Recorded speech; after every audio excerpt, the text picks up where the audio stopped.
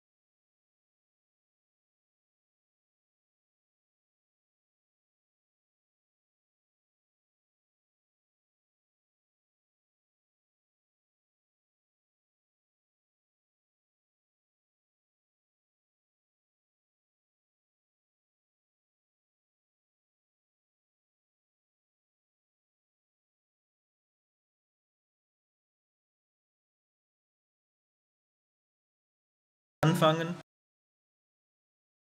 sich hinzusetzen. Bitte die vorderen Plätze zuerst belegen. Jazakallah.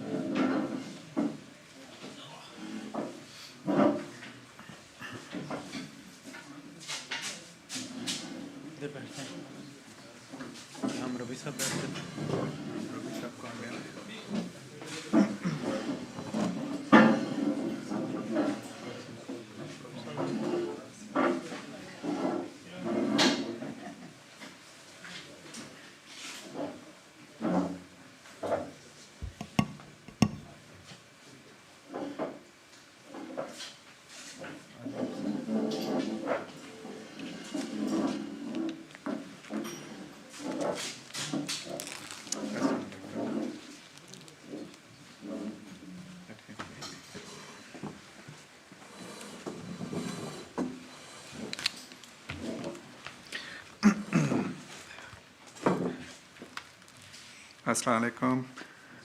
We'll start our session, the morning sessions, with the recitation of Holy Quran. Can I request Muhammad Mudassir Raja Sahib for the recitation of Holy Quran with translation, please?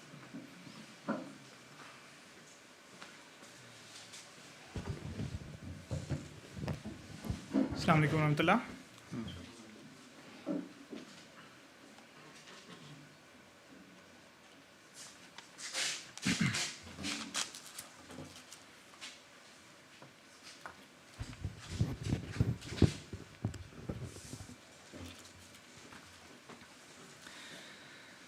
أعوذ بالله من الشيطان الرجيم.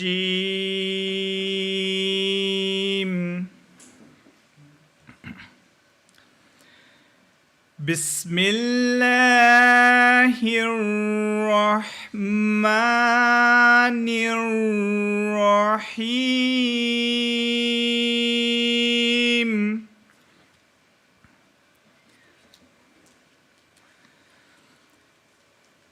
إن الله يأمر بالعدل والإحسان وإيتاء ذي القربى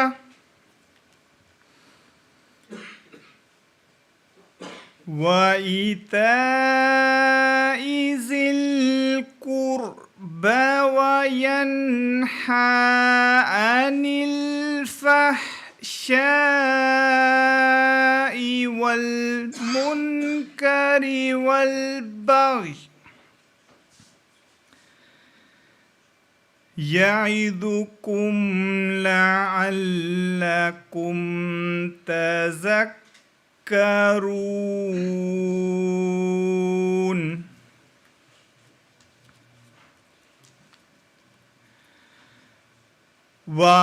وأوفوا بعهد الله إذا عاهدتم ولا تنقضوا الأيمان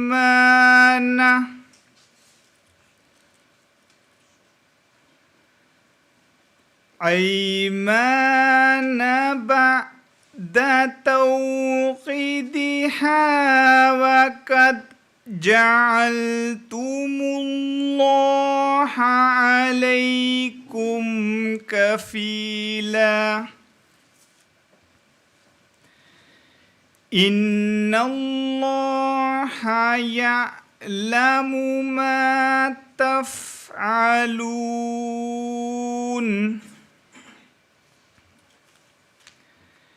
Im Namen Allahs, des Gnädigen, des Barmherzigen. Allah gebietet Gerechtigkeit und uneigennützig Gutes zu tun und zu spenden wie die Verwandten. Und er verbietet das Schändliche, das offenbare Schlechte und die Übertretung. Er ermahnt euch, auf dass ihr es beherzigt. Haltet den Bund Allahs, wenn ihr einen Bund geschlossen habt, und berechtigt die Eide nach ihrer Bekräftigung. Habt ihr doch Allah zum Bürgen für euch gemacht. Wahrlich, Allah weiß, was ihr tut. In the name of Allah, the gracious, the merciful, verily, Allah enjoins justice and the doing of good to others, and giving like kindred, and forbid indecencies, and manifest evil and wrongful transgression. He admonishes you that you may have heed, and fulfill the covenant of Allah when you have made, and break not the oath after making them firm, while you have made Allah your surety. Certainly, Allah knows what you do. Jazakallah. Jazakallah. Now, can I request Murabbi Sahab, Sayyid Arif Sahab to address us, please?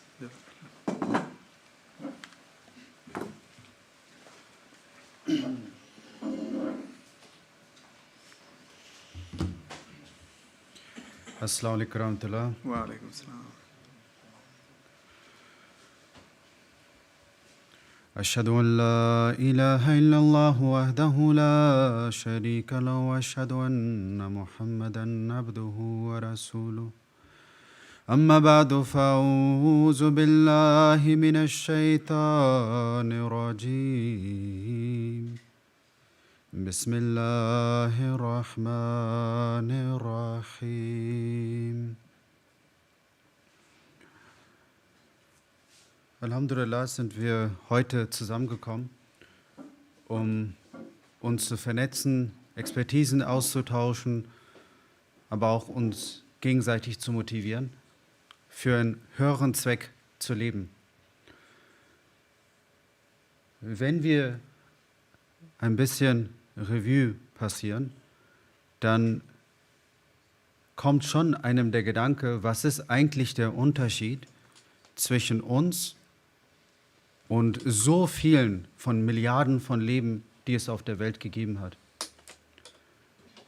Also man glaubt ja, dass das Universum seit 14 Milliarden Jahren existiert und man glaubt, dass es Leben seit 3,5 Milliarden Jahren gibt und also menschliches Leben seit 6 Millionen Jahren und dem Menschen also so wie wir ihn kennen, erst seit 300.000 Jahren.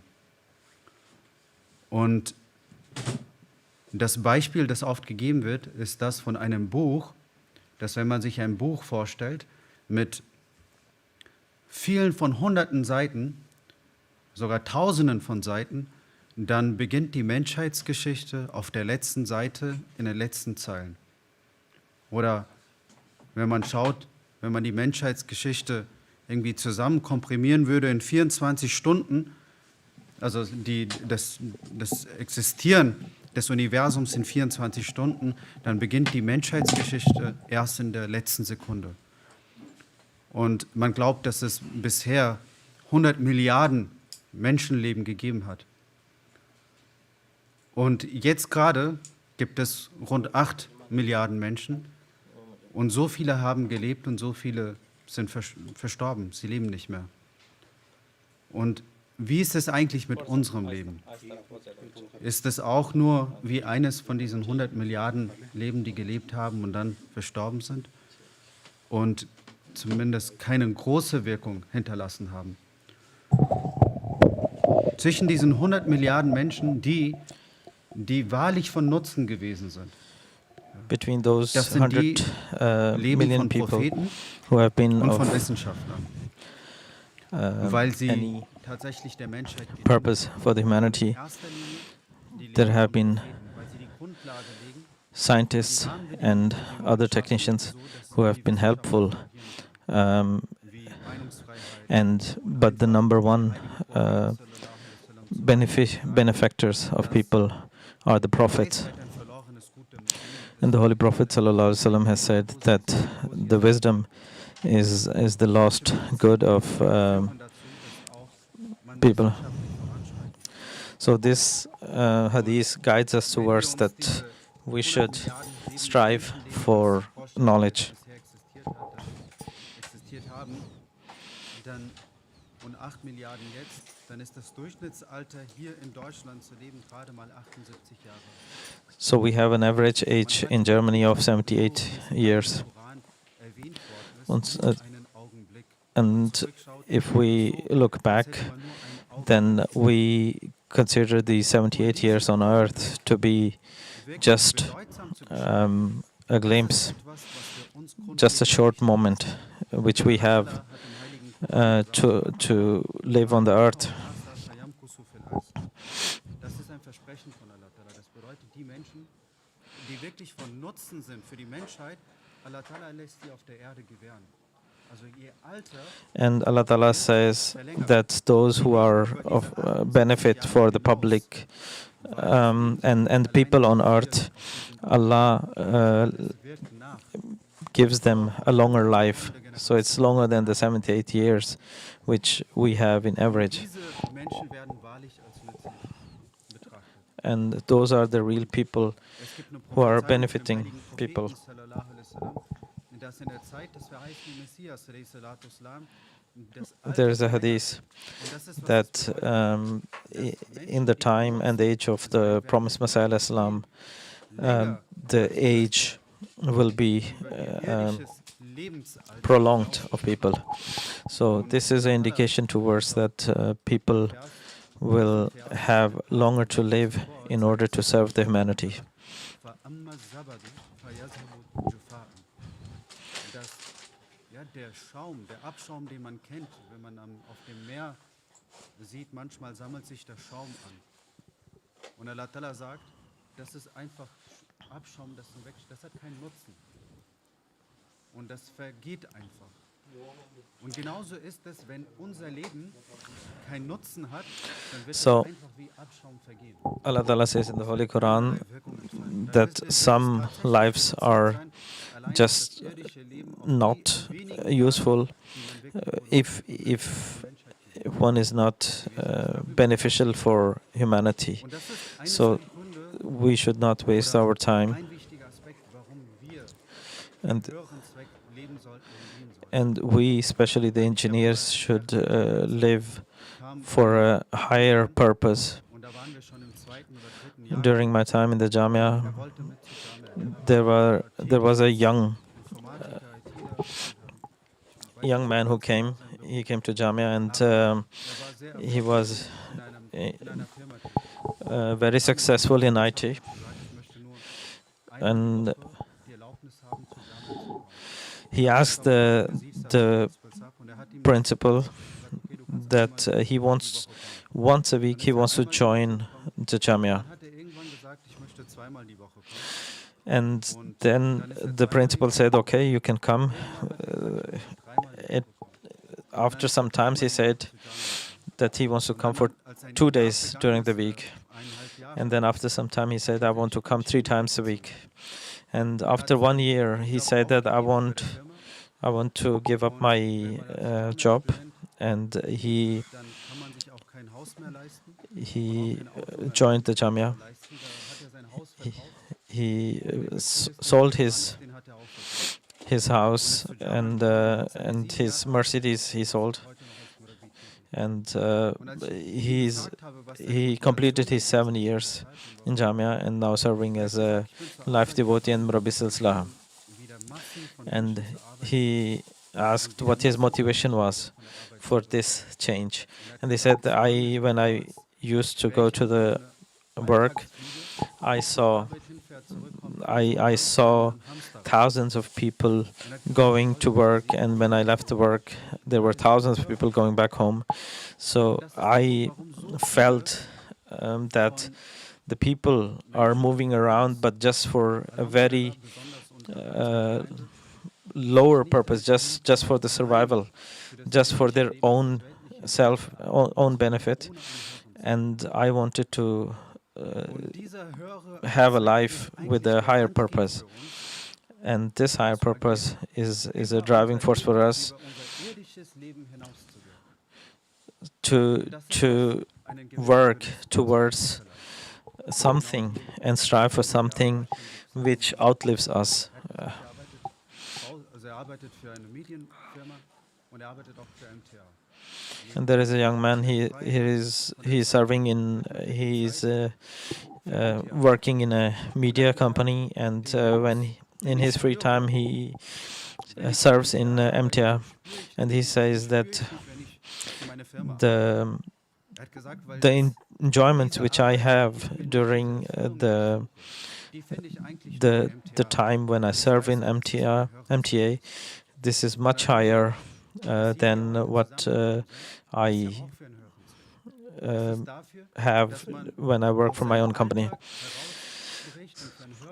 So today we have gathered just for the sole purpose that we leave our day-to-day jobs and work behind, and we come together and ponder together and create ideas and solutions for people in need. And when you can provide service and support to someone who is in need of water, this is the satisfaction which one gets, and this is the satisfaction which one's received after serving the people is what is the feeling which is from heavens.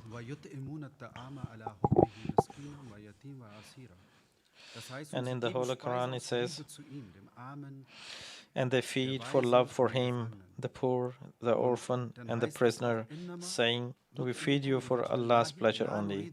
We desire no reward, nor thanks from him, from you.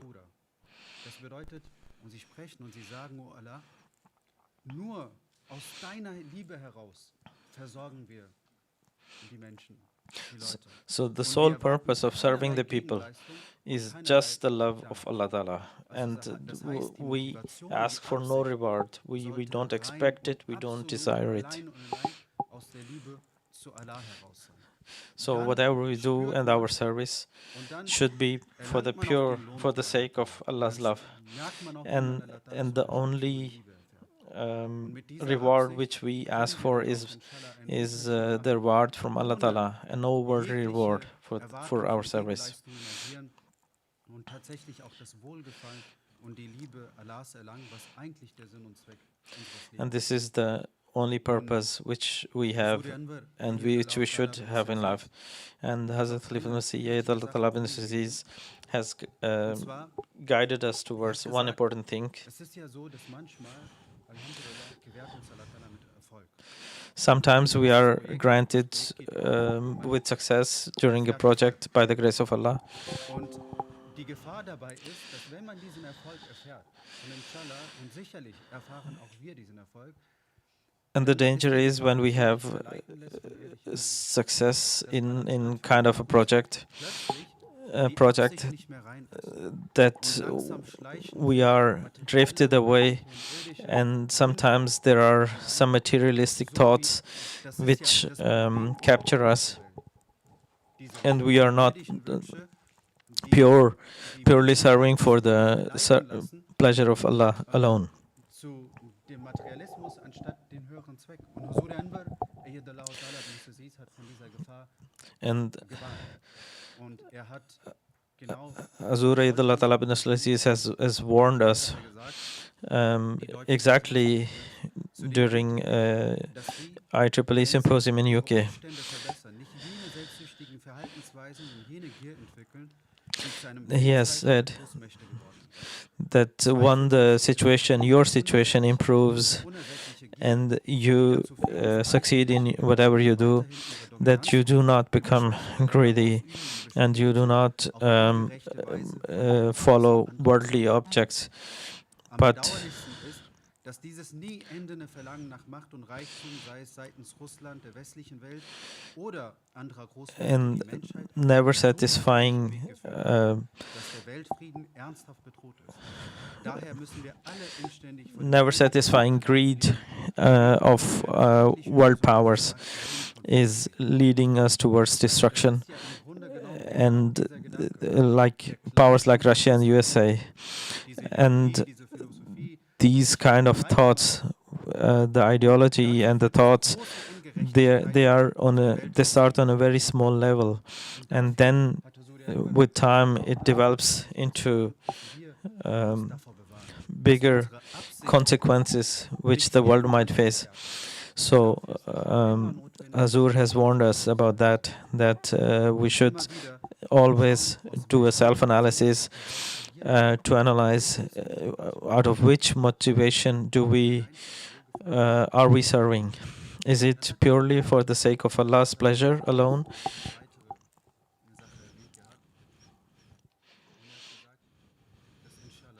One more thing he has mentioned, inshallah there will be a time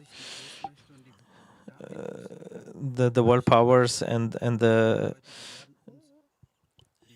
influential people, they will turn to us and ask for guidance.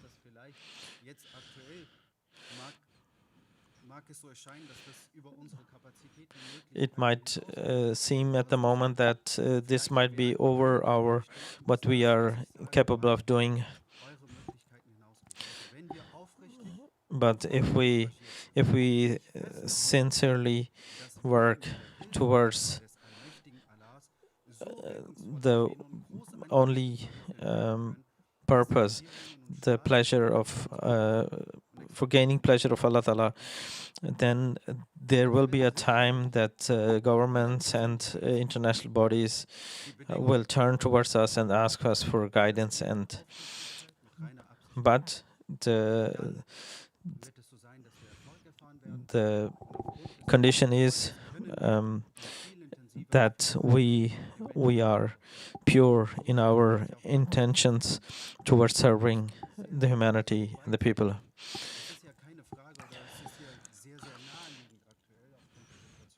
So if we look around at the current situation, and it becomes much and more clear that there will be a catastrophe which we will have to face, and Hazur has warned us and also given us and asked us to be prepared for this situation, and that when the situation arrives, that we are able to act because of our preparation, and we are not und für einen höheren Zweck hier unser um, Leben also nicht allein reduziert ist auf das irdische Leben, shocked by the situation. auch Erfolge fahren möge Allah Ta'ala uns dazu So, if we are pure in our intentions and in our doing, we will inshallah see success in whatever we do.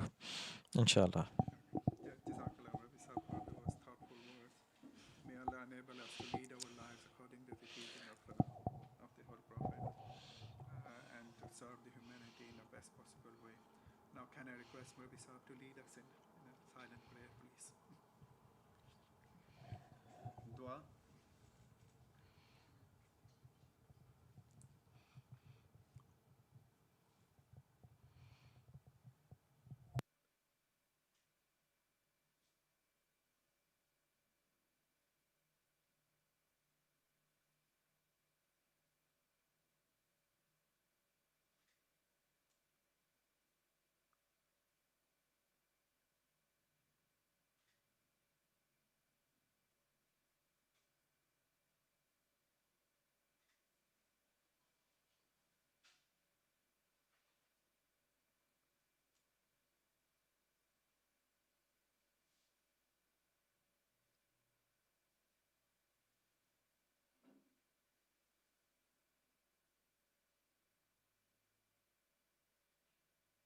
Amen. Before we close this session, can I request the General Secretary to just give us a run through the rest of the program, and if you could tell us about the facilities which are around here, and for example, in case of fire or anyhow.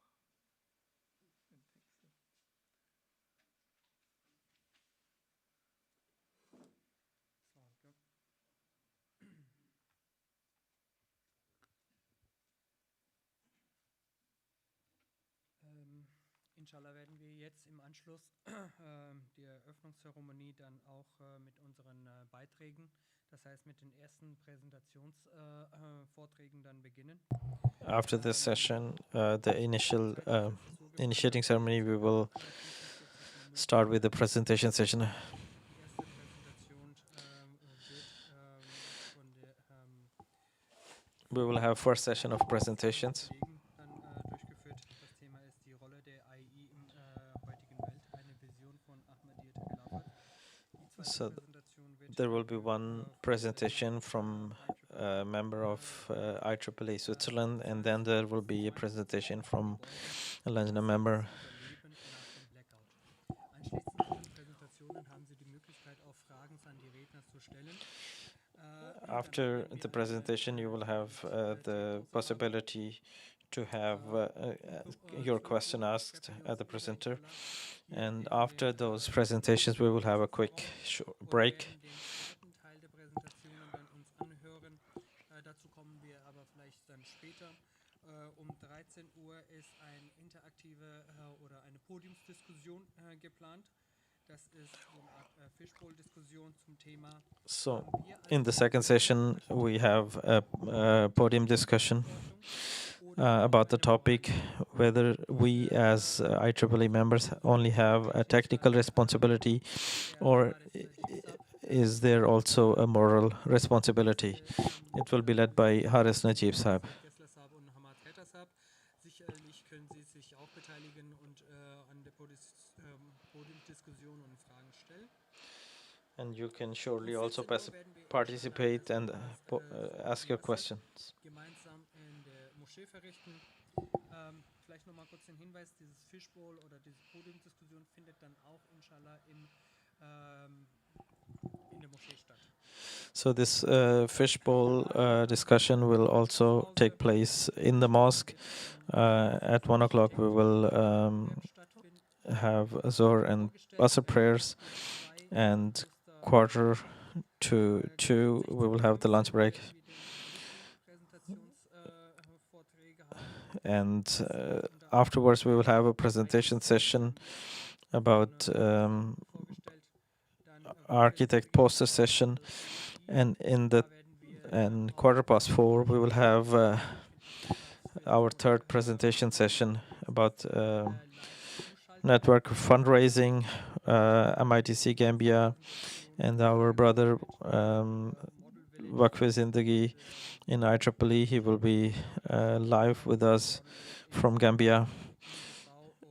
And there will be also a presentation about the model village in Senegal, in Guinea-Bissau, and Zambia. And at 6 p.m., we will have our concluding session where we will be joined by the National Amir of Ahmadiyya Muslim Jamaat in Germany.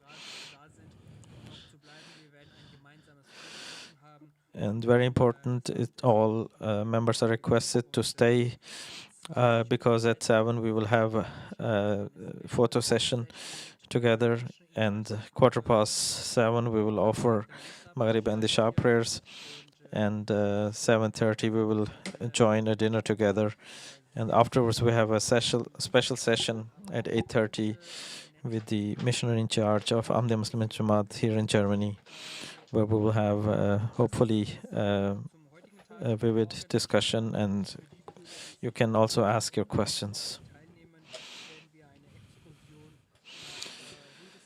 And I also want to highlight the program for tomorrow. We will have an excursion and sightseeing tour to Rüdesheim. But regarding this, there will further information will follow.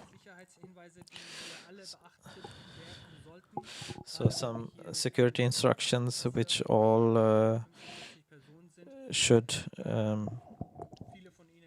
take care of.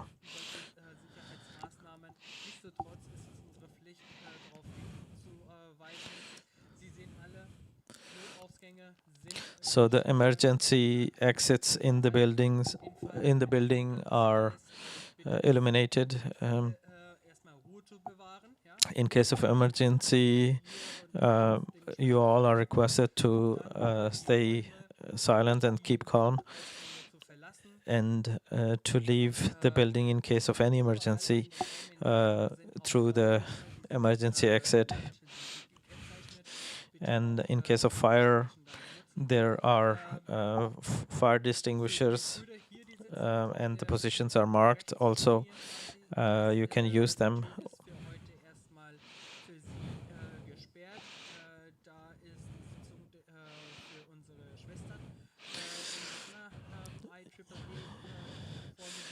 If you go out of the hall, on the left side there is a door where the hall is for Lajna.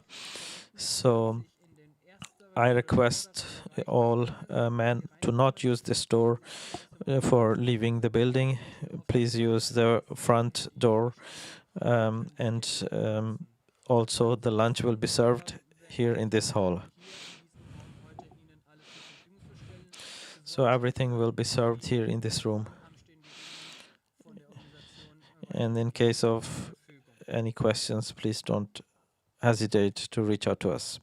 With this, we'll conclude this session, and we'll continue with the next one in a few minutes. Jazakallah. Shukriya.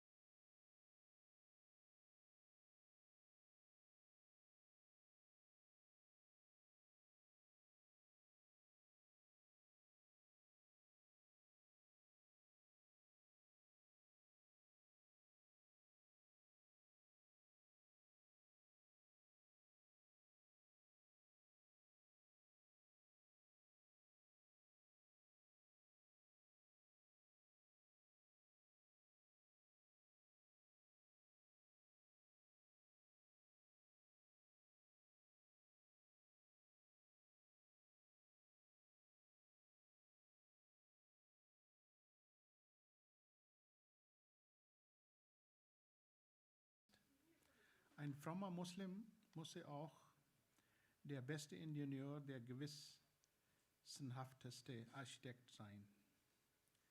Qualität und Ehrlichkeit in einer Welt, die von mangelhaften Bausubstanz und korrupten Praktiken geplagt ist, sollen IEEE-Mitglieder durch ihre absolute Ehrlichkeit, Zuverlässigkeit, die Erstellung qualitativ hochwertiger Arbeit glänzen. Sie werden dazu aufgerufen, Vorbilder in ihrem Feld zu sein. Wissen und Innovation, ständige Weiterbildung und die Aneignung des Assalamu alaikum. modernen Here's the eine translation. religiöse Pflicht. Sie sollen innovativ, kosteneffizient und den lokalen You need to Gegebenheiten be angepasste innovative Lösungen and very cost effective, Projekte der weltweiten Ahmadiyya especially for the projects of the worldwide Ahmadi community. The practical service, Gemeinschaft und Diener der Menschheit. being a building IEEE ist die operative Hand, die die arm of spirituellen und kreativen the Jamaat, Zielen der Gemeinschaft in like we have the Rabbis who are the spiritual arm of the Bau von Jamaat. Moscheen und The Einrichtungen. construction of Ihre mosques, primäre Aufgabe ist der Entwurf und die Bauaufsicht der zahlreichen Moscheen, the construction of mosques and other schools, of hospitals, Gemeinde weltweit. and other necessary buildings and installations, Ästhetische, ansprechende und würdige Räume des especially Geruchs und des Lärms the zu schaffen. functional and aesthetic aspects of these buildings, Budgetären und but also logistischen the logistical as well as the budgeting aspects of these projects. Humanitarian help in catastrophic situations like earthquakes and other situations. Clean water,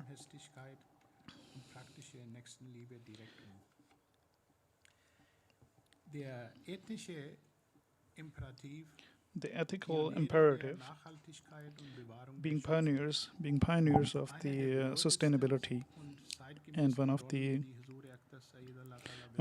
leading roles that is required and asked for of IEEE is that of being the preserver of the nature, especially when you relate it to the Khilafat, who was being the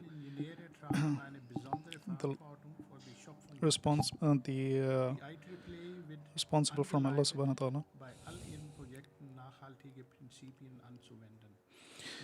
Especially the sustainability in with regards to sustainability,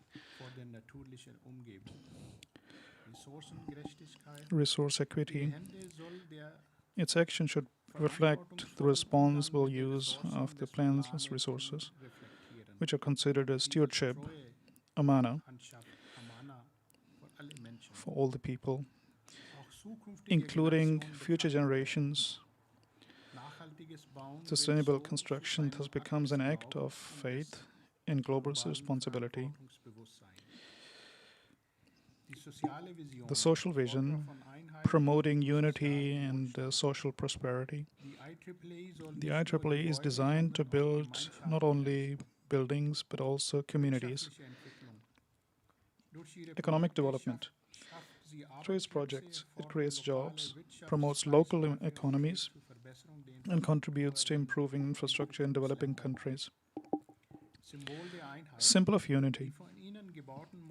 The mosque they built, especially the magnificent Beit al-Fusu mosque in London, or the mosque in Ghana, or numerous mosques in Germany and elsewhere, are not just places of worship,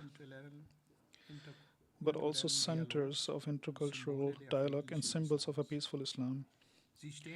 Architecturally, they represent openness, light, and community. The role of the IEEE, as outlined by Hazur Akhtas, may Allah strengthen his hand, is multifaceted and deeply visionary. It combines technical expertise with spiritual depth, practical utility, with ethical commitment and local engagement with global responsibility.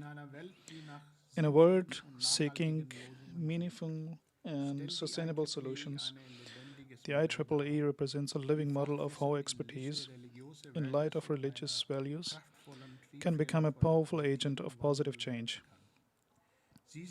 They are the ones who lay the stones of faith, service, and hope, literally building the foundations, building the foundations for a better world tomorrow.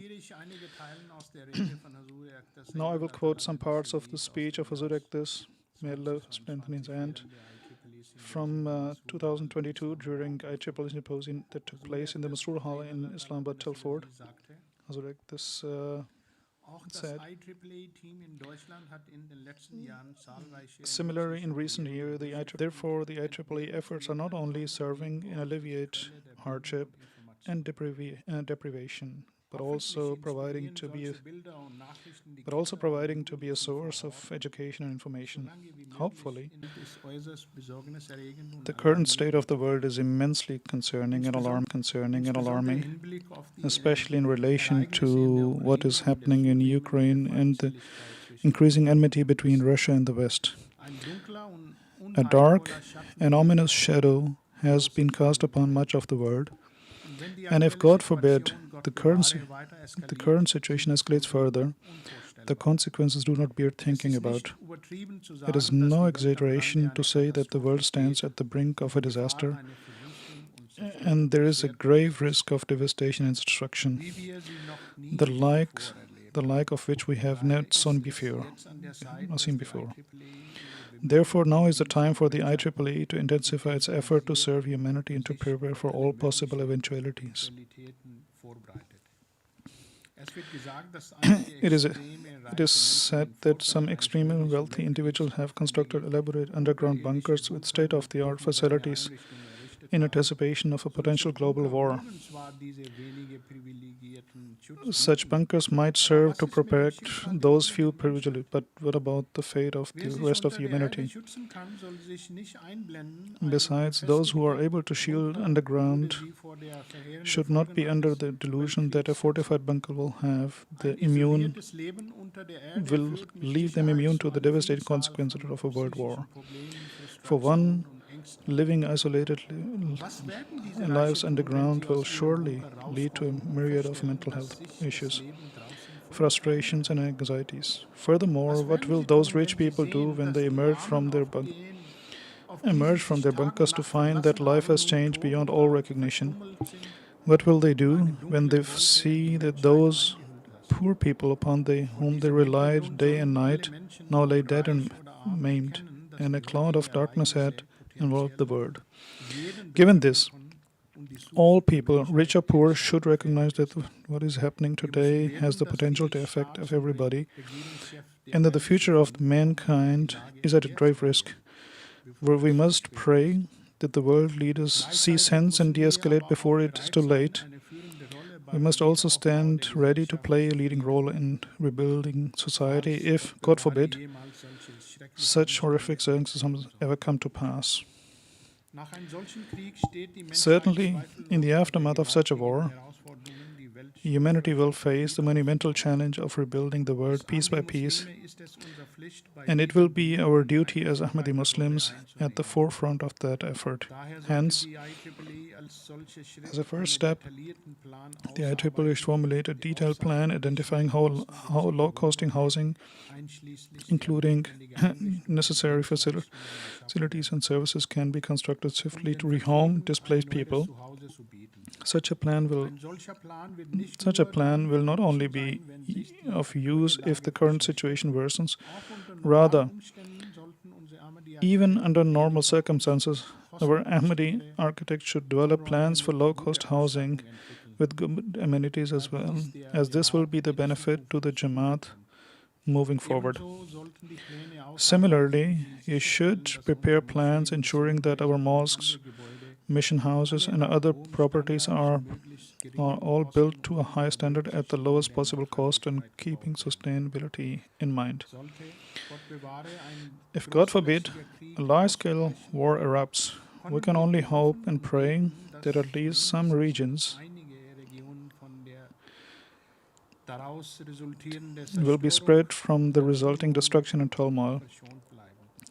So konnten beispielsweise For afrikanische example, Länder it may be that African countries, certain islands, and remote territories will not be directly affected. Wir sollten uns Accordingly, daher auf eine Zukunft vorbereiten, we should indem be wir ready uns for a future where it may mehr where it may no longer be possible to rely on the relative peace and security of the Western world, and so we should assess how we can develop other parts of the world in order to fulfill the needs of humanity. We should consider and reflect upon how we can make those less developed nations and regions stronger so that they can free themselves from the shackles of debt and stand with dignity and honor. We should strive our utmost to help the poorest and most underprivileged nations on earth so that they can rise up and be in a position to guide the world and to play their respective roles in the future development of the world, rather than merely living off the scraps and handouts of major powers. Consequently, the IEEE must work with a long-term vision in mind. Indeed, even if the current political unrest and global tension are somehow resolved, our Jamaat and the IEEE as a body should always plan for the future and see what role we can play in raising the station of the developing world. We should explore and analyze how the developing nations can utilize their very limited resources in order to acquire the best possible infrastructure, technology, and services. You should consider it your long-term objective to help those nations who have been mired in perpetual debt, poverty, and destitution to one day take their place as equal alongside with the developing and industrial nations, inshallah. Moreover, if and when their circumstances improve, I pray that they do not develop those selfish ways and greed that have been a hallmark of the major powers. Without a doubt, it is due to their insatiable greed that the rich and powerful nations continue to assert their dominance upon weaker nations and strive to take unjust benefits from the resources of others. Most regrettably, it is this never-ending craving for power and wealth, whether on the part of Russia, the Western world, or other major powers, that has led mankind down such a dangerous path that threatens to shatter the peace of the world. Thus, we must all fervently supplicate before Allah the Almighty, praying for a peaceful resolution to this current conflict. I also wish to say that if God forbid the world's political powers remain bent on forcing the world up into a blaze of fire, of warfare and destruction, in a blazing fire of warfare and destruction, it will be our task as an Ahmadi Muslim to be there to pick up the pieces and to apply cooling balm upon the scorching wounds of mankind and society. It will be our obligation and duty to strive to rebuild society and to save mankind from the further turmoil and sorrow. Anyway, regardless of whether the situation of current conflicts subsides or escalates, we must, as I have said, plan to provide the best possible facilities, infrastructure, and training to people in Africa and other deprived parts of the world so that they can develop and prosper in future, inshallah. Perhaps some of you think that what I'm saying is far beyond your scope. Yet if we are sincere and fully committed, I firmly believe I will just repeat this paragraph. Perhaps some of you will think that what I'm saying is far beyond your scope. Yet, if we are sincere and fully committed, I firmly believe that this is what the Caliph of Allah subhanahu wa ta'ala says, that I firmly believe that with the help of Allah the Almighty, we can develop such proficient plans and large-scale projects that governments and world leaders will seek our help seek our help and expertise, inshallah. Mit diesen Worten bete With ich, these dass words, Allah, I der pray Allmächtige, that Allah Sie Almighty ermöglicht, enables you to Ihren utilize your intelligent minds, Ihre gottesgegebenen Talente God-given talents, und Fähigkeiten zu and nutzen, capabilities die verschiedenen to continually Projektbereiche improve and widen the scope of various kontinuierlich zu projects verbessern und Ihren of the Umfang zu IEEE, erweitern. Während Sie derzeit viel where you are currently providing a lot of Unterstützung assistance in and Teilen help der to Welt those who are leisten, bete ich, living in the dass die private parts of the IEEE world. nun die nächste Phase I ihrer pray that the Entwicklung IEEE now einleitet embarks upon the next und stage in its langfristige progression by Initiativen developing entwickelt, longer die der term Welt initiatives kommende Generationen which will zugute benefit the world for generations to Möge come. Allah Ta'ala, der Allmächtige, May Ihnen Allah die subhanahu wa ta'ala, Vision und die may Allah Fähigkeiten the dazu Almighty geben. gives you the vision and capability Abschließend to do bete so. ich, dass Allah, der Finally, I Allmächtigste, pray that may Allah allen the Almighty Mitgliedern der enables IEEE all ihrerwillig members of the weiterhin IEEE mit to der gleichen continue to serve Leidenschaft und Hingabe so with the dienen, same passion and wie sie in den dedication letzten that they Jahren have gezeigt haben. displayed over the past few Möge years, Sie and may He alle für reward Ihre aufrichtigen all of Bemühungen you for your belohnen. sincere efforts. Ameen. Jazakallah Jazakallah. khairan. Jazakallah for listening.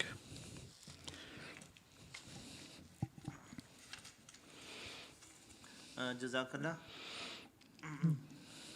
Question and answers. Fragen und Antworten werden wir nachher. Question and Q&A we will do later. The second presentation is von Amtul Sahi Saiba. from Amtul Said Saiba. Das Thema ist 72 The Stunden topic is Gebäude, passives Überleben nach this dem topic is Blackout. 72 hours passive 72 hours of building passive survival after the blackout.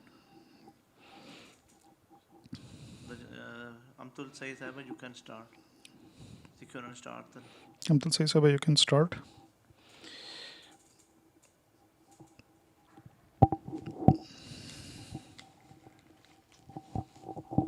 Assalamu alaikum. Wa alaikum assalam. Können Sie die Präsentation starten? Can you please start the presentation?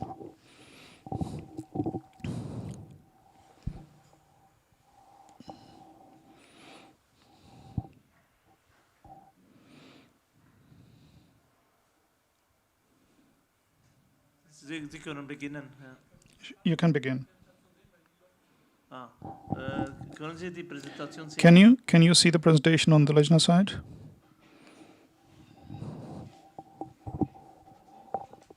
Was sehen Sie? Nur das Thema. Nur das Thema, ja. Ja, jetzt können Sie beginnen. Now you can Sehen begin. Sie jetzt? Can you see the presentation? Assalamu Yep. alaikum. Ich begrüße Sie herzlich zu meinem Sie Vortrag. müssen immer wieder weiter sagen, ha? Ja. Nach jeder Folie. Okay. Ich begrüße Sie herzlich zu meinem Vortrag 72 Stunden. I welcome you to my presentation, 72 hours of passive for survival. We live in a time where the buildings are built with a lot of technologies. And on the other hand, we have situations where a risk emanates from, for example, power outages.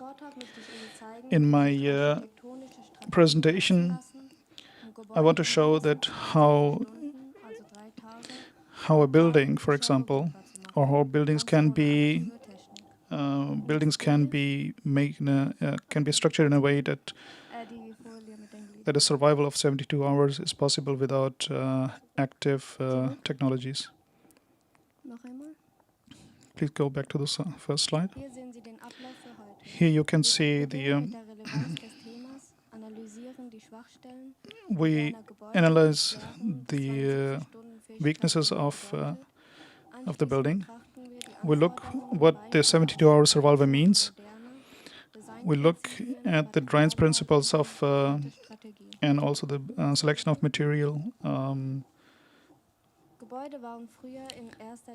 Buildings were basically survival, basically safe havens for people from heat and rain.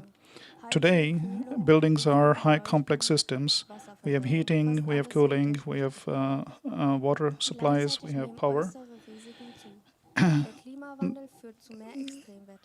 We have external factors which are extreme weather and also different disruptions.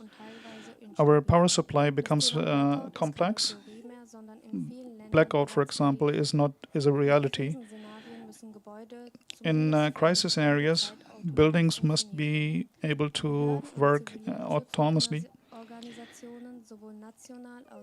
on national level as well as international leveling. A lot of organizations, they plan that, or at least anticipate that 72 hours people have to live without any external help. The reality is different, though. Many buildings actually lose after a few hours of without power, will become uninhabitable, especially the heating or cooling doesn't work. So it's time to think about passive as a passive or a structure, especially as a living organism which needs to survive on its own for 72 hours. Many buildings today are dependent on power, external power, digital control systems. If these systems are disrupted, then cooling, heat, water supplies, they lose these functions, so this makes them uninhabitable. The security goes down, and for example, external temperature have a higher effect on these, so this makes them not livable. 72 hours possibility to live in there. The building should be able to habitable. This means temperature stability.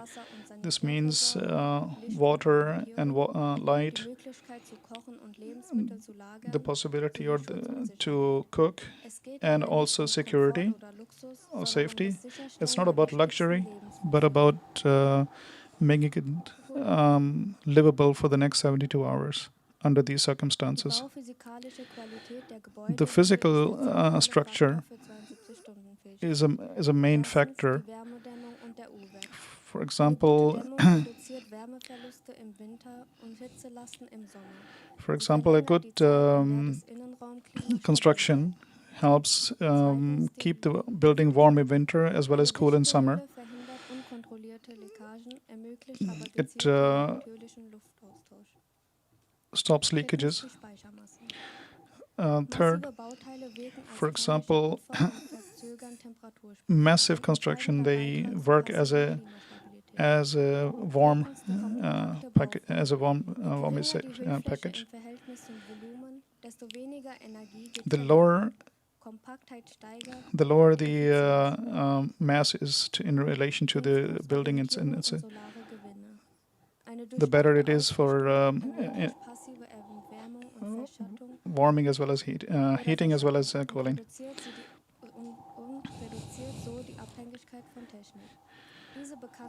Especially if you put these principles into the construction as a general theory, this reduces the dependability on such situation. In a 72 hours building, are the basic necessities. For example, drinking water can be utilized through rainwater harvesting. Hand pumps do secure the water provision of without electricity. 3 to 5 liters of water does cover the water necessity of an adult for a daily basis.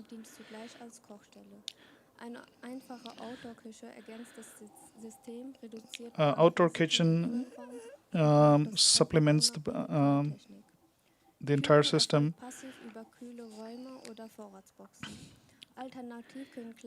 Cooling, passive cooling does support this in this this as well.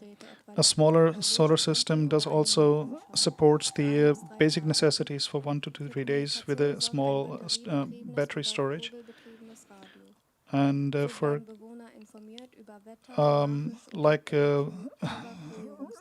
battery-powered radio, which helps to stay in touch with what is happening outside. the priority the priority is on the hygiene as well as on necessities, not on luxury. On the daily phases and a daily situation, you need the basic necessities to be available. Long before heating and electrical pumps, the building had to work themselves. If you look into the history, how the architectures have, especially Mediterranean area, how the construction of buildings as well as houses has maintained maintained cool during the day, and then they release the heat during the night when it became cold. If you look in Iran, they have these towers which the warm air is released through these towers, and this was working for centuries. In Japan as well, they have flexible structures. The walls could be opened and closed, and depending on the weather, and it could save the heat as well as dissipate the heat. They have been used as a thermal buffer, as well as in Europe. If you look at the very thick walls with small windows, which had with even extreme temperatures outside, kept the climate inside very stable. Modern architecture is picking up all these old principles and trying to combine them with new technologies. There is a building. It says 22 to 26. This is the model, which means this is the temperature that is maintained. There is no active heating or cooling. It's reduced to the minimal in terms of technology. It's a passive house.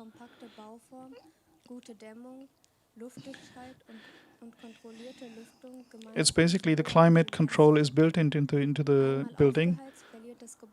If if it is heated up, it loses the heat in a very slow progress, in very slow speed.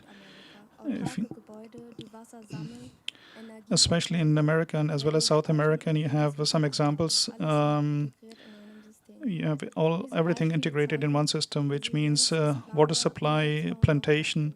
This means that we have examples which have been tried and tested and are practical.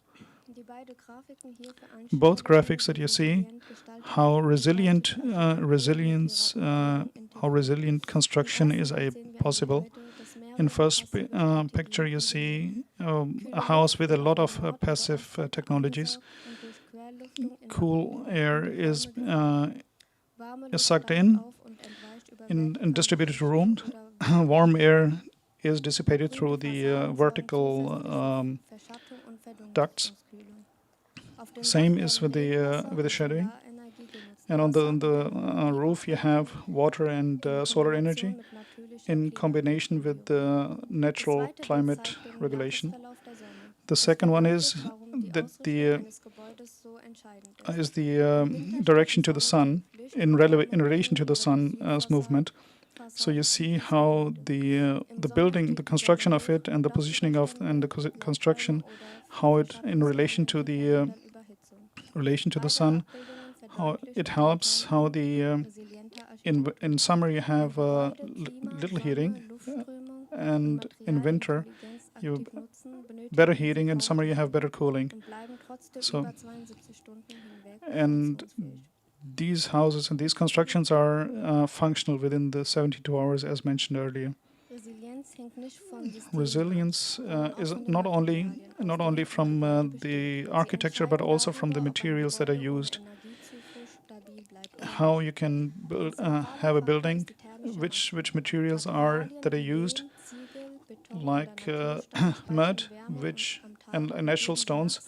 They storage heat during the day, and then they dissipate the heat during the night. So you can climatize a building with such materials. Mud as well as wood does store the heat, and does release the heat when it's needed. And this also Für den Wärmeschutz um, eignen sich avoids natürliche fungus. Dämmstoffe wie Holzfaser zur But also in Luftreinigung. terms of Sie sind diffusionsoffen, reparaturfreundlich und they're also in terms of they're recyclable as well as easily repairable, beliebig und and they're wartungsarm sein. they're Systeme, long-term die nur nach solutions. Software funktionieren, sind im Blackout keine Lösung. Um, Ein weiterer buildings Punkt that ist are die only Verfügbarkeit.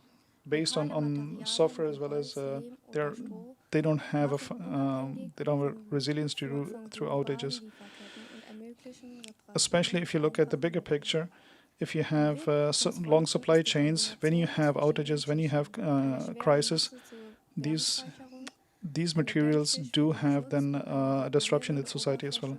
So local sourcing is very important. entsteht ein mehrschichtiger Aufbau. Nächste Folie.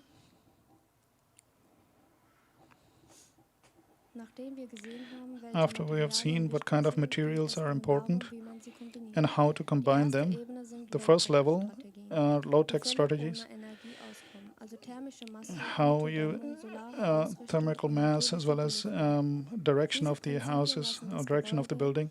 selbst These zu einer principles, kleinen Klimamaschine machen. then Die zweite these Ebene bilden Hybridlösungen.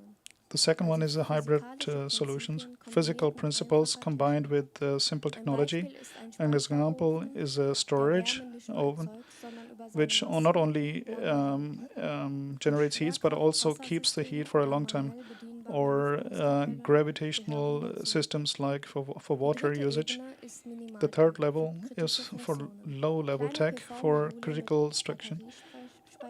Small solar modules which give enough electricity for power as well as for light as well as communication.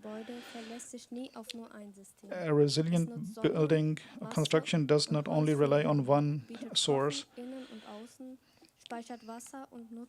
It uses solar energy, it uses sun, it uses water through gravity. So it's a number that's 72 hours of architecture. You use a number of resources which are naturally available to make it sustainable. In summary, resilience is not additional function but a central challenge. Traditional construction ways of construction were incredibly good, and if we go back to the roots today, these buildings are in a long-term solution for all the challenges that we are facing now without complex technologies. The 72 hours functionality is more than just a crisis scenario. It's more where you have a functionality with sustainability. Jazakallah. Jazakallah. Jetzt No. haben wir kurz die Zeit, Fragen zu Now we have a short session for Q&A. Frage hat. If someone has a question, please present your question. Mikrofon. Can you please give the microphone? Hier ist.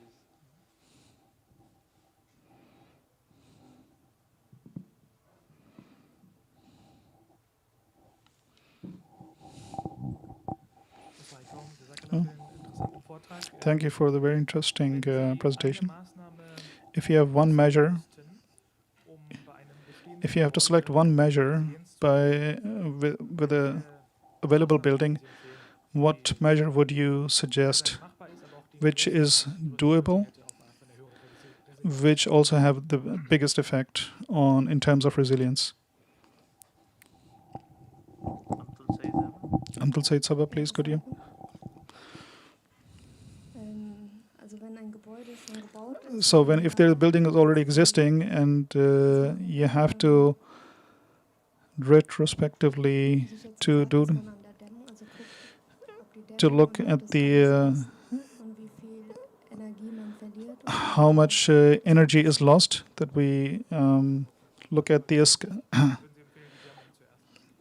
also als erstes gucken, wo das Gebäude am meisten you have to look at where the building leaks the most in energy, especially heat, just to stop the leakages. Weitere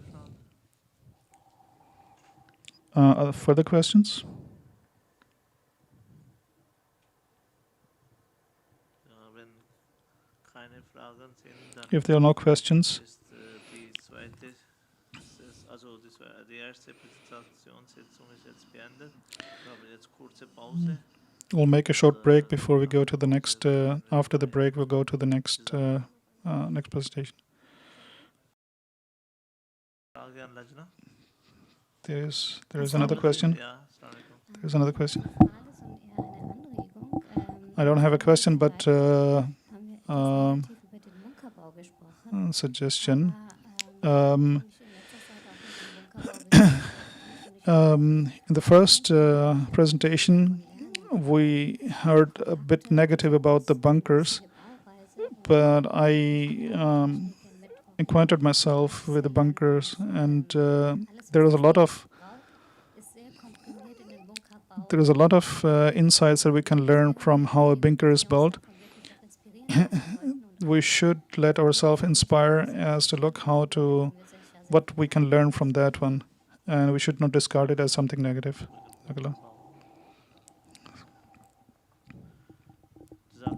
Jazakallah.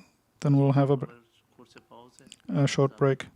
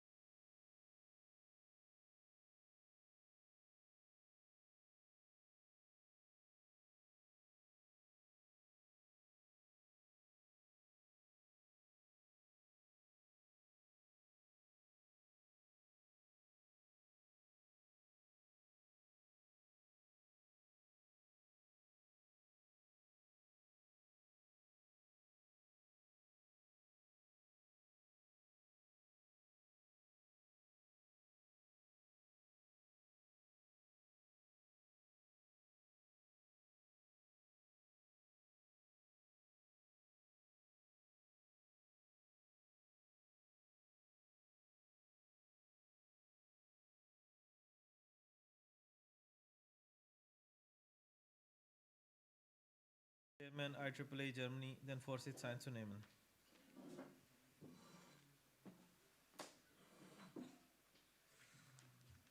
Im Namen Allahs des Gnädigen, des Barmherzigen, wir beginnen nun mit der zweiten Präsentationssession. Die erste Präsentation ist zu dem Thema parametrisches Design für globale Herausforderungen. Nawal Aziz Saiber aus IEEE Deutschland.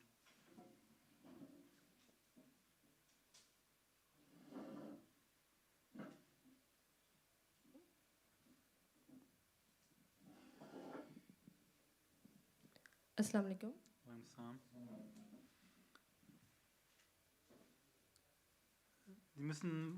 Die Präsentation ist schon drauf, die müssen nur einfach weiter sagen.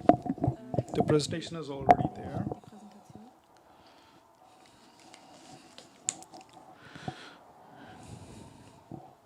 Können Sie die jetzt sehen? Oder Can you see the presentation? Bescheid, wenn Die's bei Ihnen Ja, ich auch- gebe Bescheid. Can you please tell us once you see the presentation? Now I can see it on the Können Sie noch screen. eine Folie zurückgehen? Can you please go back one slide? Heute möchte ich über Today I want to parametrisches parametric globale design Herausforderungen for sprechen. global challenges. Beginnen wir mit einer grundlegenden Frage. Wie können We'll wir start with Gebäude the entwerfen, die basic gleichzeitig effizient, question. ressourcenschonend How can und we develop a klimaangepassen building which sind? can Diese Frage be gewinnt sustainable, zunehmend an Bedeutung, for da wir von globalen climately Herausforderungen friendly? wie Klimawandel, steigender Urbanisierung Because we have a number of challenges. We have a higher energy consumption, global challenges like Das Bauwesen ist global warming. weltweit eine der ressourcenintensivsten Branchen. The construction field is one of the highest energy consumer worldwide. stammen aus Gebäuden. More than Sei es durch 40%. Materialproduktion, Bau oder Whether it's be Gleichzeitig building, wachsen construction of Städte Bis creation of 2050 materials. wird mehr als die Hälfte der Weltbevölkerung in Städten leben. Until 2050, more than half of the world's population will live in cities, which means a lot of consumption of resources as well as energy. And therefore, energy efficiency, sustainability is one of the biggest challenges. Therefore, parametric design gives us the opportunity to have in advance possibilities to look at how it can be done efficiently. I want to show today how parametric design can be used as a tool to use the usage of algorithms and how this can save resources as well as energy. And this can be adapted to various models, to forms and structures, which can be adapted to various situations, environmental challenges, and parametric design opens up innovative and complex design methods, which would replace traditional methods, which would allow organic integration and assimilation into sustained environments. And it offers solutions to reduce the energy consumption. For example, the facades of the buildings can be designed in a way to reduce up to 30% of energy, as well as and also optimize the usage of materials, which has also financial impact on building projects. Parametric design describes an approach which utilizes various parameters. It uses these. If you change one parameter, the rest is adapted accordingly, which does have, and this helps simulate different models. Various digital tools can be utilized from design up to the construction. For example, this example that you see on the screen at the moment, you can create complex forms as well as adaptive systems. And for example, CAD systems as well as Revit, and the exchange of data allows for a much comprehensive, complex design solutions.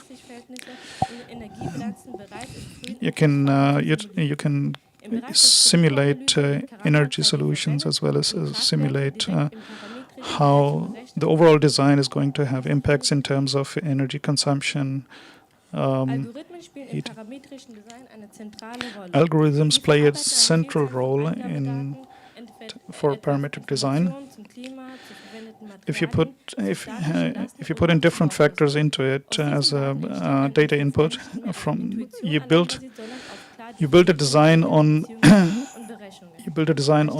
actual factors, on actual ground realities, which makes your design very close to reality instead of just assumptions.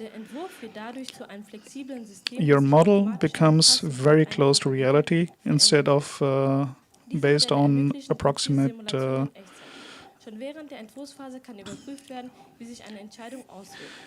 Especially in the design phase, but also during the building up phase, you can in the first phases of the building of the construction, you can cross-check your model.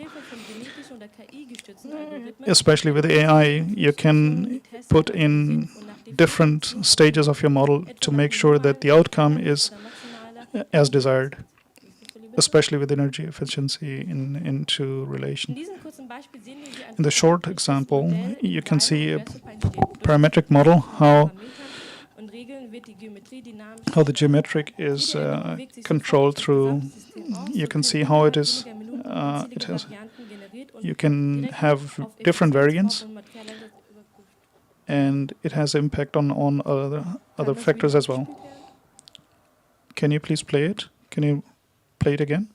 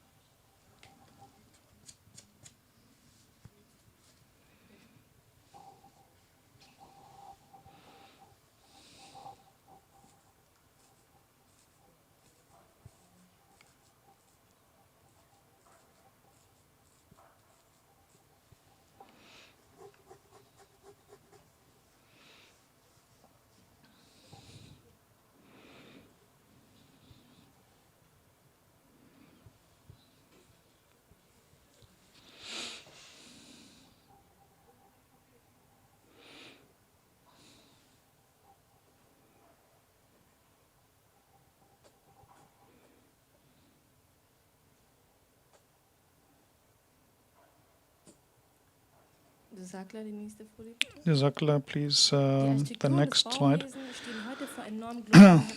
The architecture of the construction has huge challenges in front of it. Especially, the construction is responsible for a huge amount of CO2. On the other hand, the materials are becoming precious and therefore very expensive. And the problems, the issues and challenges are just growing by the day. On the other hand, the requirements for useful and comfortable living are also growing. So we have to find a middle way to match those. Parametric design only becomes useful once it's put into practice. So it doesn't help only not only put into models, but also put this into practice. 3D print as well as CNC. At the same time, the simulation of different models does help to make the models more precise towards reality. Next slide, please. Another step is the integration into the BIM processes. Parameters can be put into the design. The input from different from the landlord as well as the engineers and architects. With this collaboration, it can be put into concrete, reliable and close to reality projects, but especially with the active decision making during the building process and adaptive process. Al-Bath House in Abu Dhabi is a prime example for how parametric design is integrated into the you can see how how the system is controlled through the parametric design, and you can see how the energy efficiency is the front of the building is reacting to to the sunshine, and this dynamic adaptation and the cooling the energy needed for cooling could be reduced up to 50%. So this is one of the prime examples for such a design. The design process started with the assumptions of various and this was modeled before it was put into the construction. And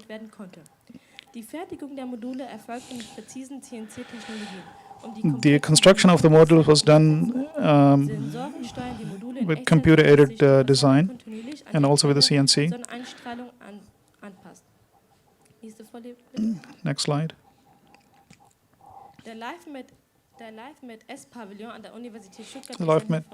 Pavilion at the University of Stuttgart is also a prime example of parametric design. The project was done as a temporary solution and also as a research platform to learn about the responses and the daily life. And it was, if you look at the different nests of birds, this was used as an example. Through parametric design, it could calculate it very precisely, and therefore the needed material was minimized to the absolute necessary. And every angle, every piece of wood was only designed as per the need.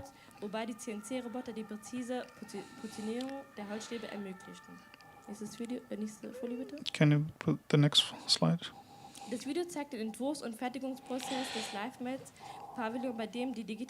Here you can see again, once again, how the computer design as well as the engineering through parametric design help build a very effective and efficient structure.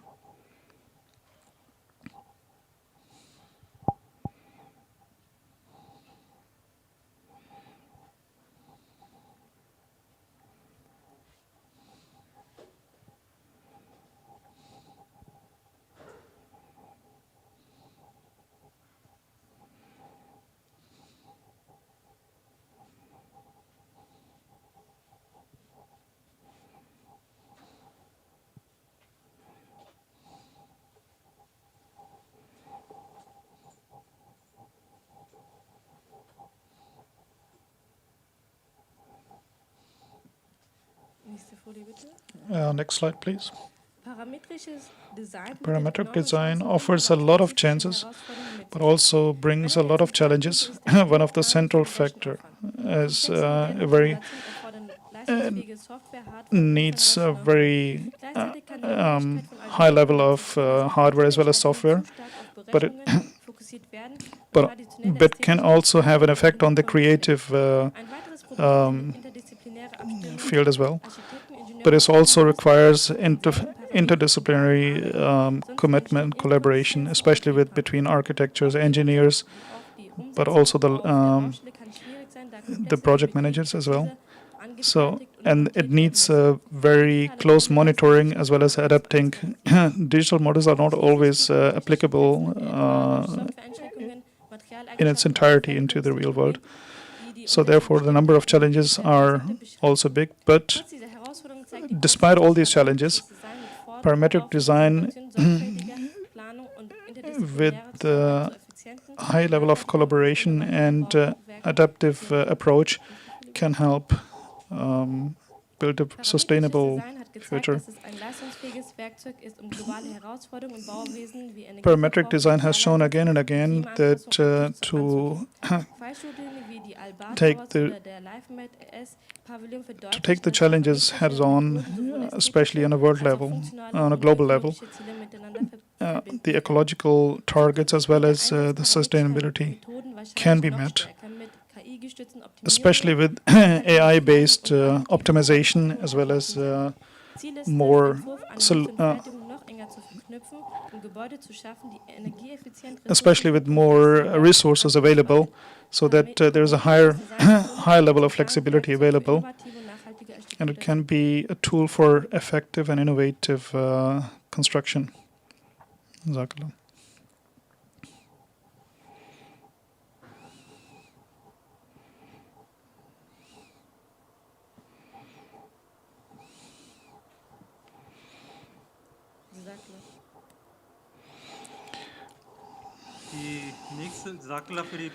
Thank you for the presentation. The next presentation is Skills for a Better World.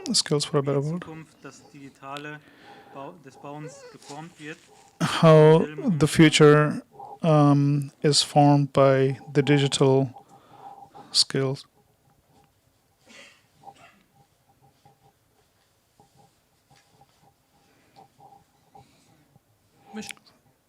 Assalamu alaikum. Also ich werde jetzt ein bisschen über diese Geschichte Skills for a Better Life, also I will talk about Skills for a Better Life. I will talk about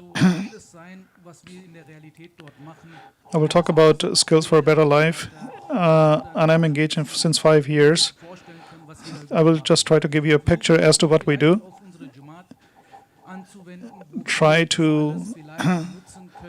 Try to picture this into the form of the Jamaat, as well as and how we can teach our children, our next generation. Here I have just mentioned what I do. My background is architecture.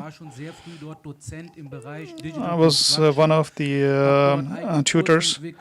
I developed my own courses there, and how to build digital construction, how we can educate, how we can teach there at the University of Darmstadt. And since then, we have a lot of interest.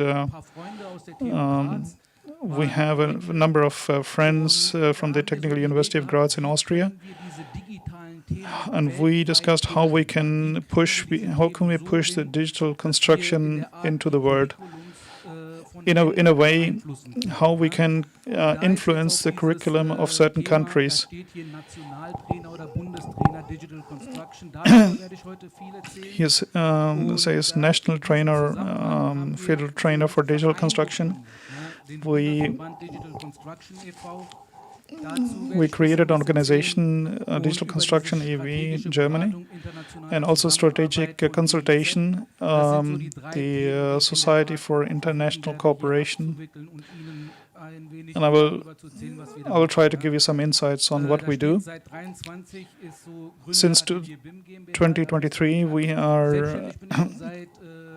I'm self-employed since my second semester, and at some point I just created a company, and mainly we do consulting for various disciplines come together.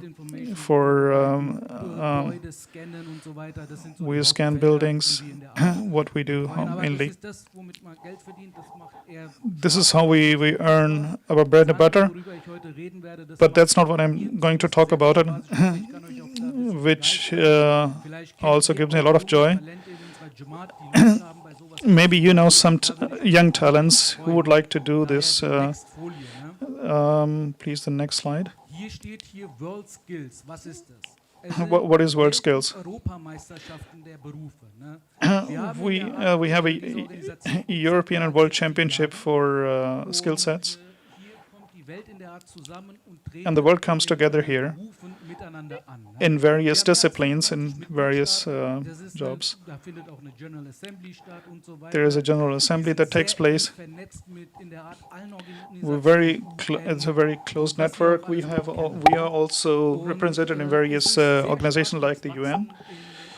It grows a lot, especially in the African countries, and especially the internationally educational level, how we can raise it.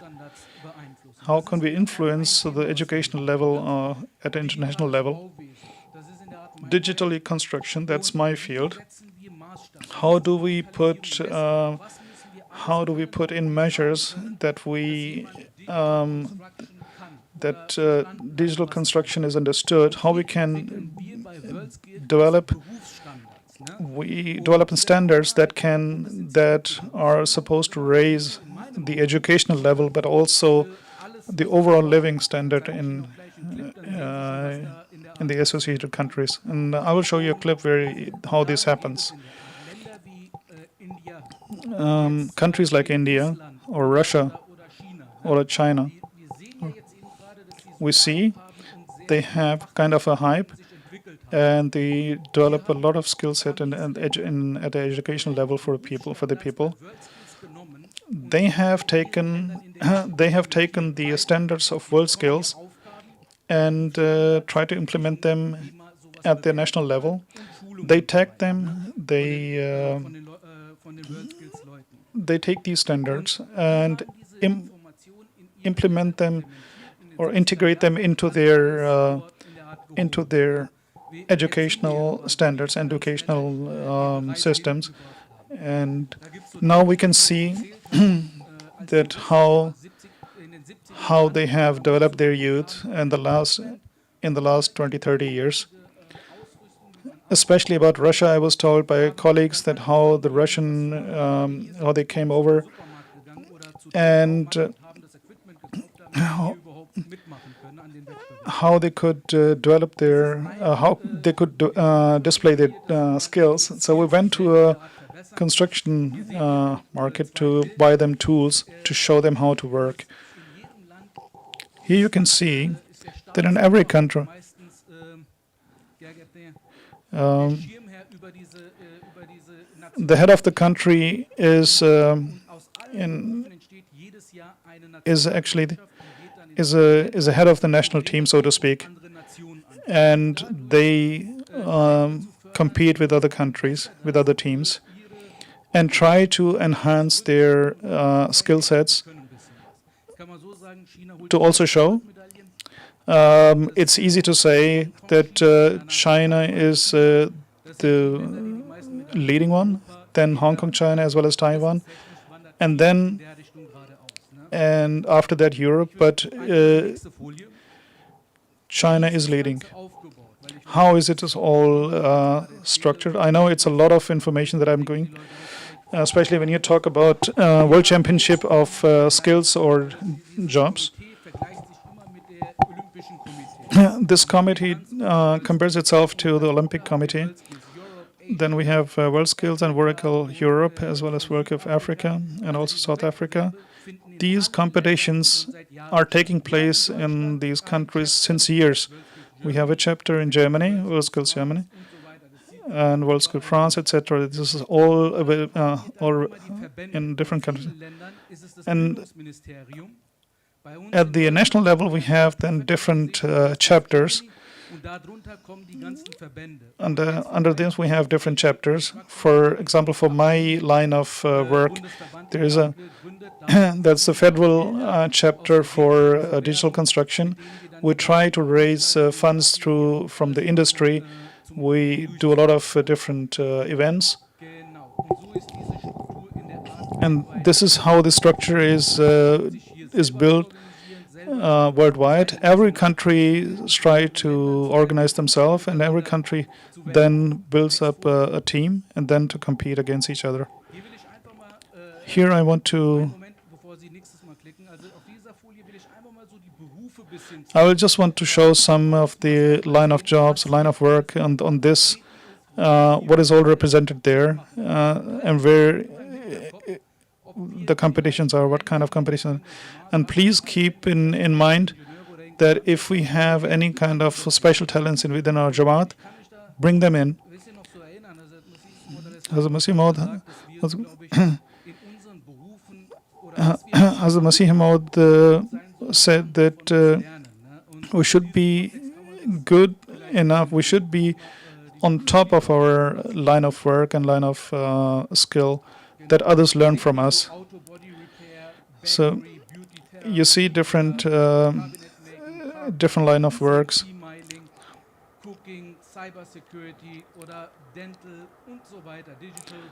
Media Design, Construction, Floristen, Fashion Technology.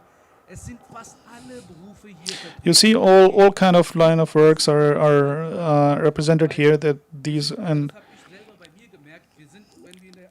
have learned by myself. If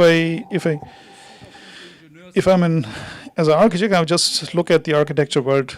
But here you see that every line of work, every line of job is represented here, and you can reach a level where other people come to you and try to learn from you. It varies a lot. We need a minimum of seven countries so that a world championship can take place. Please go to the next slide. Just a moment. I will just show you a video so that you can have that you get a picture, that you have imagination as to what exactly happens.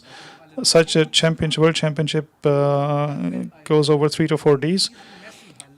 There are huge convention centers where these events are conducted. Last year was in Lyon, France, so that you have a small insight into as to what happens. This is from last year. So we'll just see a few glimpses of it. Just please start.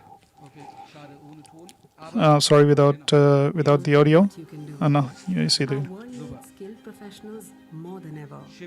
That's why the World Skills Global Agenda is advancing technical and vocational education and training to solve the most pressing issues of our time. We are developing the best and brightest young skilled talent from around the world to share their skills on the global stage. Are you ready for the show? World Skills is where students, educators, Of course, this is a big show, and of course, countries want to represent themselves, and they want to show, and they want also to show off a bit that we have the talents and that we have the talent base and the talent pool. In Germany, we don't have this mentality, especially during the Nazi time. A lot of these things happen, but since then this has been discarded, and now we see this on a world level. These you see here that some of the carpenters that they have time over 3-4 days to show off their skills. What impresses me most is, for example, helicopter mechanics. They have helicopters there, and the kids can work there for 3-4 days, and they have a result which you can, and they have a world champion in their line of work, skill. I think there's enough of picture and video material. Please go to the next one. What we do here, this is a picture that from 2 weeks ago. In World Skills is like that we work with a lot of organizations. We work with the Association for International Cooperation. I could fly to Pakistan. Normally I only go to Rupa and then back. But this time, or maybe a bit of Lahore, but non-Ahmadis, I could work with them and educate them. Because Pakistan had decided to use this journey and then to change the curriculum. And we have taken up 6 projects from Pakistan. And there are 6 line of works that we are going to develop and enhance in terms of standards. And of course, they asked Germany. And I went there. The first level is to develop the youth and the talents. And the second level is to change the nations to change their curriculums and to adapt to international standards and norms. We know that the knowledge is there, but the countries don't adapt to these norms. You don't have to redevelop the design. Everything that I'm showing, these parallels that I'm showing here, are running in the background. I will just go a bit to the competition. What we do. The thought was in the beginning from the University of Graz. One of the guys is working with the company of Autodesk. How do we bring people to utilize the digital construction? And then we have looked at various organizations and we found the World Skills. We have contacted a number of big companies, and we have started developing, trying to develop standards and norms for different skill sets. And we initiated with these 5-6 years ago. We initiated this competition. The first one is in Kazan in Russia with 4, and the next one was in Lyon in France with 16 nations, and the next one is in Shanghai in China with 32 nations. And now that the standards that we developed is now taken up. The education ministries of various countries, they are taking this into their curriculum and try to bring this into at various education levels in universities as colleges. You have to have at least, this level of education knowledge, so before you can call yourself a digital constructor. We have a very highly a big depth of development in terms of education, especially if you look at these buildings. But once you have gone through these projects, these skill set levels, after that you can, within a few hours, you can create such models which can be implemented into reality. We can not only their own skill set, but also in terms of how they interact with other disciplines. Especially not only that you construct a building, but a lot of peripheral knowledge as well as skills that are needed, and also on a digital level. For example, on these 3D models, a lot of byproducts are created, but how to deal with them.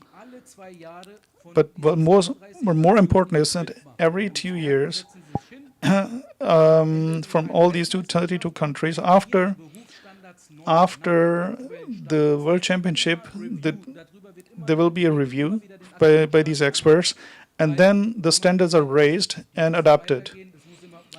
It needs to improve, and it needs the one of the major goal is to keep it improving. Please play the video.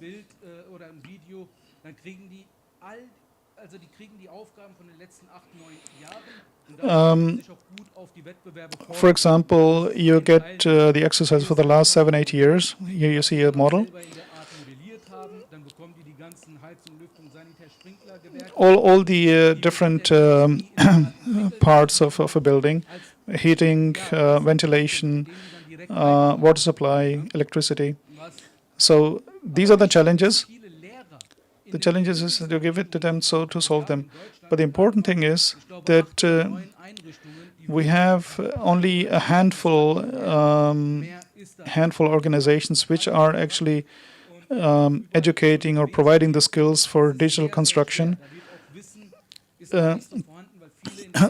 There is a lack of knowledge. There is a lack of depth of knowledge, and some of them people, they don't want to go further into education. So this is one of the biggest challenges.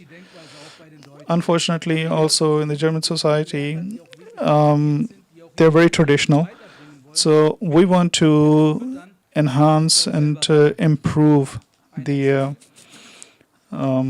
knowledge base. Please, the next slide.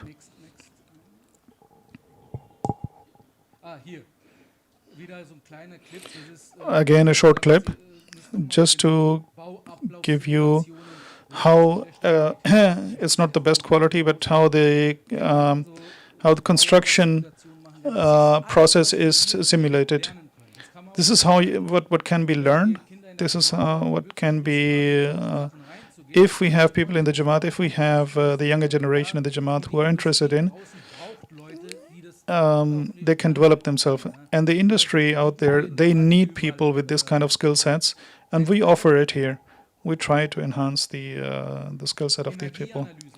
Energy. We have spoken about the sustainability. We have about efficiency.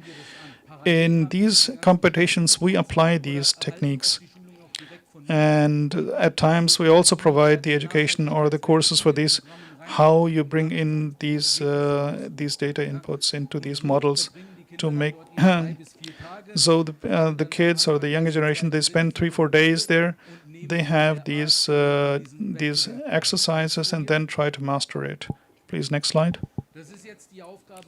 This is an exercise of last year. This is a school. This has been constructed.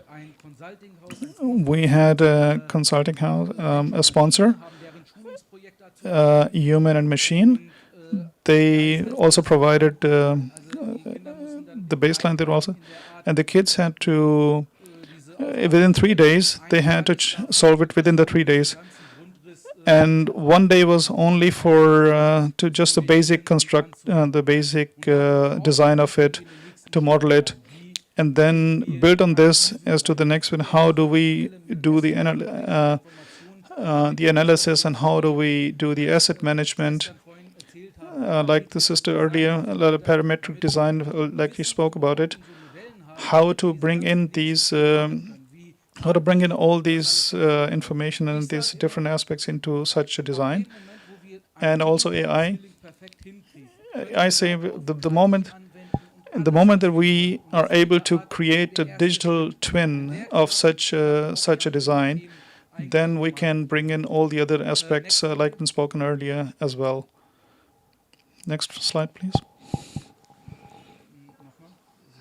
Again. What we do Germany-wide is the entire thing happens actually on a voluntary base. We do it on a voluntary base. There's no, in all fields of skills, there are national championships, different universities and colleges. We have picked up a number of, we selected a few educational institutions which are have a good standard as well as are financially strong. That we showed to them that if you participate in these events, that and you bring in your pupils, your students, we can enhance, we can improve the overall skill set and the output for the industry. My domain is digital construction. We have then at university, at education institutional level, we have this championship, and then the first three, number 1 and 2 and 3, they come to the national championship. And my hope and wish is that we have also Ahmadi kids into this. This is how it looks like internationally, like the European Championship. This Julian, he won the silver medal. He won in Danzig in Poland, and there was a competition, and they represent their countries. They were there as a national team. Like in the international competition, on the right side there's a picture from China. There was a second Belt and Road competition. We were allowed to participate there, and the boy, they won the gold medal there. The important thing is the connection, the networking, the transfer of knowledge. That's the most important part of it.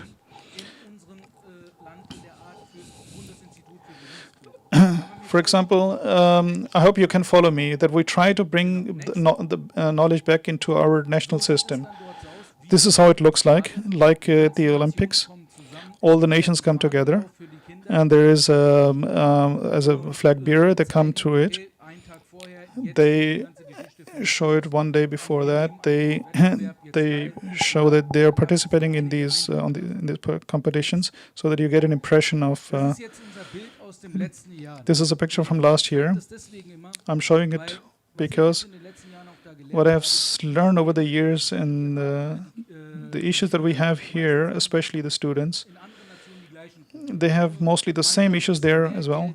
Some of them have more money, some have less, but at the end of the day, it's almost the same issues with all of them. You have to go through the school system, then you want to get a job, and then you get married, and go through the same issues. So this is what we want to show is that we are one world, and somehow that we want to try to connect the kids not only. Where do you met? How do you bring people on this level like this together? That's hardly possible, especially with the different nations. And this is what happens here. And the benefit in the background is that we try to connect with the experts of different nations. And for example, in Japan, we understand that the standard of digitalization is this and that. So what I'm trying to show to you is how other countries are treating these different trends in skill sets. Politics is the next step. We try to bring in the politicians on board. Once, since we won the gold medal, then we get to get into the center of focus. As I said before, we want to establish international standards for different jobs and skill sets and line of works. But this is only possible if we have the politicians with us on board. We have certain agreements with them. We try to keep them on board and bring this into legislation, bring into regulation. You can also look up into, for example, technical design, technical construction design, also keep developing, and this is how we try to influence nationally as well as internationally in bringing these improvements. This is what we do is for architects, for engineers and technicians. We also for the technical construction design. Is there anything else? No. Thank you very much. No. Thank you, Zakla, for the presentation of world skills. We will try to do something similar within IEEE. I'll come back to you. We'll try to build the skills within the organization. Vicar is also that we create a curriculum for our engineers and architects and technicians. Now we have the possibility for Q&A. Maybe Lechner side, do you have questions to both the presentations?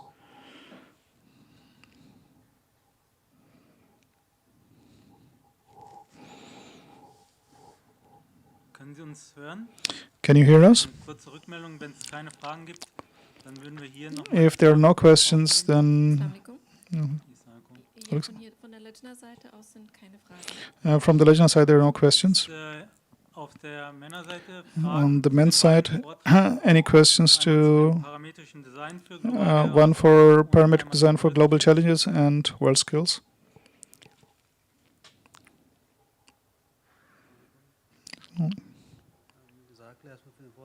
Jazakallah for the presentation. You have spoken a lot about the kids and students. You have also spoken to us directly. Who can participate? What is the age barrier?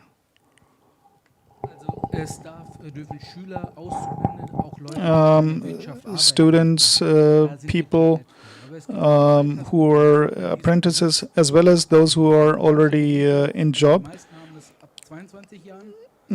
Most of them have 22 and 25 years, but we are not restricted to a certain age. Yeah. So in my line of work, the levels are higher, about 22 years and 25, because the standards that are required are higher. Any further questions? Jazakallah für die zwei Jazakallah. Vorträge.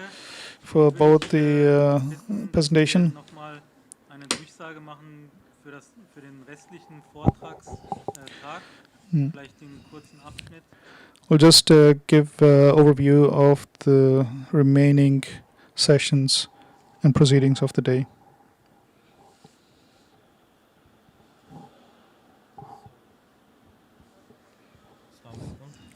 Jetzt Now Viertel vor 1. we have 15 to 1, quarter Die Fishbowl-Diskussion. The fishbowl-Diskussion will.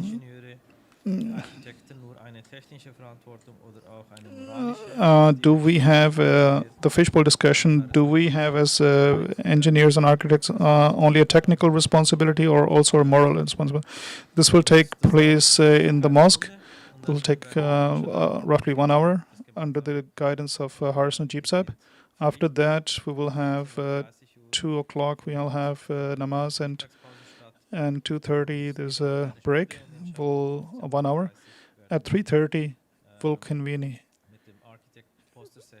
Architect poster session, network session. Will continue with that at 3:30. After that, 4:15, there will be a presentation session. And at 5:30, we'll have a tea break, short. And at 6 o'clock, we will have the last session. Assalamu alaikum. A small change. The fishbowl discussion.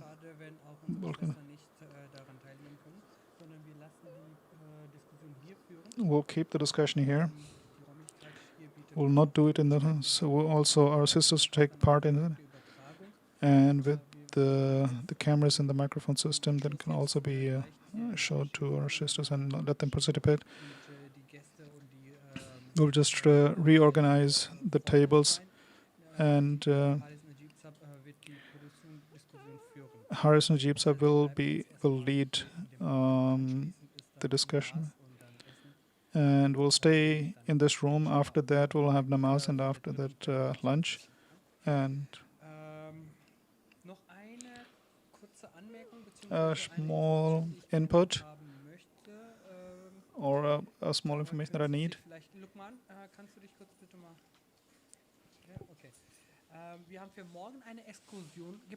We have for tomorrow morning an excursion. Who of all the brothers is going to participate in that? Or please could you identify yourself to Brother Usman so we can plan accordingly. That's important for the planning and the organization of logistics, food, etc.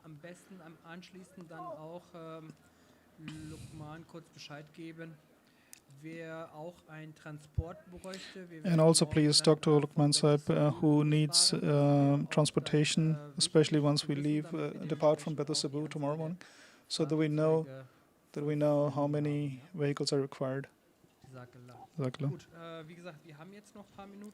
As I said, we have a few minutes.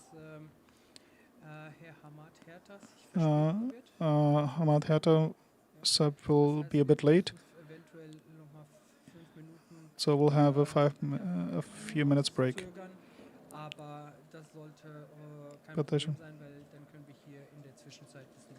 So we can arrange ourselves in the meantime.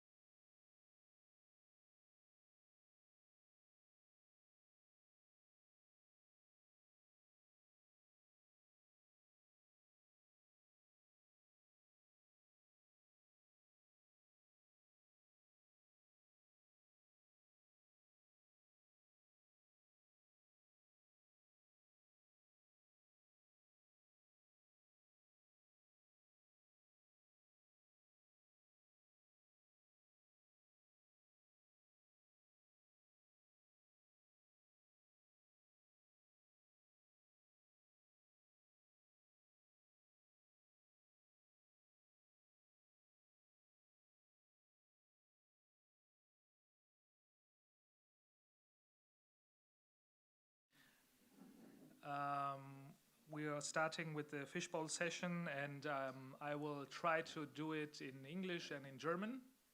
So have fun. I know we thought it is better for interactivity to have it in German and English. So dear sisters, dear brothers, in this fishbowl session I would like to discuss what Hazurekdas expects from us in terms of as IAAE, of course, but also individually. And I would like to have an open discussion with you. Where do you think you stand or we stand in terms of that expectation from Hazur Anwar?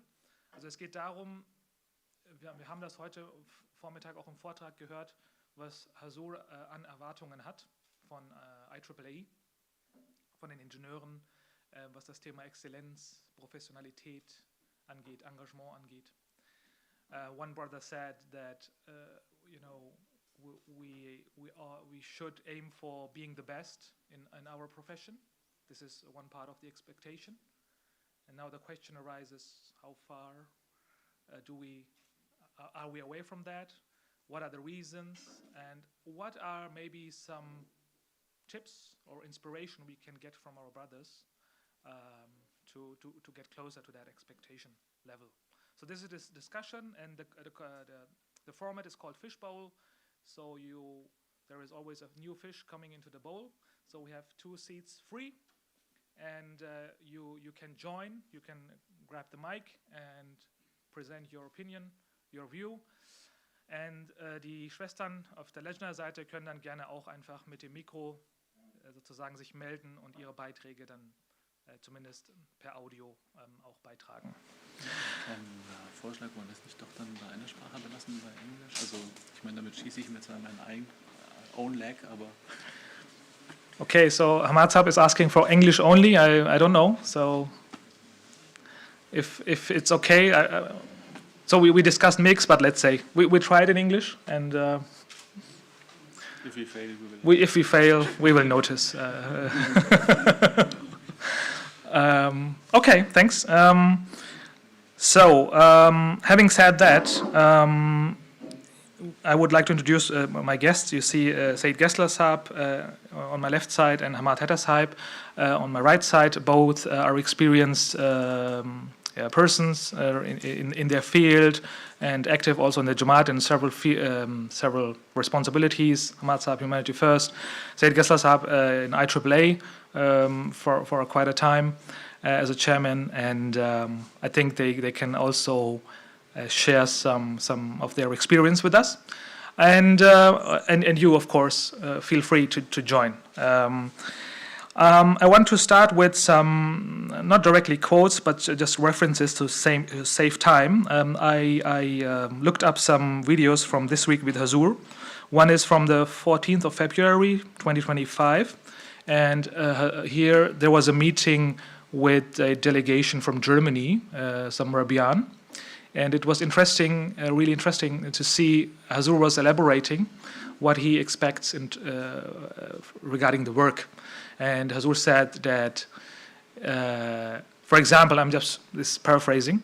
Hazur said, yeah, you are Marabian, you teach in the Jamia, for example, and then, obviously, I'm talking about hours, not minutes, I'm talking about hours. Afterwards, you educate yourself further in the evenings. That's really interesting for me, like what the expectation is from Hazur Anwar. And then later on, on 26th of September, This Week with Hazur, a student asked a question which was like, Hazur, I'm studying, and how should I structure my day to have or to fulfill all the several responsibilities I have? And Hazur also elaborated there, okay, let's check, everyone has 24 hours, okay? This many hours you sleep, this many hours you study, and then you have this and that and that. So, and also there it was fascinating to see in what mindset Hazur has in terms of how to structure the day. And it is evident from research regarding habits that if you don't define for yourself that I will do a certain thing for a certain duration at a certain date, at a certain location, you will never do it. So it's really important to actually structure your day. But this is just one example which highlights the expectation level Hazur Akhtas has from us. And now I would like to hear from Said Gasta Saab and then from Hamad Hetta Saab what they think of this expectation level and what does this create in yourself. Is it immense pressure? Is it immense, I don't know, is it humility? What happens if you listen to these words of Hazur? Bismillahirrahmanirrahim. Hopefully I can explain in English, and I will try it, inshallah. Of course, if he is hearing the words of Khalifatul Masih, Ayyadullah Aziz, then there's always some pressure, of course. It should be. But the question is in the end, what you are doing with this point, how you can it confirm to the things what you are doing later. Pressure is okay, but if it's only a pressure and you not try to fulfill it on yourself, what he's expecting from us, then is the advantage not so high. And this is for every purpose, whether it is in engineering, what he's expecting from us. In IEEE, we know Hazur has a big expectation from all engineers and architects. And if everybody looks inside himself, what I have done, what we have done, and what's the result in the end, then we will see that we always lagging behind. And this is in 100 mosques and in many things. So it's difficult, of course, but it should be our prayers and our, what you can say, tries to fulfill it, whether we cannot, if maybe not fulfill it. But we should not become sad if we cannot fulfill it. We try always our best. This is my experiment. And I'm trying to this, for example, 100 mosques. The expectation was in the beginning to fulfill it in 2000. We are now in 2025. So you can think, everybody can think what he likes. But in the end, it is you're working on it to try your best. So you would say one shouldn't just consider it as a pressure. One should rather think how to, I think self-reflection is needed. Yes. And then quickly you should turn to, okay, how can I operationalize this? How can I put it into action? And yes, right. In this way, yeah. Thanks. Hamad Saab, what are your thoughts on that? Bismillah ar-Rahman ar-Rahim. Assalamu alaikum wa rahmatullah. I think every one of us, we are academics and so on, so we are used to put some effort, dedicate time to achieve our goals. So for me, one of the main messages of these explanations of Hazur is that we have several fields we have to accomplish. So we have different goals we have to achieve. And so it is very vital that we distribute our time accordingly. And I think this also was the main question of that student who asked the question. So, this is also my life experience that I cannot achieve only by my effort. I always need the blessing of Allah. And so I cannot force to achieve the goal. It's not within my capability. And truly, so many times I made this experience, and I'm sure that everyone here also made this experience. You are in an engineering problem, for example. You try to solve it. You are somehow stuck, and maybe sometimes you even delay namaz because the deadline is coming close, and you want to accomplish it, and but you don't achieve it. And then you remember, actually it's already very much time for namaz, so I should pray. And then you pray, so you keep your proper routine, your proper habits intact, and somehow out of the blue.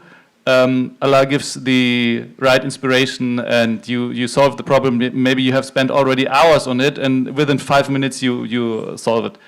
So this is something I think which is really crucial in this. Also in the own example of Hazur, Hazur has the biggest pressure of all of us. Yes. And still he's doing everything relaxed because he knows very well, okay, everything has to be done. So I have to dedicate time to everything. Exactly as Hazur is explaining to us how we should do it. Yeah. So I think this is the main learning from that. Mhm. And of course, yes, maybe we are wasting some time here and there. This can be true. Yeah. So we can. So I think improve. prioritizing prayer is one key to. And yeah. yep, I took the example of prayer, but it's also dedicating time to the family. So all our duties we have, or doing some Jamaati work, doing some professional work. Whenever I was giving to one part more time as it should be, not equally somehow shared, then I experienced that this just does not help. I cannot push it with my own, power. Yeah, so dedicating your time to several, let's say, purposes is the message. Yeah, and as I said, it's a fishbowl session, so we have 2 seats free. I would like to invite 2 brothers who would like to share their experiences. I mean, if you have family, you have children, you have your work, and then you have this level of expectation, and you tend to you want to proceed and towards this target.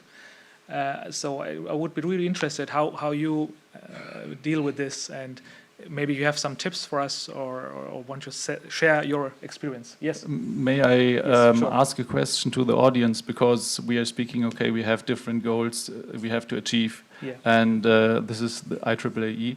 And Alhamdulillah, I think in 22, Hazur last time addressed IAAE in an official address, right? Speech at the Symposium. And at that time, Hazur quite clearly outlined his expectations, and they were quite huge. Anyone remembers? Just in a few words, not every detail. Yes, please. To make ourselves ready for any catastrophic condition. Yes, right. Certainly demonstrated us that how we have to be prepared for such kind of thing. Exactly. So Hazur not only said we should be prepared for a catastrophe, but we should make plans. And Hazur clearly said to IAAE, I expect from you that you are now going to make plans how to rebuild after the catastrophe has happened. Absolutely. So as we are speaking about how we should inculcate some good habits or distribute our time, so I think that should be also a question to ourselves. How much time have we dedicated each week to achieve this purpose?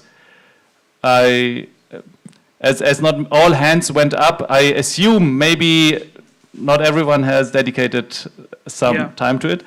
So that would be an idea which we could start to have everyone knows, okay, my week is structured like this, so on Monday evening maybe I can spend 2 hours to develop these ideas further, to discuss with my brothers and so on. Yeah. Just as an idea. Yeah, I think that's a really straightforward idea. So we have we know what Hazur wants from us, basically, and referring to that speech regarding how we should prepare ourselves and or not ourselves, or make plans actually to help humanity, basically.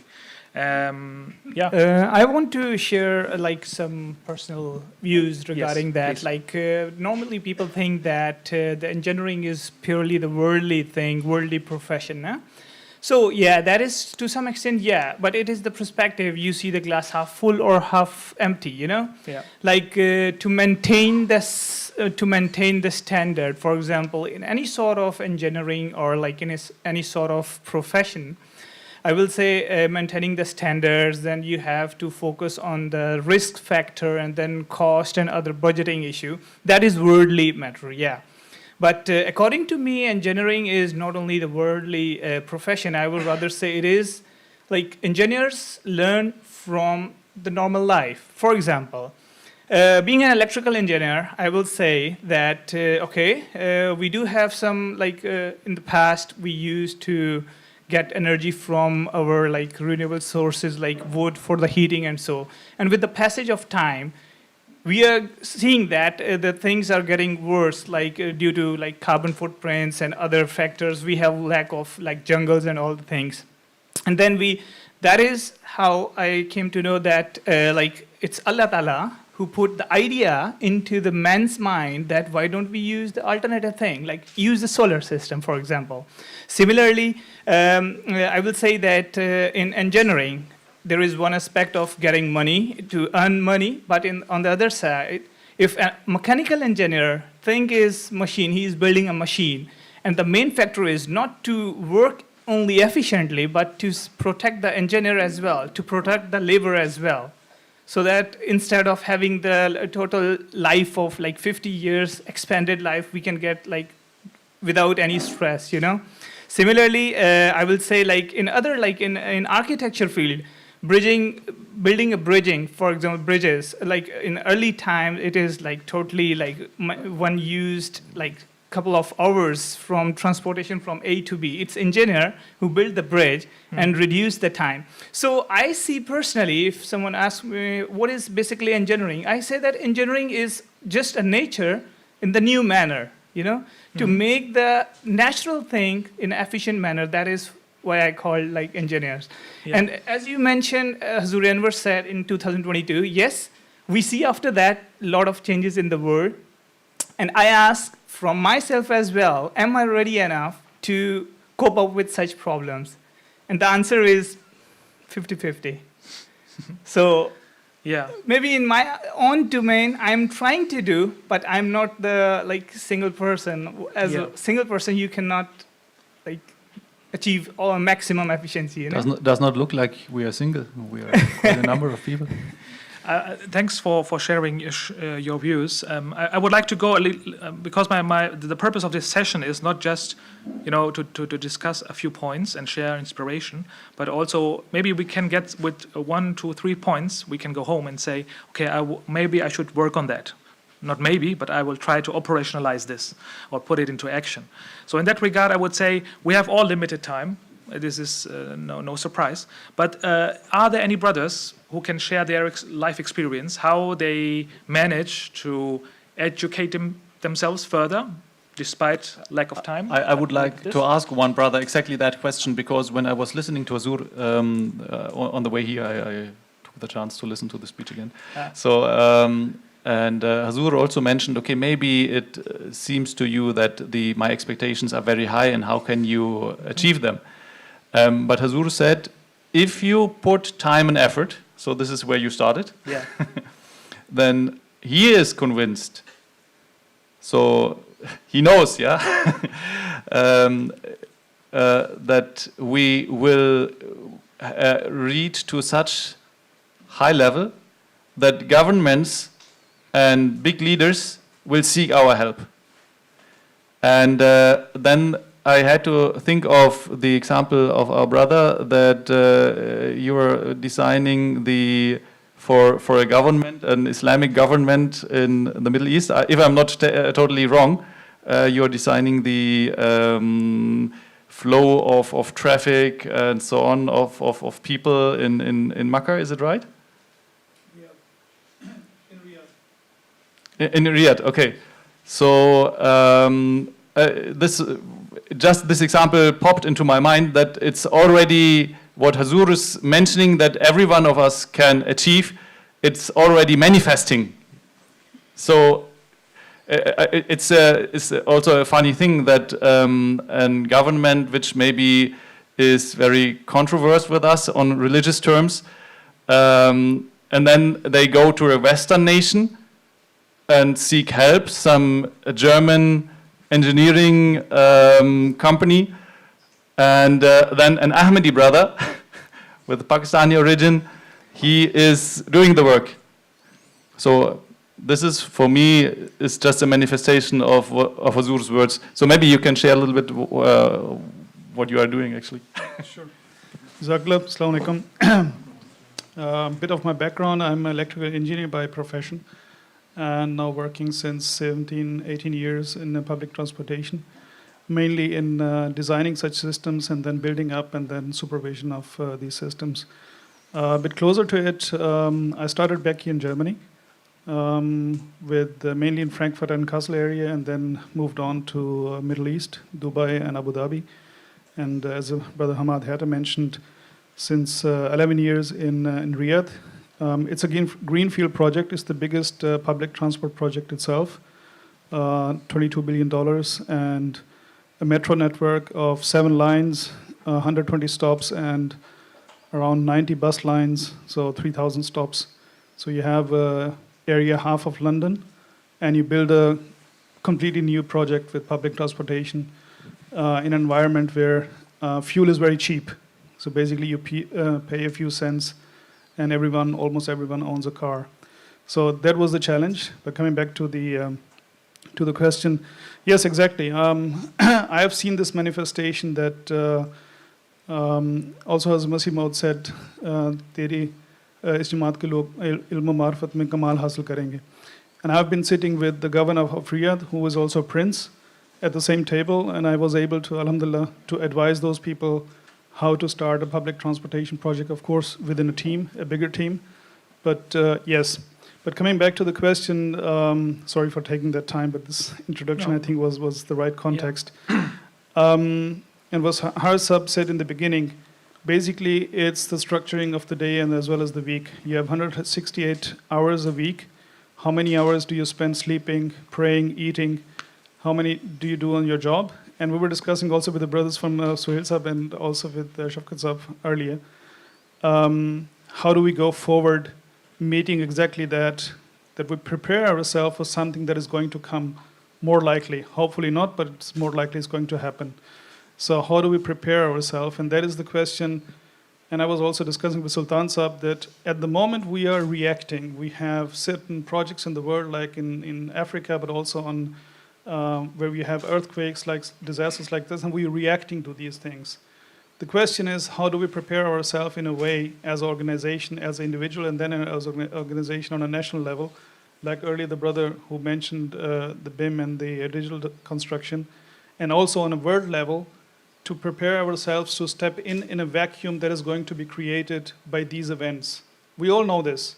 If you look at small scale, like in Gaza, I mean, it's not a small scale, it's everything that is that happened the last 2 years and a few years before that. Everyone is now talking about to rebuild Gaza. Let's leave aside the human aspect of it.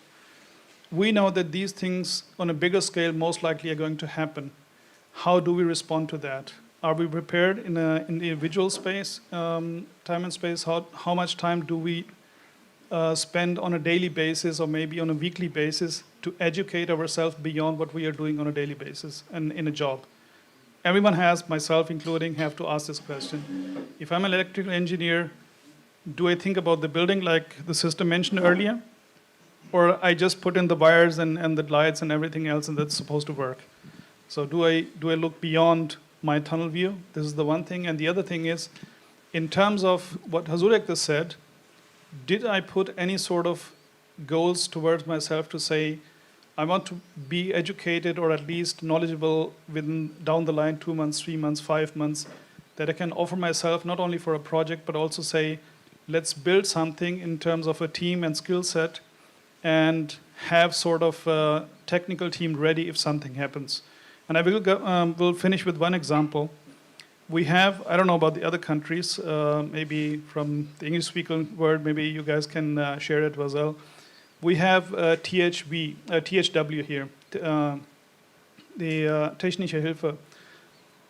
What they do, technical response team. Exactly, technical response team who step in if there is a disaster. But they are prepared. If something happens, they are prepared. They can react within 24 hours. They have the equipment, they have the routines, they have the skill set. They just need to deploy.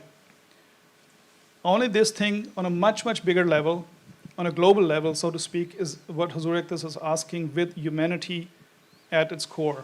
So the question to us today, and also going forward from my point of view, is not only how we react to certain, let's say, country situations, but what happens when this vacuum of order happens. And this is, I would like everyone, myself of course, give everyone this sort of a question into go home, prepare, go with this question in your mind and try to prepare yourself accordingly. Jazakallah for sharing. So you call for an interdisciplinary mindset, not just focusing also on your profession, but also beyond that, mentioning the building, and also thinking about how to fill the gap when this vacuum is created, and it's a huge task.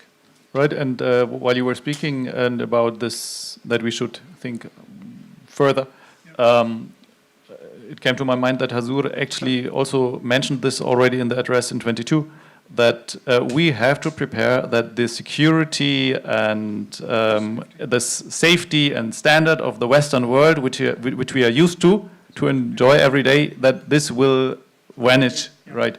So I totally agree. And also I wanted to mention the 3 points Huzur emphasized is housing, infrastructure, and training. On these things we should concentrate especially. And then Huzur again said maximum output, minimum resources. So if we dedicate some time and if we try to work on that, then this should be maybe our bottom line from which we should start and try to achieve. Just thank you. Just one thing to add to it. What can be done as a measure, not only mentioning let's say problems and issues and what should, but as a, let's say, a very practical example which I would like to put forward and would also participate in that is majority of us engineers, we do test runs. We do sort of dry runs that whenever we create something, before we put into practical use in any project, and I guess the majority of you guys know it, we do a dry run, so to speak. So what can be done here is, for example, if we speak about, let's say there is a war-like catastrophe, we don't have any safety, we don't have any security, we don't have any water, electricity, etc., etc. All these things go through, like a disaster situation after an earthquake, like in Turkey a few years back. So how do we respond to that? So we could do some sort of training, some sort of, let's say, meet together for 2-3 days. In certain location, we have Jamaat facilities, sit there together and then simulate something like this and play this out. What happens? What needs to be done? How do we just create a response to such a situation? This could be set up like a training drill, and then do it again and again just to simulate how you respond to such situations, and then put it into practice if things like this happen. So this could be one suggestion. Yes, I'm picking up on that and looking also at the time. So training is one aspect, and I think excellence. We don't need only excellence in individuals. We need it as a group, as a Jamaat, right?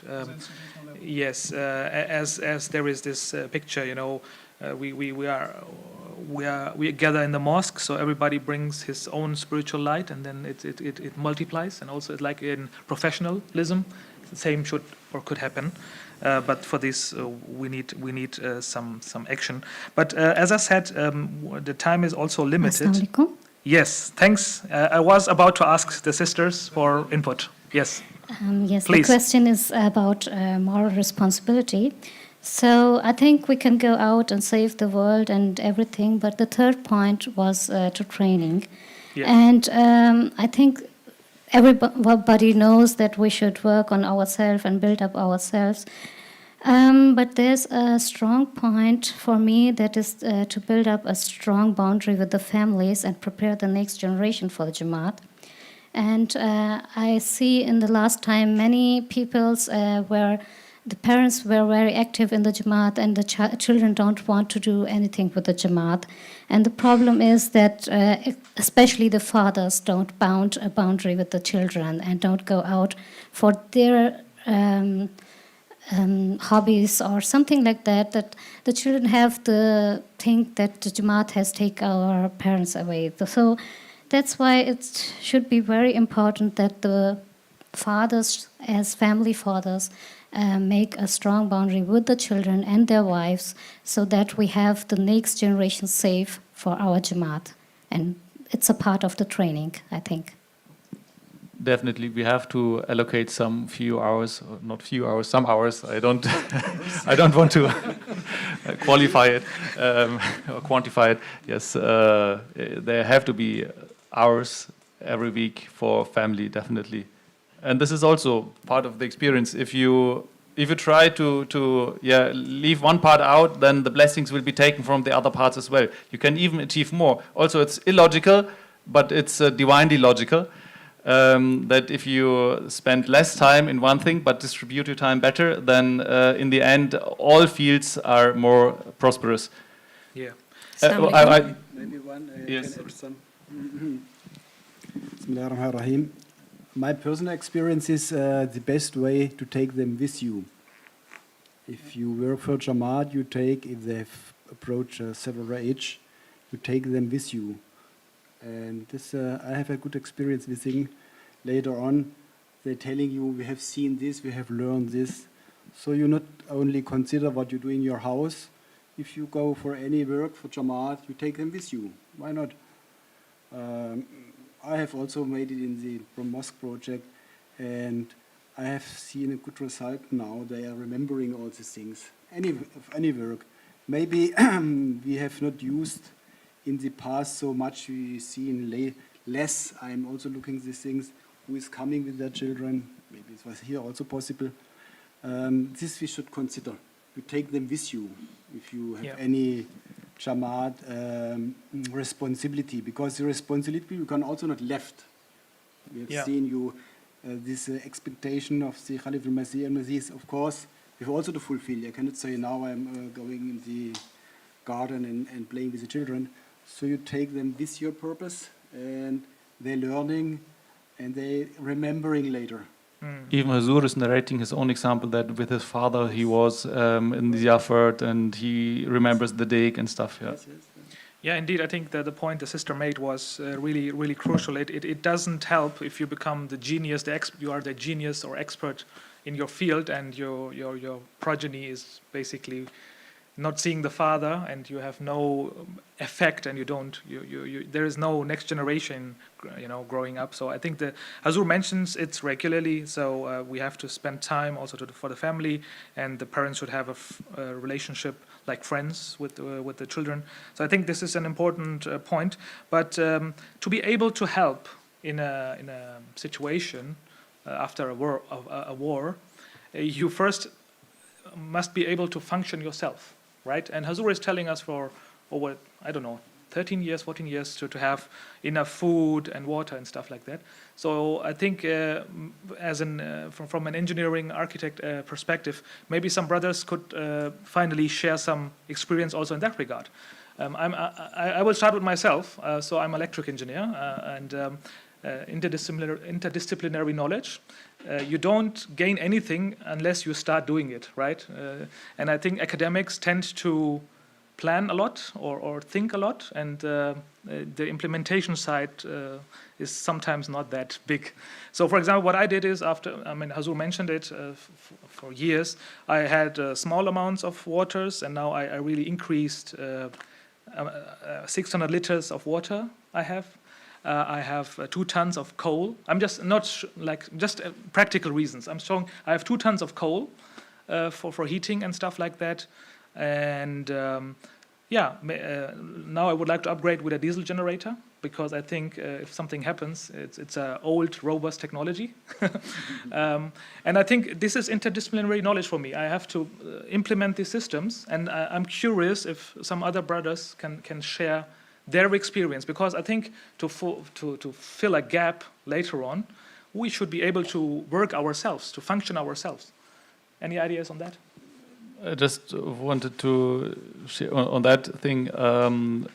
Many people have made the mistake that they bought their stock and then after 2-3 years they realized, okay, now it's wasted because they had no plan to use it. So my wife is not an engineer, but she has an engineering mind.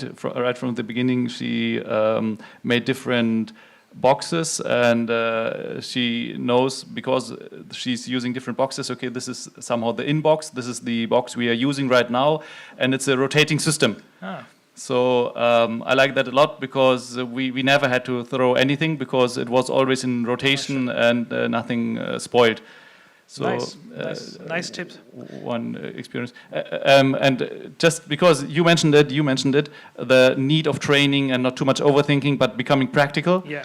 And I think even for that, Hazur gave the blueprint in his speech in 22. As Hazur was saying, don't wait for the war and then start doing something. Already a lot of places in the world where we can help because they are underdeveloped, and there maybe Hazur did not say it in these very words because they also can be mistaken, but in my understanding it was like this: okay, develop your ideas and try to implement them in those areas where they are in need anyways of these things. So then in this way you can improve. Then you can iterate. IEEE is the best platform for this. Exactly. IEEE, humanity first. Yes, it's we have plenty of possibilities actually. Yeah, exactly. Okay, so looking at the time, and it's we are coming close to namaz time. Maybe I need your vote for this question. Who thinks here present in the room is prepared for a case where there is no like war and we don't have water and food, and who says confidently that I have enough food and water to survive a few days? As Hazur, please, yeah, or I mean, I'm not. What is the? Is there any? Hazur mentioned a few months, maybe. Yes, 2-3 months. 3 months, right? Yes. Okay, who says he would, endure 3 months without electricity, water, and everything, and has enough? I'm living in the forest. Okay, so a few. Okay, interesting. And who would be capable of surviving 6 months? Inshallah. Okay, one brother. Could you share your address, please? No, please. So Hazur has advised us to keep enough food and water in case there is an emergency situation, and then it should last at least 3 months, let's say. And the question is, are you prepared for this? Do you think you have enough food and water and preparedness? We have system breakdown, and then I can survive without that as well. I know how to survive. Yeah. Okay. But I don't have in my house for 2 or 3 months. Okay. Yes, I have a bit, but not for 3 months or for 6 months, because I live alone. Actually, I have disadvantage. Okay. But you don't need that much food and water, right? Okay. Yeah. Really? Okay. Okay, so. Take care for my neighbors as well. Alhamdulillah. Great. So I don't have too much. Yes. I think on personal note, and then I would like to really know how you survive more than 6 months, what the system is. I think the point is we fulfill what our Khalifa is expecting from us, and that is the blessing. I don't expect that this food will save me or something. This is my personal note. I just think I'm doing that, what Hazur is doing, and then this is the blessing. So, very simple actually.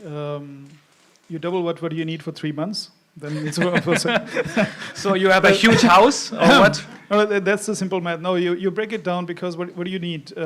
Like the sister said earlier, also you need water. We're not talking about luxury. We're just about the necessities. Yes. So you need water, ideally filtering water so that you can also drink and utilize for cooking, etc.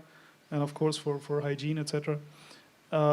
Food, like the brother Hamad also mentioned, and also electricity. Mm-hmm. And also in terms of communication, and I guess only a few people know that we also a few months back we built an analog antenna system on Beit Subu, just in case to be in touch with the UK, with Islamabad. Just if everything breaks down, we have a 4-layer system like satellite telephone. We have the internet as now Starlink, and the last layer is, so to speak, the wireless system, the wireless radio. Old school radio. Old school radio, exactly. Just to make sure that communication between Khalifa Waqt and similar things like that. So actually built also with Sultan Sab and also some sisters, we built actually a procedure how to do this and what is necessary. And I try to simulate this basically at home, but especially with power, with solar, batteries, and of course with the water, of course medicine as well. Mhm. So that's how you cover. And also, as brother said, we're doing the same in our Jamaat. We have a mission house, a big mosque, actually, big building. And also doing the provisions there just to make sure that the environment, which means also the neighbors around their area, for at least 100, 200 people, you can feed them for at least 3-4 months. Just to make sure, because you can be sure that when you have situations like this, there will be no safety and security if you don't food around yourself. That's going to happen. Yeah. And you're talking about Beit Zabur or yourself? No, I'm talking about Beit Zafar, that's close to Castle. Okay, around the mosques, Yes. you will take care of Yeah. the neighbors as well. Yeah. Okay, nice. Okay. I want to add one more information that a couple of years back, after the 2022 khitab from Hazur Anwar, we actually, under supervision of Dr. Sultan Sahib and our brother, we made a team which called as emergency response team, and we have literally worked a lot in all these topics, like in any pandemic situation, in any catastrophic situation, how we gonna get the electricity, how we gonna get the water. In fact, if I'm not wrong, IEEE also published a booklet regarding our emergency response and the after effects and all the stuff. No? So, yeah, it's very comprehensive, and in fact, we were not only small group. Our sisters were also included for the low cost housing and food in this area. They worked a lot. So I will suggest that we should publish this booklet on immediate basis, and then so that we can in future we can make it new versions, and if by the time of need we can also use for such times. Jazakallah. And as you can hear, the time is over. And I guess in some ijtimas as well, we had some survival training and similar activities there. So now the time is over. But I think one message, if I may give you, to take with you at home, is to check, as engineers, architects, we have the expectation from Hazur Akdas. We have, we foresee that maybe there will be a war, and we should be prepared. Maybe you take home this message that you check your preparedness level first yourself, and I think by doing and working on that, you will automatically proceed in that regard. So. You have to have weapon, as well. We should also think about defense. Yes. I have. Good to know. Thanks a lot, Jazakallah, and thanks for the participants. Assalamu alaikum. Jazakallah.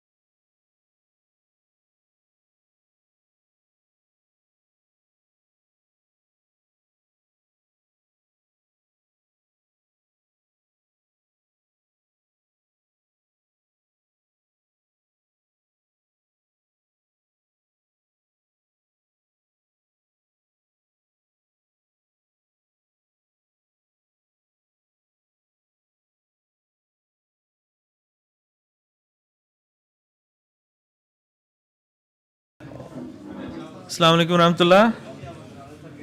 Wir sind schon 5 Minuten über der Zeit und würden jetzt gerne beginnen mit der Architect Poster Session. Ist die Schwester Nawala Sisaba bereit? Assalamu alaikum warahmatullah. Assalamu alaikum. Wa alaikum salam. Ja, ich bin bereit. Gut, dann können Sie loslegen. Im Rahmen einer Entwurfsaufgabe an der Technischen Universität Darmstadt bestand die Herausforderung darin, mit dem Material Bambus einen Ort zu schaffen, einen Raum, der nicht nur funktional ist, sondern in engem Dialog mit seiner natürlichen Umgebung steht. Das Projekt Living Bamboo beschäftigt sich mit der Frage, wie Bambus als nachhaltiges, flexibles und zugleich ästhetisches Baumaterial in die zeitgenössische Architektur integriert werden kann. Daraus entstand das Konzept der Living Pavilions, modulare Räume zum Wohnen, Forschen und Lernen, die sich durch ihre Anpassungsfähigkeit und Leichtigkeit auszeichnen. Die Gestaltung basiert auf den parametrischen Möglichkeiten von Rhino und Grasshopper. Mithilfe dieser digitalen Werkzeuge konnte eine Dachstruktur entwickelt werden, die sich organisch an die bestehende Baumstruktur anpasst. Eine zentrale Öffnung im Dach fungiert als Oberlicht und ermöglicht eine natürliche Belüftung des Innenraums. Dadurch entsteht ein atmosphärischer, lichtdurchfluteter Raum, der Mensch und Natur miteinander verbindet. Ein weiterer zentraler Aspekt des Projekts war der Einsatz digitaler Technologien zur Erfassung der Bambusstrukturen. Die einzelnen Bambushalme wurden gescannt, um ihre individuellen Formen präzise digital abzubilden. Dieses Vorgehen erlaubt es, beschädigte oder veränderte Elemente gezielt und einfach auszutauschen, ohne das Gesamtsystem zu beeinträchtigen. So entsteht ein nachhaltiges, wartungsfreundliches und anpassungsfähiges Bausystem, das auf die Langlebigkeit und Wiederverwendbarkeit des Materials setzt. Dank ihrer adaptiven Systemlogik können die Living Pavilions je nach Bedarf und Standortanforderungen konfiguriert werden. Ihre strukturale Flexibilität erlaubt eine skalierbare und ortsunabhängige Realisierung, wodurch sie sich sowohl permanent als auch temporär in verschiedenen Umgebungen einfügen lassen. Living Bamboo demonstriert das Potenzial, digitale Entwurfsstrategien mit den organischen Eigenschaften natürlicher Materialien zu vereinen. Jazakallah.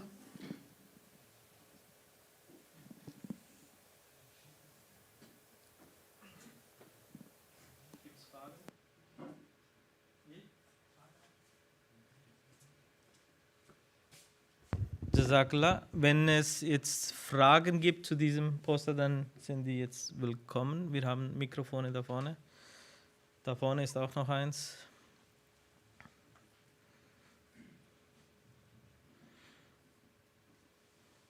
Das war jetzt sehr, sehr schnell vorgetragen. Man musste gut und konzentriert zuhören. So, falls jemand eine Frage hat, dann bitte auch von der Seite.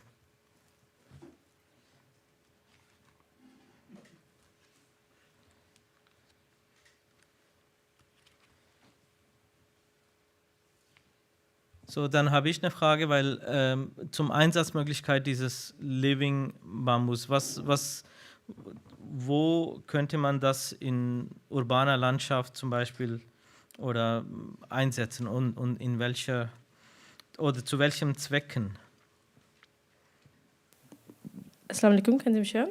Ja. Also die Aufgabe basierte halt hier um ein Forscherzentrum, beziehungsweise da das im Botanischen Garten ist, dass da Leute zum Forschen kommen. Die Living Pavilions sind so flexibel gestaltet, dass man eigentlich für jede Nutzung das realisieren könnte, zum Beispiel fürs Living, fürs Research oder Learning oder einfach mal eine Überdachung zu haben. Deshalb ist es eigentlich sehr flexibel und jede Nutzung könnte da integriert werden. Jazakallah. Weitere Fragen?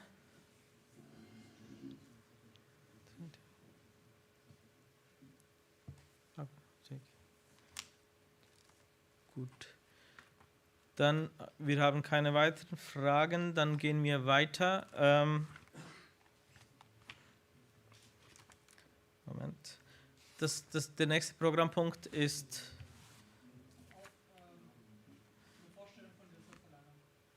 ja, genau. Die Jalsa Salana und die Aufgaben. Ich bitte, ich habe leider den Namen nicht jetzt zur Hand, den Bruder nach vorne.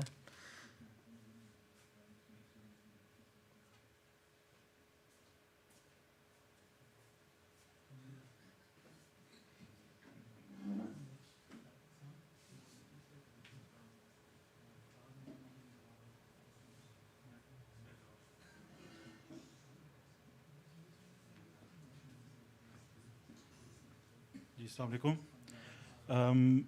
Es gibt eine kleine Verzögerung, und zwar ist Misab unterwegs. Eigentlich hatten wir Misab für 18 Uhr für die Abschlusszeremonie erwartet, aber Misab ist in ungefähr 20, 25 Minuten da. Und er hat mich eben am Telefon noch gefragt, welche Vorträge stehen noch aus. Da habe ich ihm die aufgezählt und hat gesagt, das sind genau die Themen, die mich auch interessieren. Deshalb habe ich eben noch kurzfristig so Gasab gesagt, wir warten noch mal 15, 20 Minuten. Bis dahin ist der Misab da, der ist jetzt ungefähr am Flughafen. Und würden dann anfangen, sobald er da ist. Die Zeit würden wir aber gerne nutzen, um auch vielleicht aus der Runde zu erfragen, ob es von Ihrer Seite Feedback gibt, wie wir unsere Kommunikation innerhalb IEEEs verbessern könnten, aber auch allgemein zur Tätigkeit selbst. Vielleicht jetzt schon die Zeit nutzen, um Feedback zu geben, damit wir möglichst viele Brüder auch bei unseren Tätigkeiten mit involvieren können zum Beispiel. Gibt es da Wortmeldungen aus dem Kreis? Ja, bitte.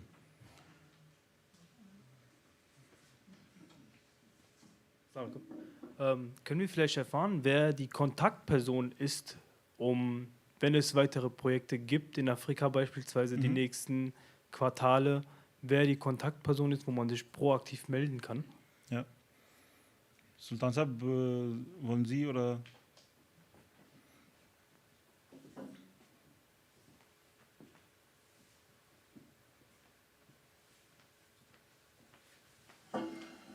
Sakala für die Frage. Wir haben verschiedene Teams auch in Deutschland. Da würde ich vielleicht auch eine kurze Vorstellungsrunde machen.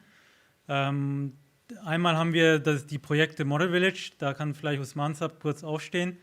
Alle Projekte, die wir bezüglich Model Village machen, und wenn Sie Interesse dort haben, daran teilzunehmen, können Sie sich direkt auch bei Usman Sab melden.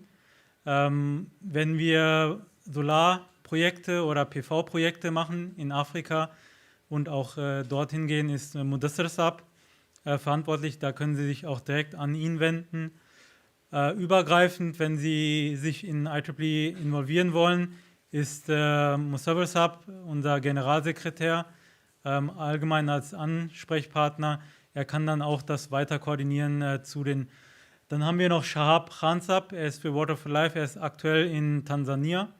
Dort geht es um alle Projekte, die bezüglich Water for Life, sei es Handpumpen, Solarpumpen, die angebracht werden.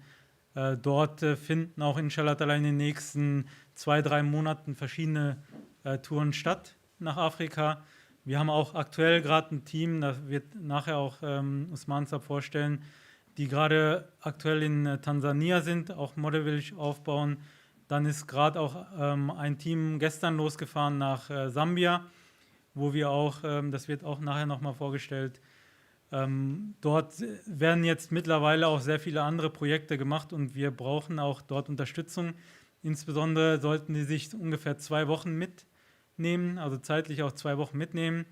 Sie sollten auch rechtzeitig anfragen, weil wir auch dort bestimmte Prozeduren durchgehen müssen. Sie müssten sich vorher impfen.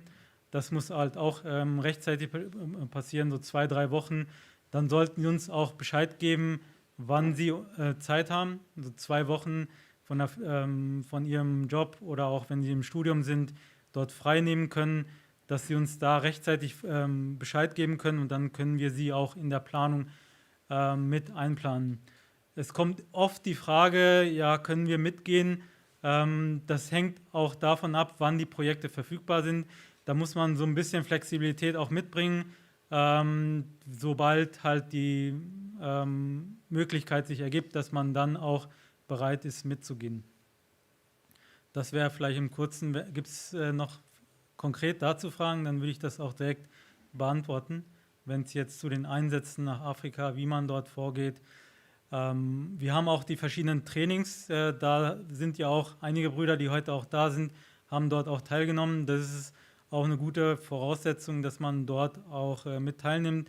Wir machen es meistens so, wenn Sie zum ersten Mal nach Afrika gehen, dass wir halt eine erfahrene Person auch mitnehmen, die halt Sie dann auch trainiert. Zum Beispiel ist jetzt auch nächsten Monat bzw. nächste Woche wird auch von der Lechner Seite ein Team nach Gambia gehen, um MITC.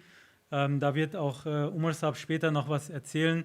Dort werden wir auch weitere Unterstützung brauchen, insbesondere von Architekten, aber auch von Bauingenieuren, die dort nachher auch in der Umsetzung helfen können. Das ist im Groben der Ablauf. Wenn Sie dort konkrete Fragen haben, können Sie auch direkt auf die Brüder zugehen, die heute da sind, oder auch auf General Secretary Saab. Wenn Sie dort Verfügbarkeit haben, einfach dort Bescheid geben und dann würden wir Sie auch in den nächsten Projekten mit einplanen. Gibt es dazu noch konkrete Fragen? Dann würden wir das jetzt beantworten. Ansonsten können wir das auch nachher in einer kleineren Runde machen.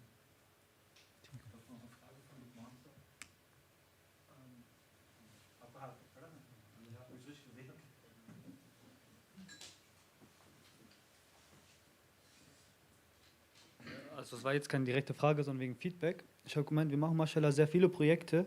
Ich habe auch gesehen, dass jetzt einmal ein Bruder von UK mit dabei war, der Videograf war. Und da hat er auch super tolle Videos gemacht. Ich würde auch sagen, dass wir das beibehalten sollten, dass vielleicht auch ein paar Videografen vielleicht sich auch für IEEE zum Beispiel zur Verfügung stellen und dann sagen, wir kommen mit. Oder jemanden ausbilden, der zum Teil Ingenieur hat, zum Teil Videograf als fungiert. Einfach, dass wir die Sachen, die wir dort haben, auch auf Videoform haben und auch interessanter gestalten, dass wir vielleicht auch Dialoge vorbereiten, was heißt Dialoge, Skripte vorbereiten, die dann einfach nochmal helfen, was genau soll dort aufgenommen werden. Weil Bilder sind natürlich immer gut, aber ich glaube heutzutage, vor allem auch auf Instagram, laufen immer sehr viele Videos, die viele bereit sind, sich dann auch komplett anzuschauen, wenn die halt dann interessant gestaltet sind und so eine kleine View geben auf die Arbeit dort. Ja. Das ist ein sehr wichtiger Hinweis. Wir sind da auch auf der Suche nach Personen, die sich dafür interessieren. Es bedarf da auch ein paar Skills, die man mitbringt. Wir versuchen auch die Personen, die nach Afrika gehen, dahingehend zu trainieren. Aber hier vielleicht auch nochmal der Aufruf, insbesondere im Bereich Video, auf Social Media oder Website-Design suchen wir halt noch aktuell Personen, die da Interesse haben, die dann auch mitgehen können nach Afrika. Insbesondere auch der Bruder, den Luqman Saab erwähnt hat, ist selber ein Videograf, hat dort auch sehr schöne Dokumentationen, aber auch Vlogs gemacht, was einfach dazu auch dient, dass wir unsere Arbeit, die wir dort machen, auch präsentieren können und dadurch auch mehr Personen erreichen. Vielleicht nochmal der Hintergrund, was mir auch gerade einfällt, ist, dass wir aktuell auch in der Planung sind, beziehungsweise wir haben die Registration schon so weit, dass wir jetzt alles im Amtsgericht eingetragen haben. Und sobald das jetzt inshallah ta'ala in den nächsten Wochen geschehen ist, sind wir auch als eingetragener Verein in Deutschland tätig. Und dafür ist es dann auch notwendig, wenn wir jetzt zum Beispiel auch Fundraising machen. Dort ist halt das Thema, dass wir auch uns präsentieren nach außen, ein wichtiger Punkt. Und deswegen müssen wir dort auch stärker werden. Und dort ist es dann auch wichtig, dass wir ein Team haben, das sich auch um diese Themen wie Außenpräsenz, aber auch Fundraising beschäftigen. Ja. Nochmal eine informative Frage. Was ist der Prozess mit den Kosten? Sind es Eigenkosten oder gibt es da irgendwie Möglichkeiten? Was ist da der Prozess? Also bezüglich der Kosten, insbesondere der Reisen, ist es so, dass man, wenn man es will, kann man es auch als Spende machen. Aber Suraktes hat uns da auch vor einiger Zeit Anweisungen gegeben, dass wenn jemand das von sich selber machen will, kann er auch die Reise, insbesondere die Reisekosten spenden in Form von einem Ticket.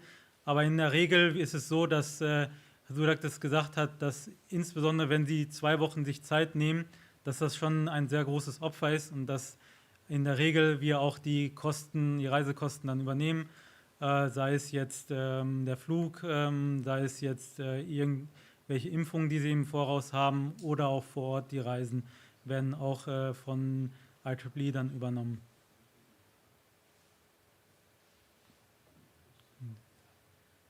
Gibt es noch weitere Fragen oder Feedback?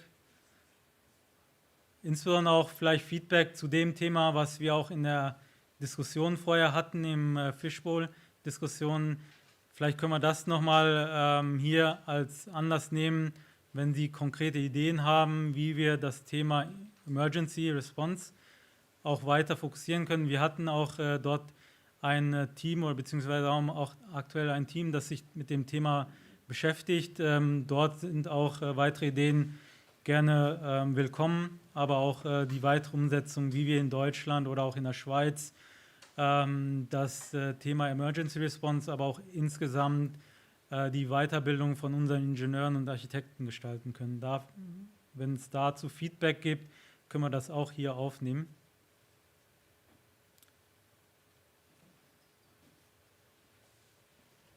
Also mir ist der Name jetzt gerade aus dem Kopf entflohen, aber es gibt ja auch Katastrophenschutzhilfe von Deutschland aus, also offizielle.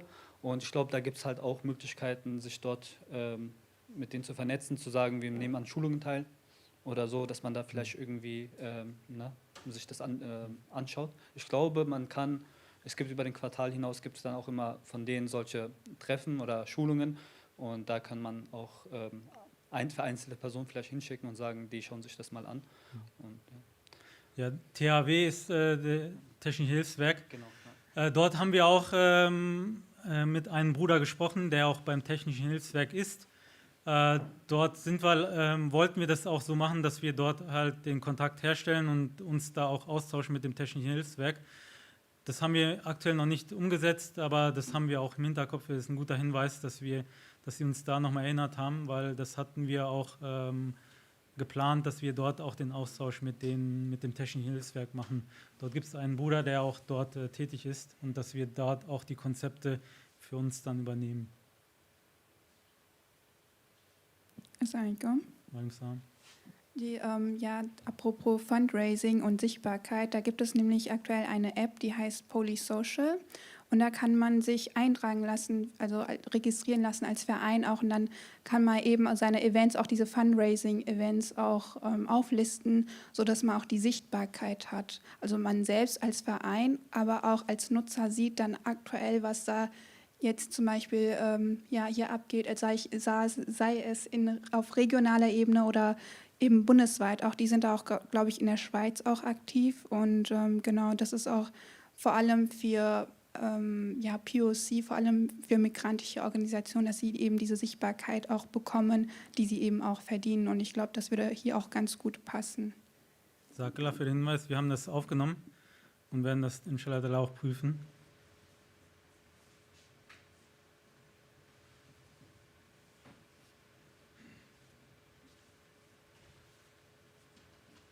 Ist noch weitere Feedback, Fragen?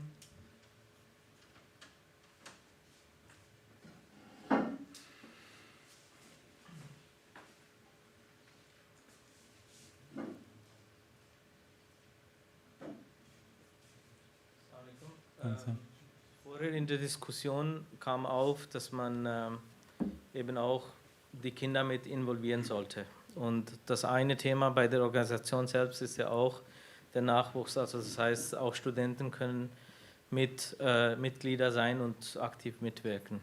Ich denke, für das nächste Symposium sollten wir uns das vornehmen, wie wir vor allem nebst Ingenieuren und Architekten auch vor allem Studenten dafür begeistern, dass sie hier an dem Symposium teilnehmen, aber auch einen Beitrag dazu leisten, dass sie vielleicht eben was gestalten oder auch präsentieren können. Und das andere ist, was man vielleicht sicherlich auch machen sollte, sind unsere Kinder damit in irgendeiner Form versuchen, da mit einzubinden, weil es sind einige Geniuses da, sage ich, und das sollten die Kinder auch sehen, das, was da eigentlich auch geleistet wird und was da auch vorgetragen wird. Vielleicht eben in einer Form, die sie das besser verarbeiten und verstehen können. Das wäre mein Vorschlag. Sakala ist ein guter Hinweis.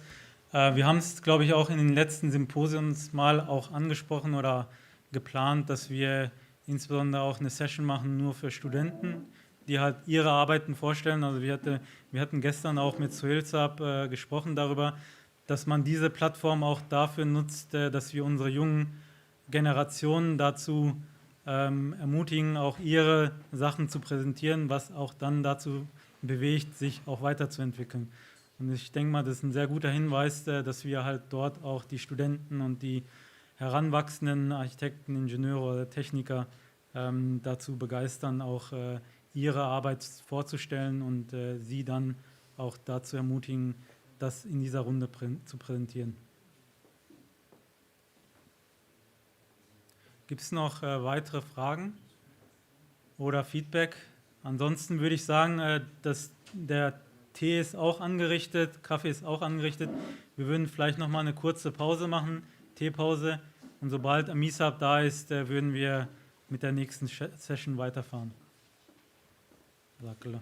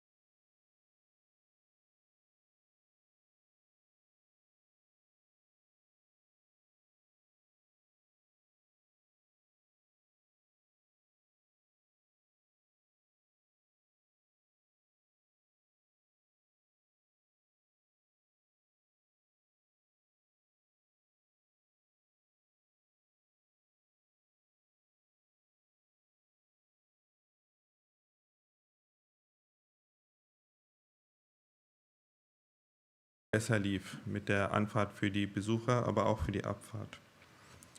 Nächste Folie bitte. Ja. Thema Infrastruktur. Beim Thema Infrastruktur müssen wir als Planer uns mit Themen befassen, wie zum Beispiel Stromversorgung, Wasserversorgung, Kommunikationsnetze.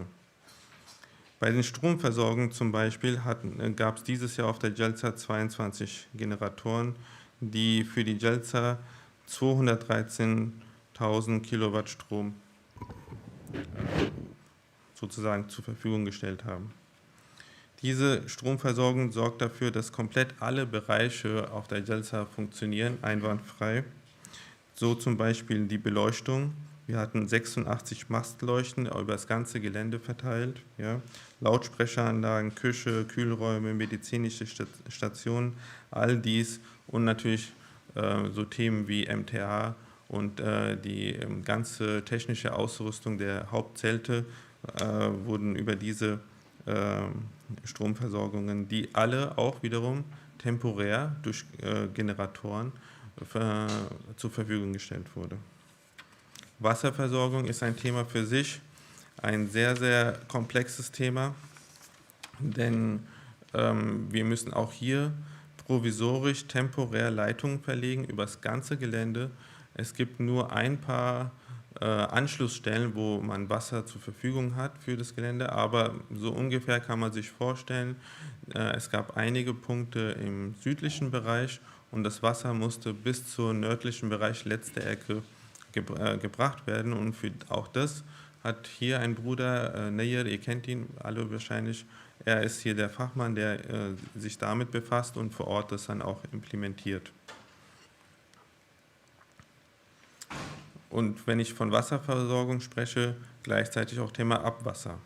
Auch das ist ein Thema, was sehr vertieft geplant wurde und auch mit den Behörden vor Ort abgestimmt wurde, weil es ja das Thema gab, man konnte nicht Wasser direkt irgendwo einleiten, auch wegen den ganzen Unmengen an Wasser, die da abzuführen sind. Nächstes Folie. Genau, das gehört auch noch dazu. Zum Thema Infrastruktur. Ja. Hier seht ihr jetzt einen Teilbereich, den konzentrierten Teilbereich der Jalsa, wo man die Hauptzelte sieht und die Zwischenzone. In dieser Zwischenzone befinden sich die technischen Abteilungen, die beide Zelte miteinander versorgen. Ja. Und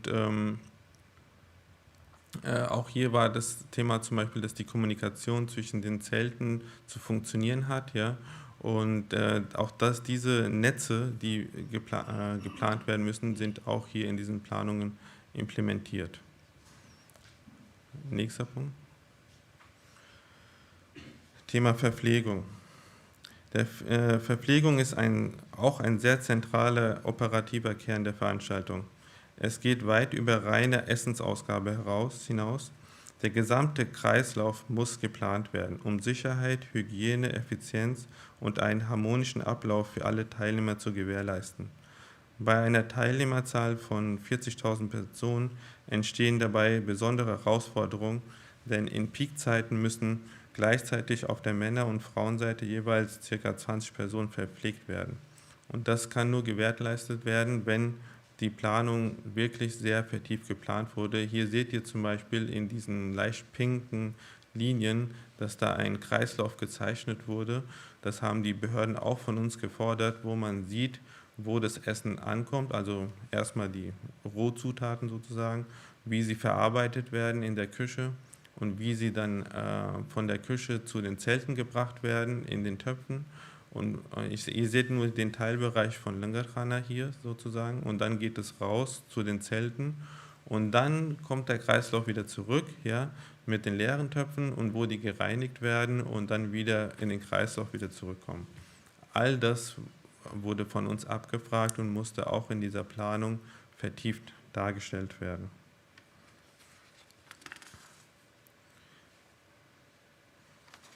Ja, nächstes Folie bitte.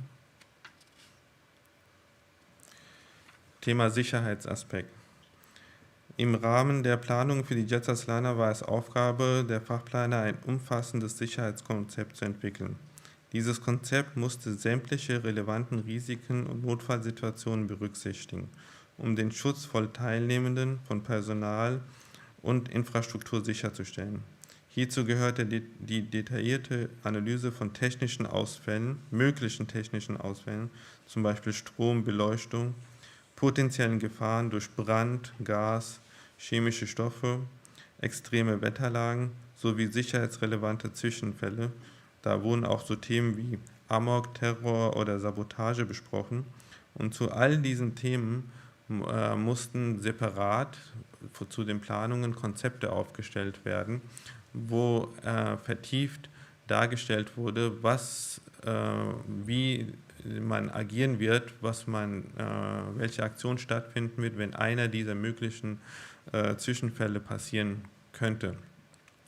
Blitzschutz war ein Riesenthema, denn vor Ort in Mendig gab es in der Vergangenheit bei anderen Großveranstaltungen schlechte Erfahrungen bei Blitzschutz. In Mendig kann es sehr schnell passieren, dass das Wetter sehr schnell umschwingt und schlecht wird. Und deshalb mussten zum Beispiel auf dem ganzen Jalsa-Gelände, vielleicht habt ihr das auch gesehen, Blitzableiter aufgestellt werden, was man hier auch in der Planung sieht mit diesen Wirkungskreisen, die gezeigt werden, wie viele Bereiche die abdecken können. Rund 25 Masten wurden auf dem ganzen Gelände verteilt positioniert. Aber in diesen Planungen seht ihr dann zum Beispiel auch, wo dargestellt wird, wo ist die medizinische Verpflegung, wo sind Sammelstellen, wenn es zu einem Brandfall kommen sollte. Die Fluchtwege sind eingezeichnet, die Wege für die Feuerwehr sind dargestellt. All diese Themen sind auch in dieser Planung implementiert. Ja, nächster Punkt. Thema Sound ist auch ein großes Thema. Ein zentraler Aspekt der Jalsaslana ist die Klangqualität, insbesondere die Verständlichkeit aller Reden und die unseres Kalifens natürlich. In früheren Veranstaltungen wie in den Messenhallen war das auf jeden Fall eine Herausforderung oder ein Problem, was gelöst werden musste, denn es gab immer diese Themen mit Echo. Und dazu wurden auch verschiedene Lösungen versucht oder angesetzt, wie man das auch hier zum Beispiel in diesem Bild sieht, wo in der Hallen damals große Vorhänge aufgehängt wurden, die den Schall absorbieren sollten. Aber Gott sei Dank, jetzt, wo wir in unseren Zelten sind, ist das Thema viel, viel besser, weil hier die Materialien einfach flexibler sind und auch durch die Raumkomposition ist es besser, dass man den Sound besser kontrollieren kann, sage ich mal. Nichtsdestotrotz ist das auch ein Thema, was von Fachplanern, externen Fachplanern sozusagen geplant wird, so dass wir Sorge tragen können, dass man überall auf dem Jalsaga sozusagen die Reden hören kann, weil dies auf jeden Fall ein zentraler Punkt der Jalsa ist. Nächster Punkt.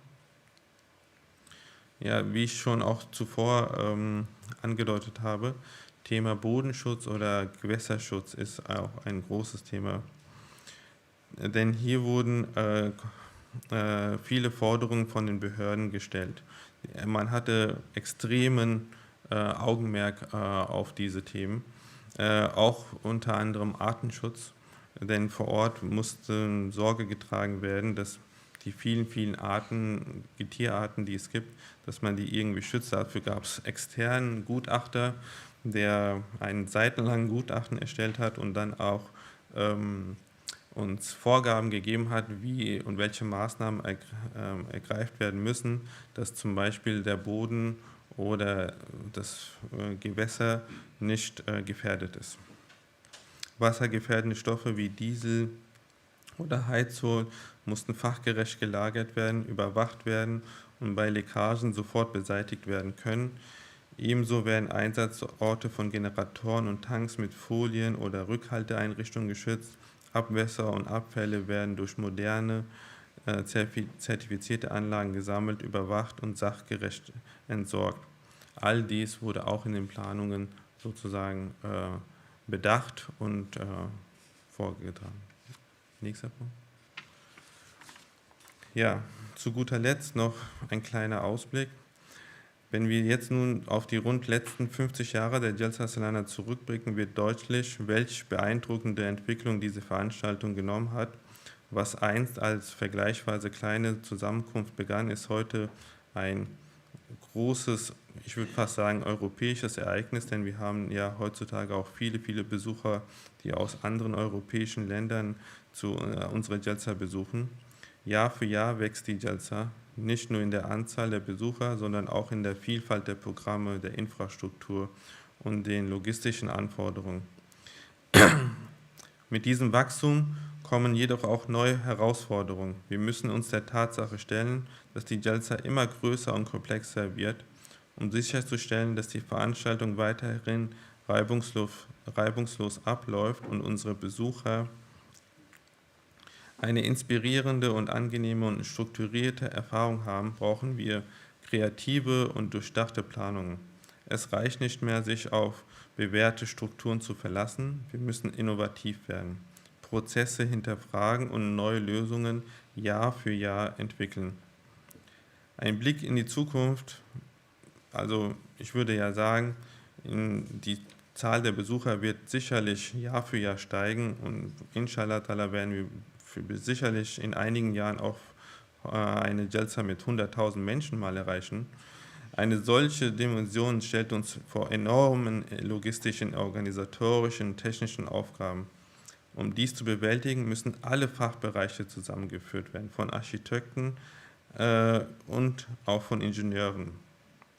Jede Idee, jeder Ansatz kann dabei helfen, die Jalsa noch besser zu gestalten. Und daher ist es auch besonders wichtig, dass zum Beispiel kreative Köpfe, auch die hier im Raum sitzen, also die Mitglieder der IAAE, dass diese gute Ideen oder Lösungen hervorbringen, damit wir unsere Jalsa noch optimieren können. Neben der organisatorischen Komplexität dürfen wir aber auch die finanziellen Aspekte nicht außer Acht lassen. Mit steigender Besucherzahl steigen selbstverständlich auch die Kosten. Auch hier müssen kreative Lösungen gefunden werden, um Ressourcen effizient einzusetzen, Prozesse zu optimieren und die Veranstaltung wirtschaftlich nachhaltig zu gestalten, ohne dass dabei die Qualität oder das Erlebnis für die Teilnehmer leidet. Jazakallah. Wenn jetzt noch Fragen sind, könnt ihr sie stellen.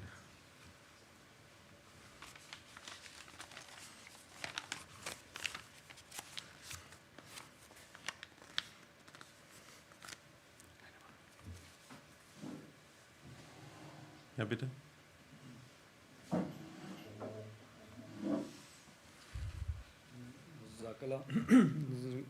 Direkt am Anfang hatten Sie erwähnt, dass es jetzt also jedes Jahr geplant ist, in Mendig zu veranstalten. Ist es auch in der Planung, eine neue Fläche zu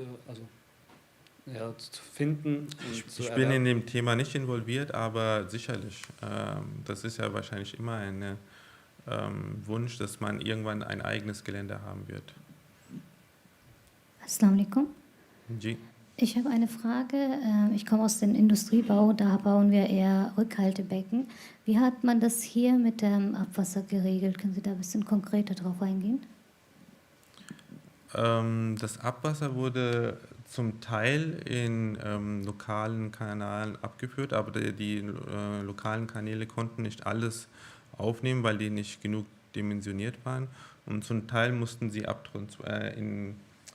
sozusagen in speziellen Containern zwischengelagert werden sozusagen und dann abgesaugt und abtransportiert werden. Jazakumullah.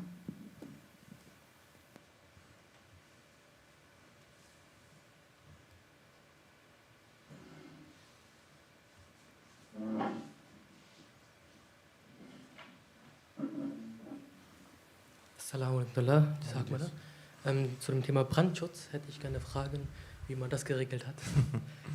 Würde mich interessieren. Was ist denn da die konkrete Frage? Gab es Konzepte, die übernommen worden sind, oder was ist denn die Herausforderung bei solchen Veranstaltungen? Gibt es Brandschutz? Auf jeden Fall gibt es Konzepte. Man hat teilweise in den Plänen auch gesehen, dass Fluchtwege und zum Beispiel so die Wege für die Feuerwehr gekennzeichnet wurden. Ja, es wurden Sammelpunkte gezeigt, wo die Leute sich versammeln sollen, ja, wenn es zu einem Brandfall kommen sollte. Ja. Es gab auch so Thema, wo stehen alle Feuerlöscher zum Beispiel. Ja. Also die Feuerwehr ist da extrem mit großem Augenmerk drauf, ne, und wir hatten da auch einen externen Brandschutzbeauftragten, ja, einen Bruder. Also das ist sehr facettenreich, wie viele Themen da abgedeckt wurden, und dazu gab es auch ein Gutachten, was erstellt wurde.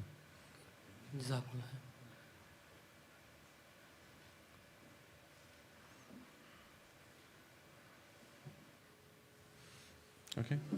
Jazakallah. Jazakallah, Bruder Vakas, für die Präsentation. Nun kommen wir zum dritten Präsentationsteil des heutigen Veranstaltung. Aber bevor wir dazu übergehen zu der Präsentation, möchte ich gerne, da auch Nesla Mirsab uns jetzt dabei ist, möchte ich gerne kurz vielleicht für Sie einen Rückblick geben, was zum heutigen Tag schon alles für Präsentationen gelaufen sind. Wir haben heute 9:15 ungefähr circa mit der Rezitation des Heiligen Korans begonnen, anschließend mit einem Vortrag von unserem Rabbi Silsila Sayyid Arif Saab. Die erste Präsentationsrunde, die wir durchgeführt hatten, war mit dem Thema die Rolle der Iaaae in der heutigen Welt, eine Vision von Ahmadiyya Khilafat. Und dann gab es eine weitere Präsentation zum Thema 72 Stunden Gebäude, passives Überleben nach dem Blackout. Das wurde von unserer Lejna IAAE vorgestellt. Wir hatten eine zweite Präsentationssession, da ging es um Themen wie parametrisches Design für globale Herausforderungen und sowie ein sehr interessanter Beitrag auch von unserem Bruder Dilhan Saab zum Thema Skills for a Better Session. Mirsab, und da bitte ich jetzt auch den Chairperson für diese dritte Präsentation, Herrn Suhail Mirza Saab, nochmal shortly also in English. Now we are proceeding to the third presentation sessions of today's symposium. For this session, I would like to ask Mr. Suhail Mirza Saab to take over the chair as a chairperson, his responsibilities, and guide us to the presentations of this third session. Vielleicht noch eine kurze Anmerkung und auch eine Bitte um Dua. Für diese Präsentationssession hatten wir einen Bruder aus Schweiz, den Herrn Anwar Mahmoud, eingeladen zum Thema Networking und Fundraising, aber aufgrund von persönlichen Notfällen konnte er heute nicht teilnehmen. Aber ich bitte hier auch um Dua, weil ein Mitglied seiner Familie, seine Tochter musste im Krankenhaus behandelt werden. Wir hoffen, dass ihr durch die Gnade Allahs schnelle Genesung möglich ist. Mr. Suhail Mirza Saab, may I kindly ask you to take over the chair.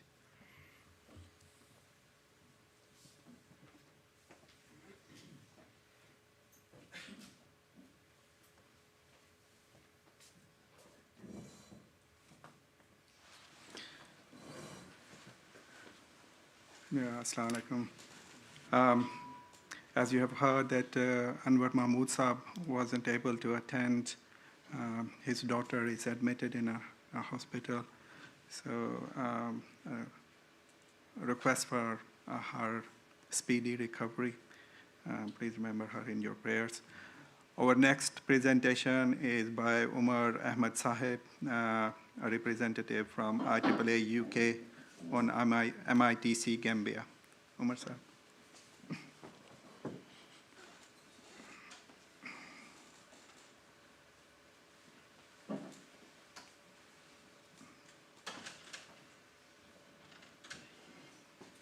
Assalamu alaikum.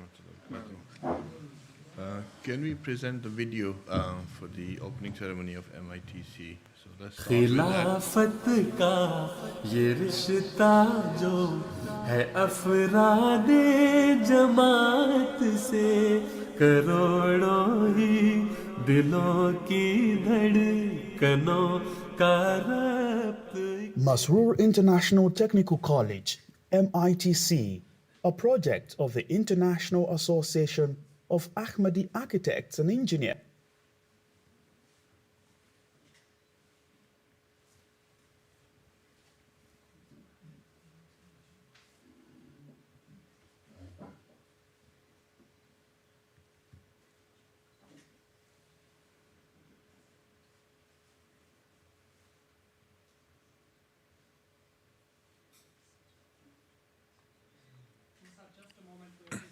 Okay, that's fine.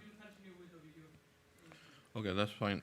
In the meanwhile, while they're getting over this technical difficulty, let me introduce to you my Masroor International Technical College project. This is IAAE, as you all know, has been involved in improving the lives of very impoverished people in the sub-Saharan Africa and West Africa. And part of that aim is led us to the start of Masroor International Technical College. When our aim at that stage was to help young Africans to learn some skills and to be able to stand on their own feet, and then basically improving their likelihood that they don't need any sustenance from outside. So stop all the aid from outside, and then themselves, they can be able to self-sustain themselves. So that was the purpose behind Masroor International Technical College. And this has been a very rewarding program, and it has got its own challenges as well. We have completed the phase 1 of building the MITC, Masroor International Technical College, in Ilaaro in Nigeria. And now we are embarking on phase 2 of our plan. So basically the video I wanted to show you at this stage was from the opening ceremony of that technical college. So basically I can start and say as many words as I can, but I think if I could have presented, hopefully they will be able to. Yeah? Are we ready? Okay. Then this will speak on its own, so I don't need to say anything about this.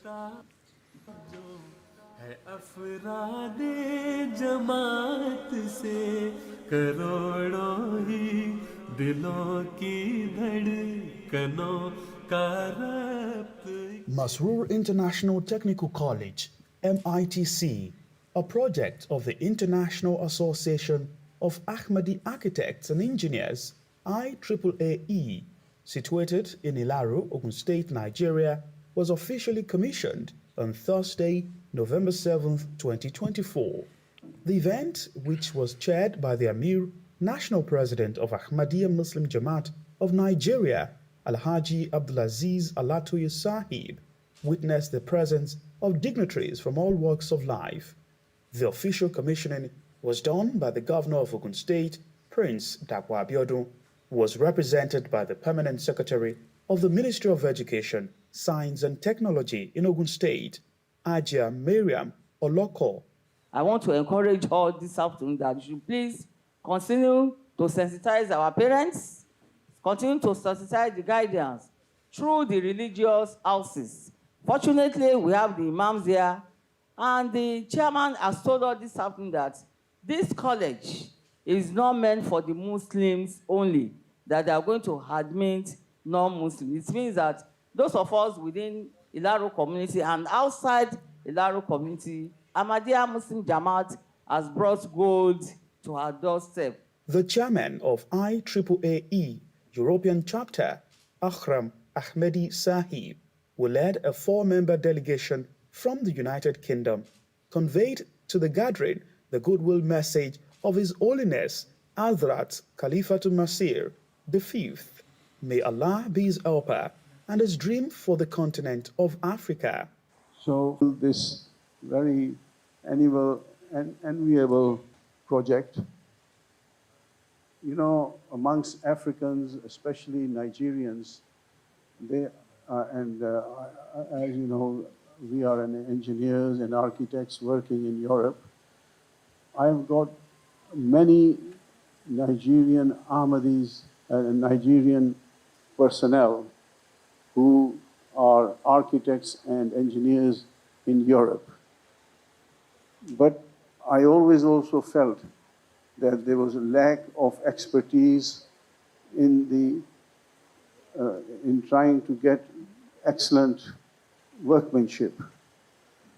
So it gives me great pleasure that we have opened up this college, because through this we hope that we will get excellent technicians.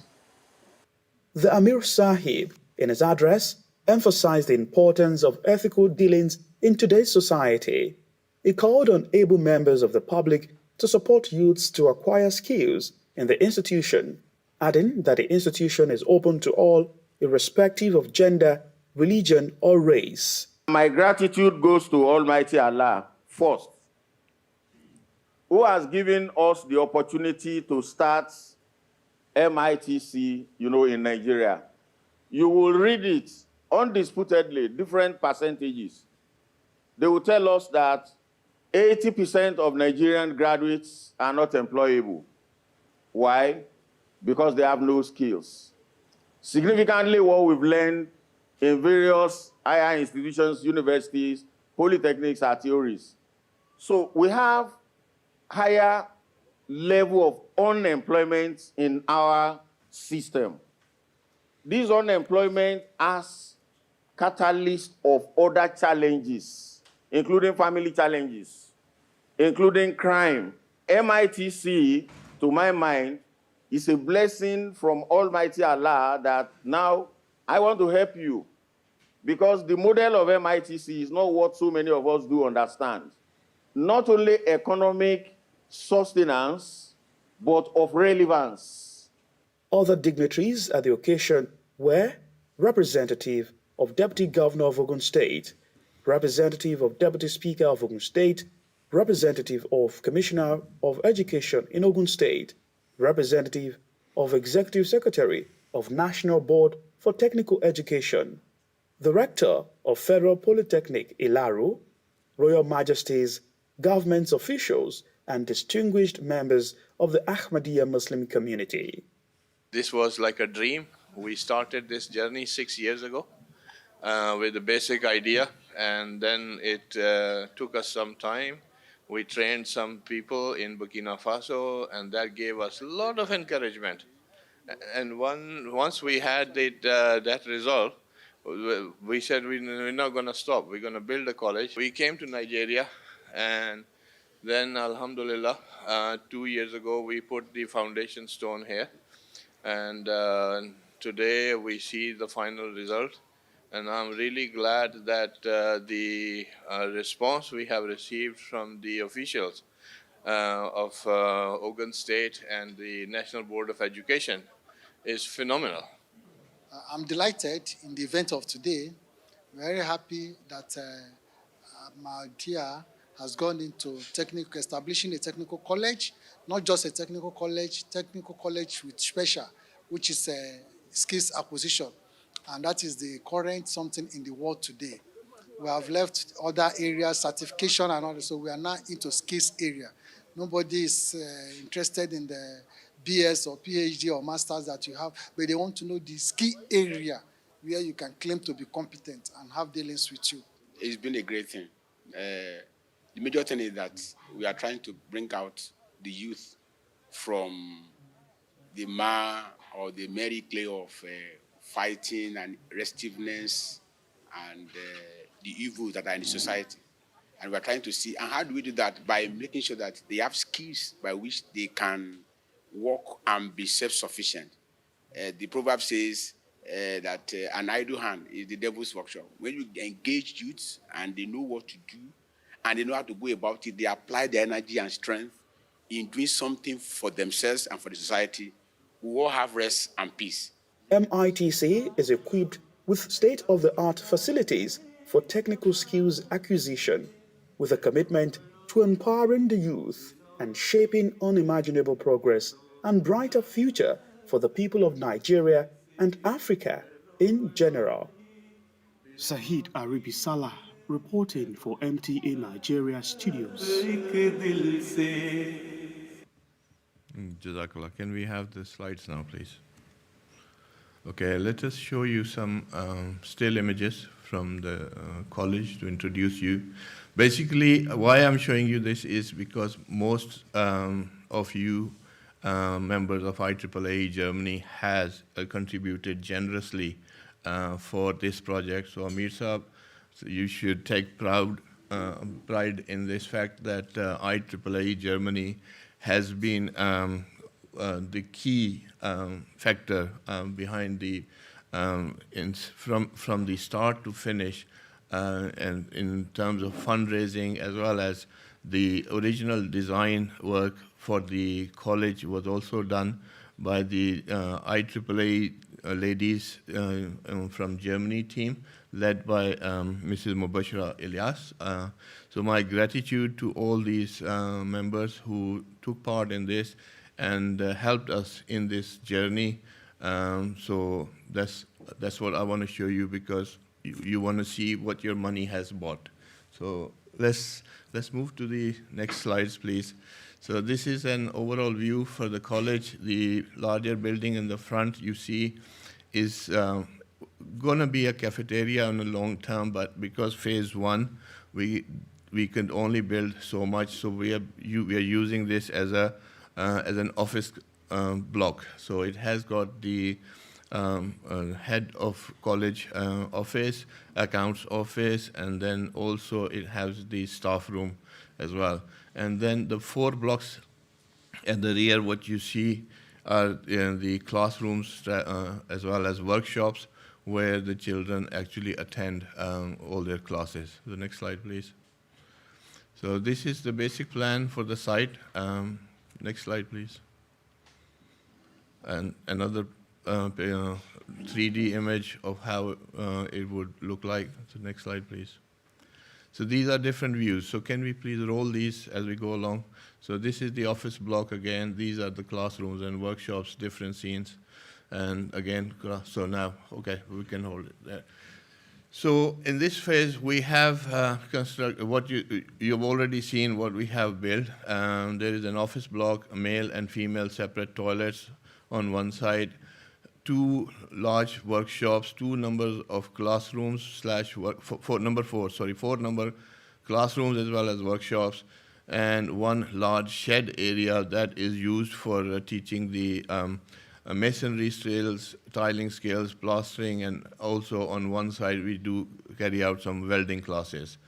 So far the spend has been about 176,670. It has raised since, because this was done slightly before, and it's got its own borehole to supply water with the solar panels, and it's got its own water supply. It's got its own electrical supply. We are off the grid because the grid in Elaro is almost as good as non-existent.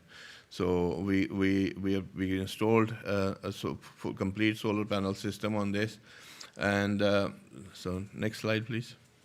So the courses we are running are in the first year were electrical wiring and installation, solar power installation and maintenance. IT has been the most successful course. The most number of students we have attracted is in the IT section. We are teaching kids about the basics of the IT hardware, software, web development, and networking. This is not a course in its own self, which will lead them to an employment, but it will open doors for them for the future courses which they can take, so it can give them that direction. We also have a very successful plumbing and drainage design and construction classes, masonry, plastering, and tiling, that's one, and then welding of various types. Please. Next, please. So number of students we attracted, because we finished last year in construction work nearly in about August time, and we were due to open in September.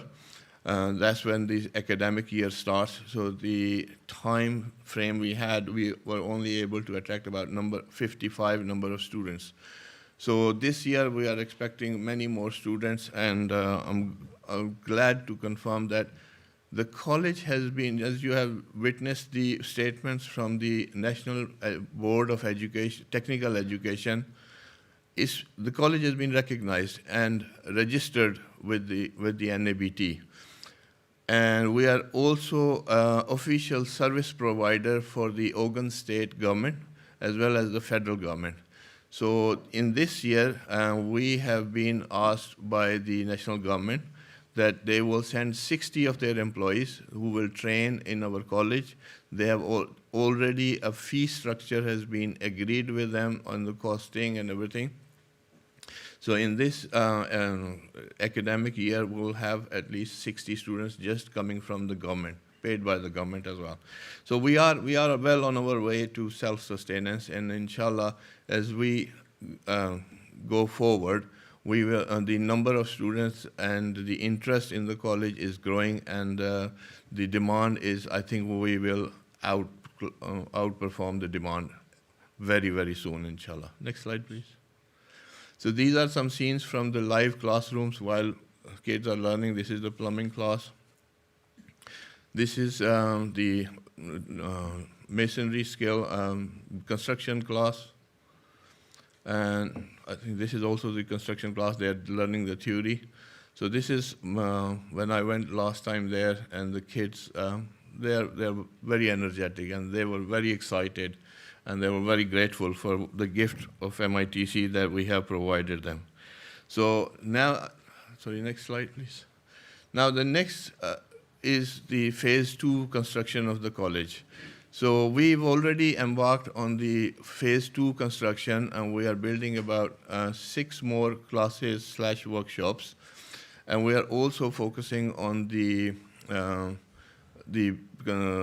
provision for hostel. I think the problem which we were not aware in the beginning, and now we realize is the culture in Nigeria is that even students from the local area, when it's term time, they tend to live in the school. Probably there are cultural reasons behind it, but there was a huge demand. So alhamdulillah, we have secured 2 buildings near the college where we are renting it, and they were not fully complete, but with the amount of money we are spending to bring them to the standard will be deducted from the rent. So we are focusing on that provision as well.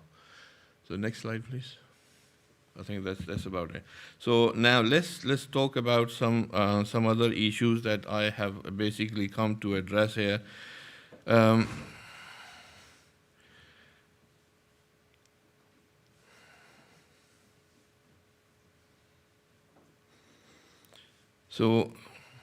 So far, the success of MITC project, as I said, I would like to, sorry.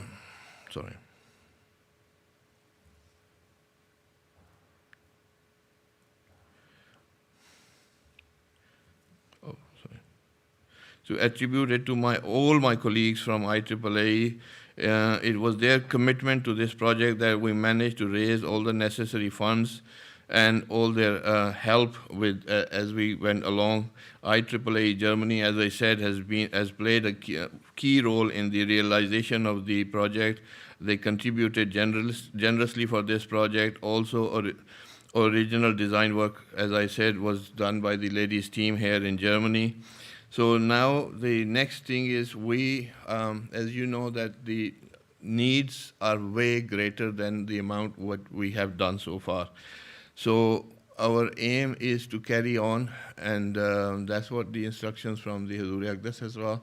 So inshallah, we are already working in the construction work of phase 2.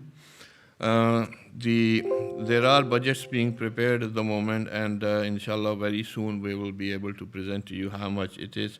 But Sultan Sahab also requested me that when I come to present this, that I should also talk about a little bit about the fundraising. So I found 2 ayats in the Holy Quran that actually inspire me every time that I need to make a financial contribution.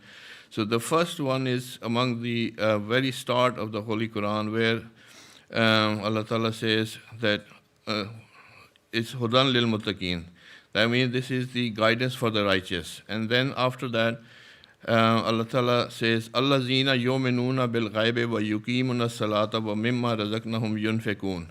So this is the guidance for the righteous. Those are the people who believe in the unseen, establish their prayers, and spend out of whatever we provide for them. This means that the very third quality described of the virtuous people is that they spend in the way of Allah. In the very first ayat of fourth Sipara, it says, Lan tanalul birra hatta tunfiqu mimma tuhibbun. You cannot achieve the pinnacle of virtue unless you spend out of what is beloved to you. So we learn from these ayats that spending in the way of Allah is one of the highest virtues and is one of the ways of achieving the nearness to Allah. So I don't need to tell Ahmadis know all these things very well beforehand anyway. And providing training to the young people, that's where my point comes to. That helps them to build their life, falls under the category of Sadaqah Jariyah. So for those who are not familiar, Sadaqah Jariyah means is the charity which continues and which goes on. What it means is that for as long as that young person who's got the training and now he's living that life and earning his own sustenance, for as long as he's working, the swab, the reward, will continue to go to whoever has sponsored them. So in this light, I would tell you that we have made a basic estimate of how much does it cost for a young person to be able to, so it will take us to train them for a 2-year course, and at the end of that course, they should be able to become employable. So the cost is merely 2,000 euros. So with the cost of 2,000 euros, so whoever can afford, I will urge them to sponsor at least one child. So we buy these days an iPhone, it costs nearly £1,500 or something like that. It's a silly money. But 2,000 euros in terms really is not that big. But in terms of how much difference we have witnessed that it can make. When we trained young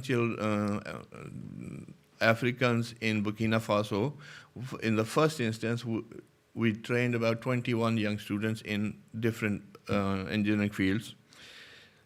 I am glad to announce that all of them have been very, very successful in obtaining employment, even with the unrest that's running in the country. Amir Saab from Burkina Faso told me that if you have run that few more years, then we will have enough chanda in our Jamaat that we won't need the contribution from Markaz. So inshallah we will go back and we will continue to do this.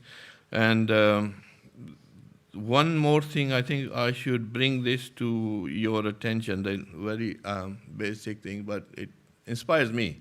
And I feel very proud about this.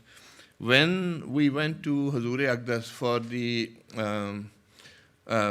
for basically seeking his permission and his guidance that we would like to start this project, Masroor International Technical College, on the very first day, when I was giving him this presentation that this is something we would like to start as IAAE, Hazur himself said, I will donate £5,000 in this project.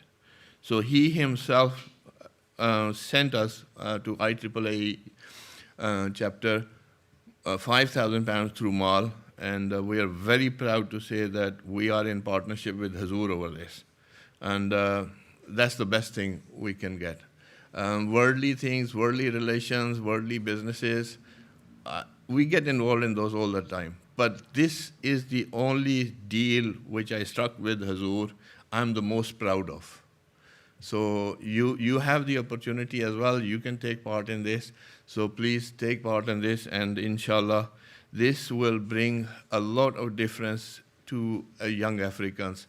So the next stage, as I said, we're already in a phase 2 construction of Nigerian MITC, but we are actually Mrs. Ilyas and one of her colleagues and myself, we're traveling to Gambia next week, Tuesday, to do the feasibility study for the MITC college there. We've already been allocated 16 acres of land by the Gambian government, and they're very keen for us to actually start the second college there. So that's going to be another project in its own self. And I'm sure, just like before, IAAE Germany would like to take part in this as well. And you have your marks on this project all over. So Jazakallah, thank you very much for listening. So I would say if there are any questions, please. I will do the question at the end of it. Okay, that's fine. Jazakallah. I would like to add that Jamaat has a history of providing education in Africa. And we know that when we travel to Africa, we meet the former students from Ahmadiyya schools who are now members of the government, and they hold high positions in the governments.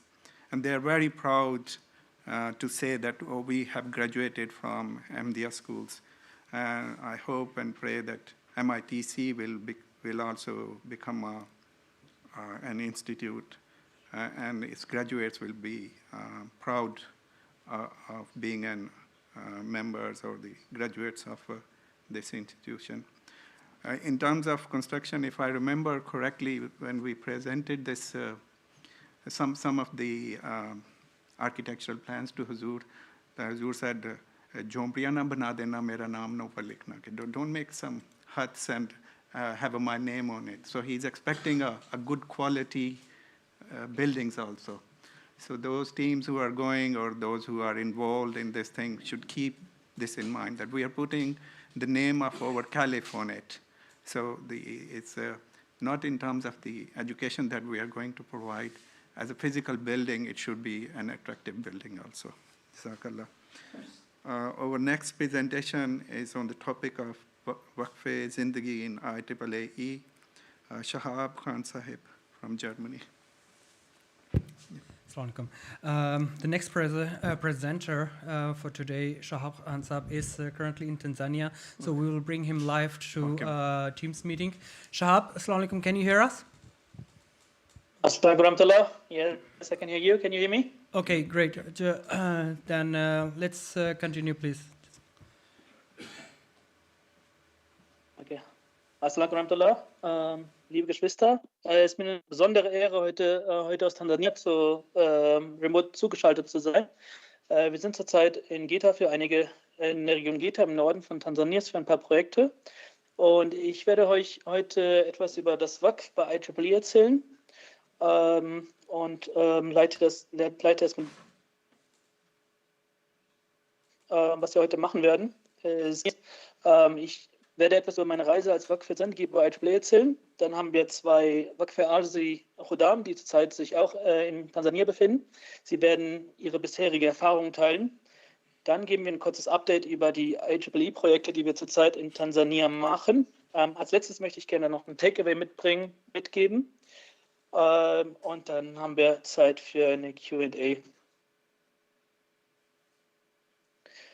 Das erstmal zu mir. Ich bin Shahab Khan. Ich habe Wirtschaftsinformatik an der Uni Köln studiert, habe knapp 12 Jahre Erfahrung als Unternehmensberater in der digitalen Transformation gesammelt. Ich habe in mehreren DAX-Konzernen und auch für die deutsche Regierung an vielen verschiedenen Stellen an der digitalen Transformation gearbeitet.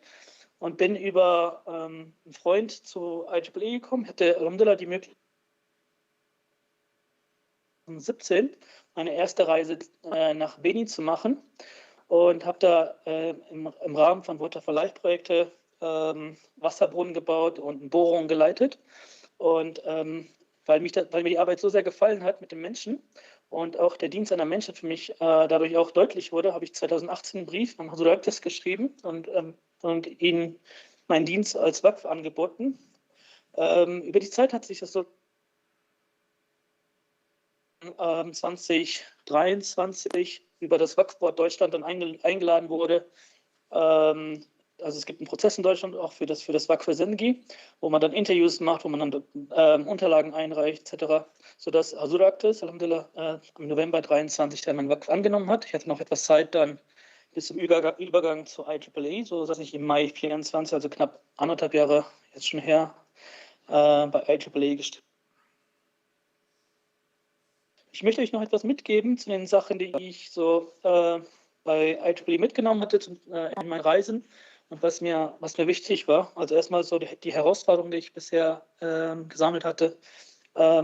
Ich war zum Beispiel eine große Sorge, und das werdet ihr auch mitbekommen, habt ihr wahrscheinlich auch mitbekommen mit den ganzen Wasserprogrammen, die wir hatten, dass wir zum Beispiel in Sambia letztes Jahr November war ich mit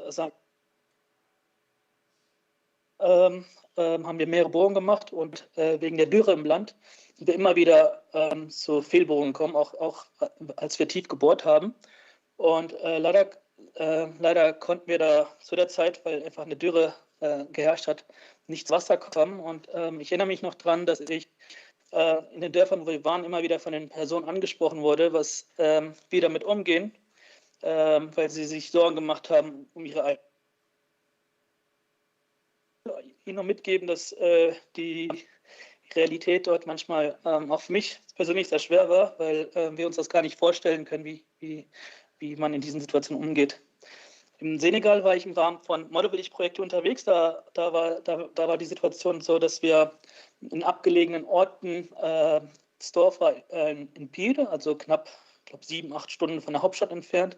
Auch die nächste Stadt war wieder 2-3 Stunden. Ja, auch im Dorf selber übernachtet, einfach eine Matratze am Feld an der Moschee. Und da hatte ich eher auch gelernt, wie man dann, oder zumindest die Erfahrung gesammelt, wie man dann in diesen Umgebungen dann auch für mehrere Wochen, ich war knapp, glaube ich, 3,5, 4 Monate dort unterwegs, wie man dort dann auch ohne Internet, ohne Strom und mit lokalen Essen dann auch über die Runden kommt. Und als letztes eine Challenge waren so die Projekt-Commitments und Deadlines, die man von den Vertragspartnern dort hat, wo wir zum Beispiel hier im Hintergrund habe ich einen Tankstand genommen, ist ein relativ schwerer Tankstand, was knapp 10 Tonnen Wasser halten muss, wo wir immer wieder von den Vertragspartnern verzögert wurden. Einzelne Mitarbeiter sind dann weggegangen, weil sie die Hitze zu stark fanden oder die Arbeitsbedingungen nicht ideal fanden, und sodass wir dann immer wieder damit gekämpft haben, unsere Arbeit abzuschließen. Zu meinen Erfahrungen, was ich besonders schön fand in den letzten Jahren, die ich gesammelt habe, egal wo man ist in Afrika, man ist immer als globale Ahmadi-Familie zusammen. Man merkt das an die Liebe zu Khilafat, die überall gelebt wird, von jedem Ahmadi, wo man ist. Und das merkt man, sei es in jedem einzelnen Dorf, wo man unterwegs ist, man wird direkt als Familienmitglied aufgenommen. Und man spürt die Liebe zu Khilafat und zum Islam.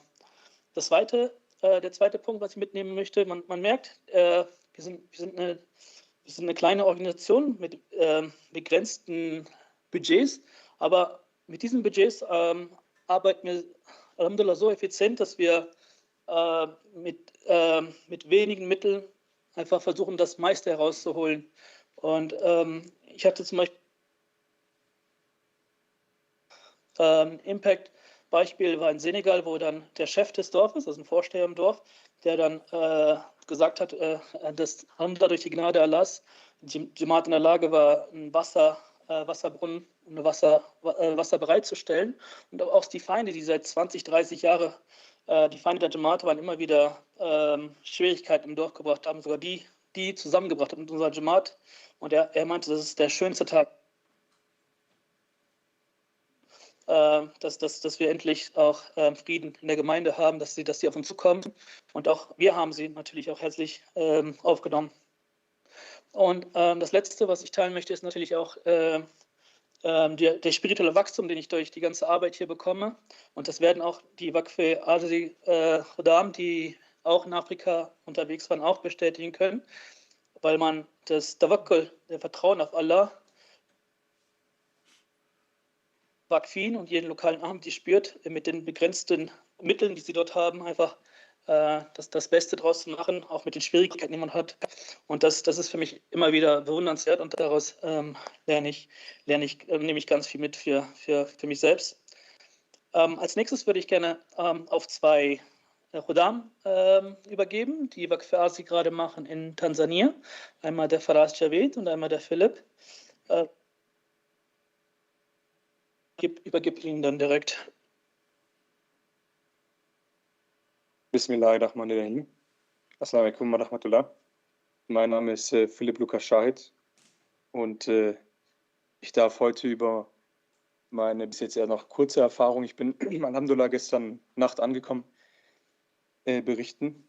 War ein sehr schöner, intensiver Trip und es war auch schon lange mein Wunsch, auf diese Weise zu dienen. Nicht nur mit Worten, sondern auch mit Taten, die natürlich einen bleibenden Unterschied machen sollen.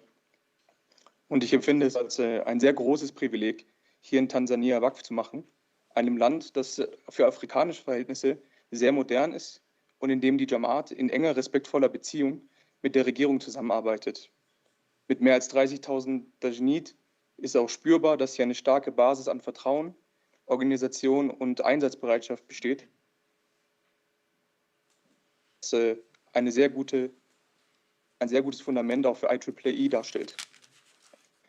Und ich möchte eine kleine Erfahrung teilen, die ich heute Morgen schon gemacht habe. Und zwar hatte ich die Möglichkeit, an einer lokalen Tarbiti-Klasse hier in Mwanza teilzunehmen. Und ich traf dort junge Männer, die sich quasi zur Art Imamen ausbilden lassen. Also Menschen, die quasi ihr erworbenes Wissen später an ihre Leute dann weitertragen.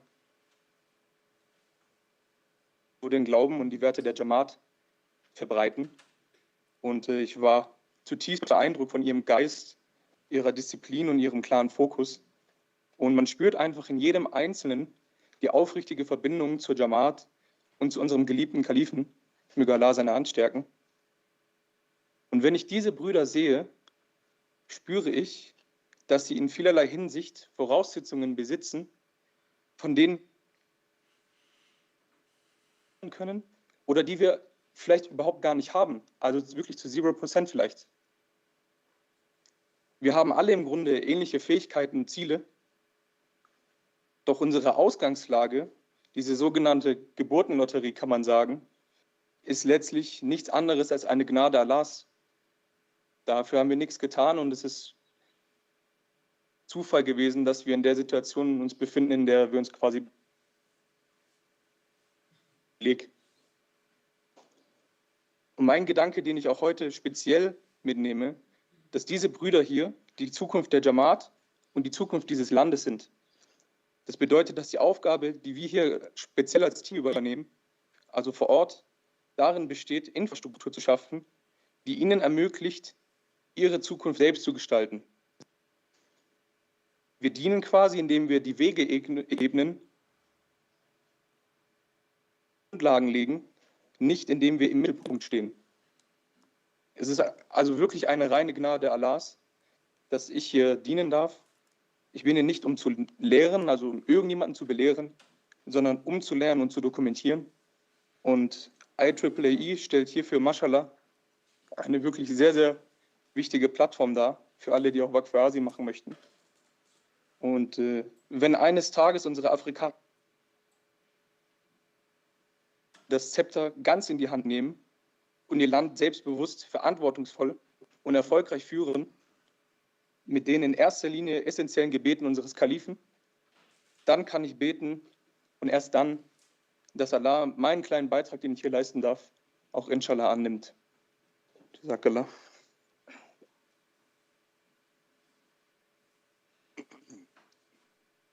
Assalamu alaikum. Mein Name ist Fras Javed. Ich bin aus der Majlis Oberhosel und ich habe über die IAAE die Möglichkeit erhalten, 4 Wochen lang für Asien in Tansania zu machen. Primär bin ich hierher gekommen, um Menschen zu helfen, aber habe schnell gemerkt, dass ich mindestens genauso viel gelernt habe oder lernen kann, wie ich geben kann. Geplant ist ein Model Village Projekt und mehrere Water for Life Initiativen. Wir stehen momentan kurz vor der großen Bohrung, aber zu den projektspezifischen Details wird gleich Näheres bekannt gegeben. Ich soll hier mehr über meine persönlichen Erfahrungen sprechen, über realistische Erfahrungen.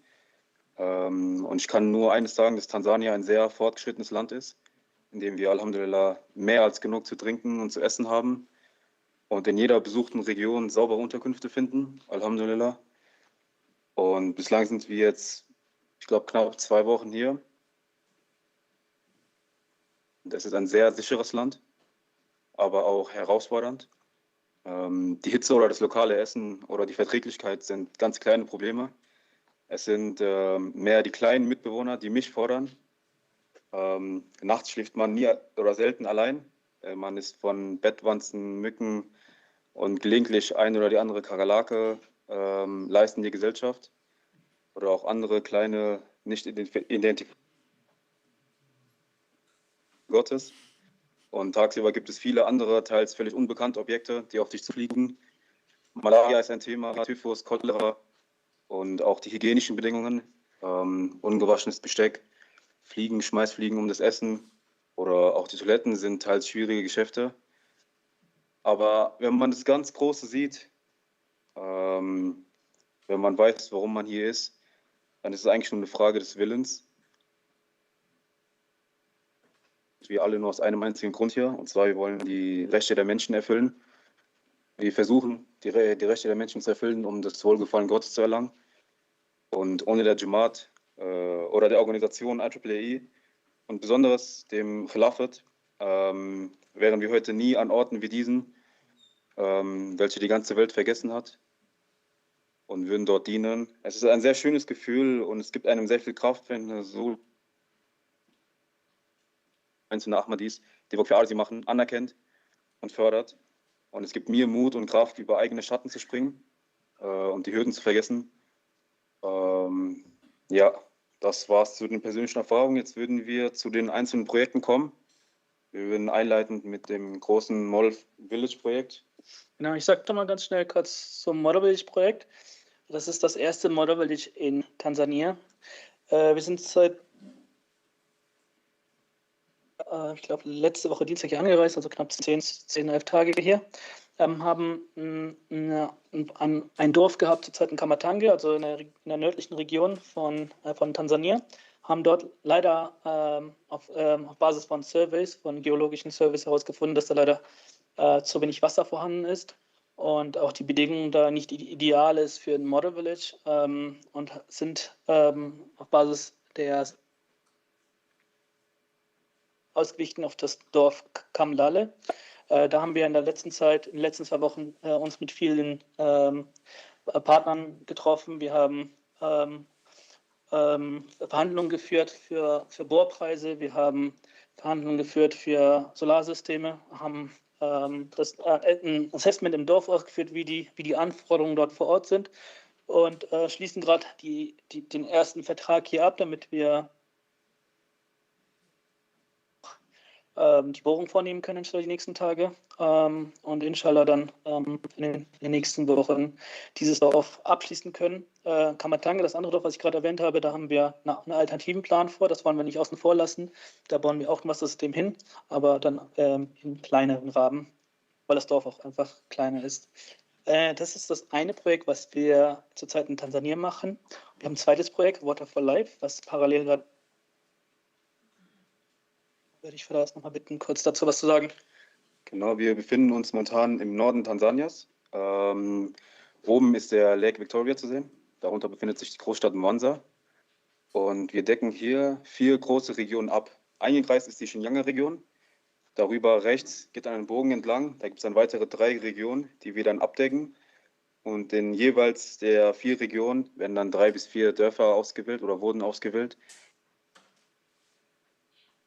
alle Handpumpen installieren, beziehungsweise erstmal die Bohrungen machen, kleinere 10, 15 Meter Brunnen errichten und dann eine Handpumpe installieren.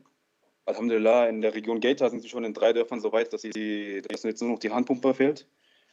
Und genau, das sind die wichtigen Initiativen, die wir machen für Water for Life, dass die Hürden der hygienischen Bedingungen auch hier für die Lokalen besser werden und nicht nur für den.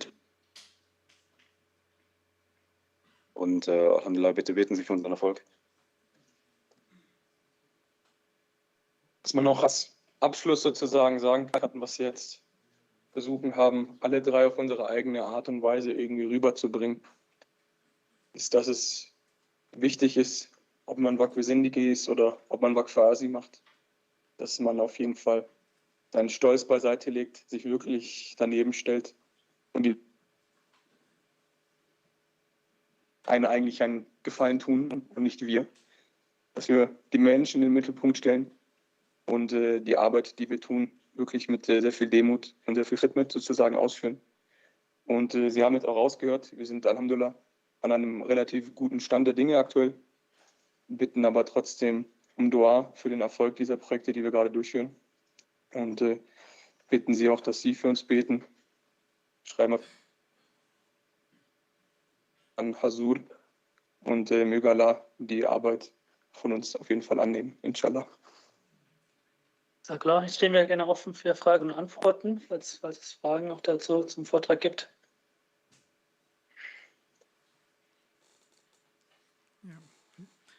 Yeah, Jazakallah Shahab Sahab and your team. And because they are online, I think it will be better if we can take questions now. So any questions for them? From Lajna side?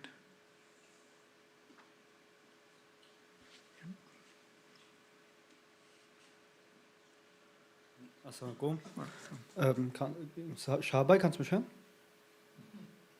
Ja, ich höre dich. Okay, gut. Erstmal Assalamu alaikum und freut mich auf jeden Fall auch, dass Faraz und Philipp es geschafft haben. Viel Einsatz. Ich habe eine Frage, und zwar habe ich das nicht ganz verstanden. Wie groß ist die Fläche, die jetzt abgedeckt wird mit dem Model Village? Also um wie viele Einwohner handelt es sich dabei? Das letzte Dorf, was wir zurzeit ausgewählt haben, das ist ein relativ großes Dorf. Du warst ja in Senegal dabei, da hatten wir knapp 1000 Einwohner. Und das ist, ich glaube, knapp 40% größer, 1400 Einwohner. Da gibt es auch eine Schule mit ca. 400 Schülern. Viel Ackerfläche, also da wird viel Wasser genutzt. Es liegt 5 Kilometer vom Lake Victoria und hat auch, glaube ich, mit 700 Kindern auch recht viele jungen Anteil dort, wo wir dann inshallah dann das Dorf mit Wasser versorgen wollen und mit Strom und Licht.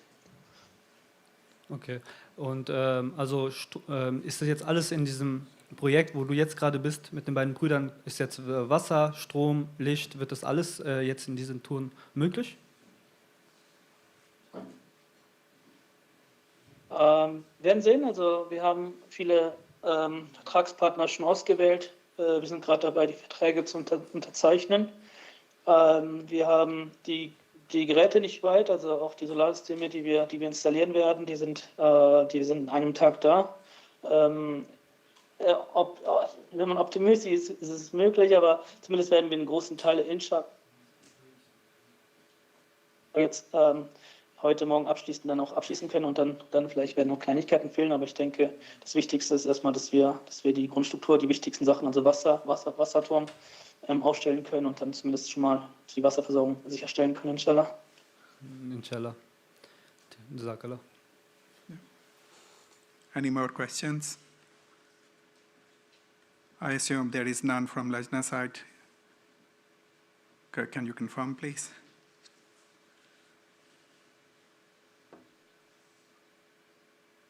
Assalamu alaikum. No question from Lajna side. Jazakallah, thank you. Our next presentation is by Usman Ahmed Sahib. It's on the model village in Senegal, Guinea-Bissau, and Zambia.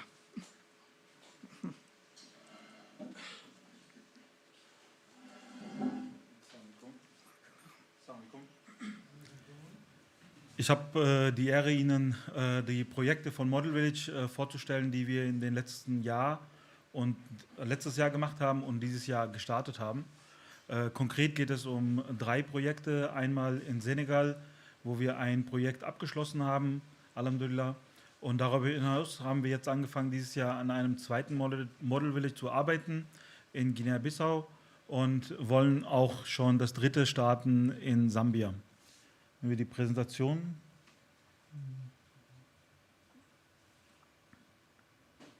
Genau. Einmal bitte auf die nächste Folie. Zunächst einmal über Senegal. Auf der nächsten Folie sehen Sie auch einige Details zum Land selbst.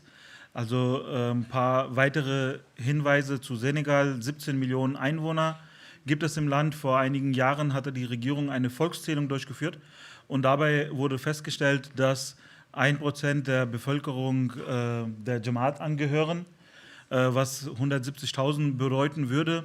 Wir haben aber dann den National Meetup gefragt und er hat gesagt, laut deren Daten, man muss natürlich alles im Hinterkopf behalten, die Länder sind nicht so entwickelt wie in Deutschland, die Jamaat, wo jeder eine ID-Karte hat und so weiter.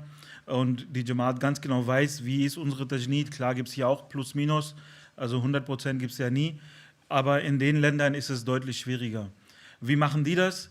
Laut Misab vor Ort, er sagt, er zählt diejenigen, die Gender-Zahlende sind und da kommt auf eine Zahl ca. 30.000, die in Senegal lebenden MDs. Die Religion, 97% sind Muslime, 3% sind Christen.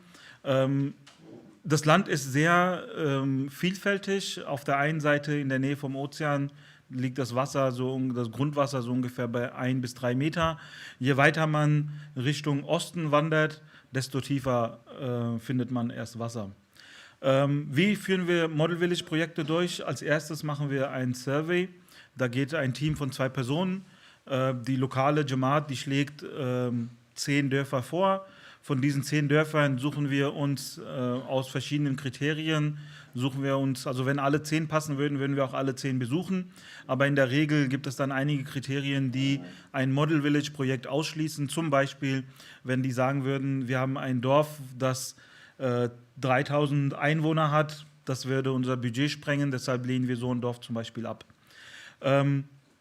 Nachdem wir das Survey gemacht haben oder während dem Survey erstellen wir auch mit einer Drohne, links unten können Sie das Bild sehen, eine Karte von dem Dorf, damit wir auch das Höhenprofil kennen, um später die Auslegung vom Wassersystem machen zu können.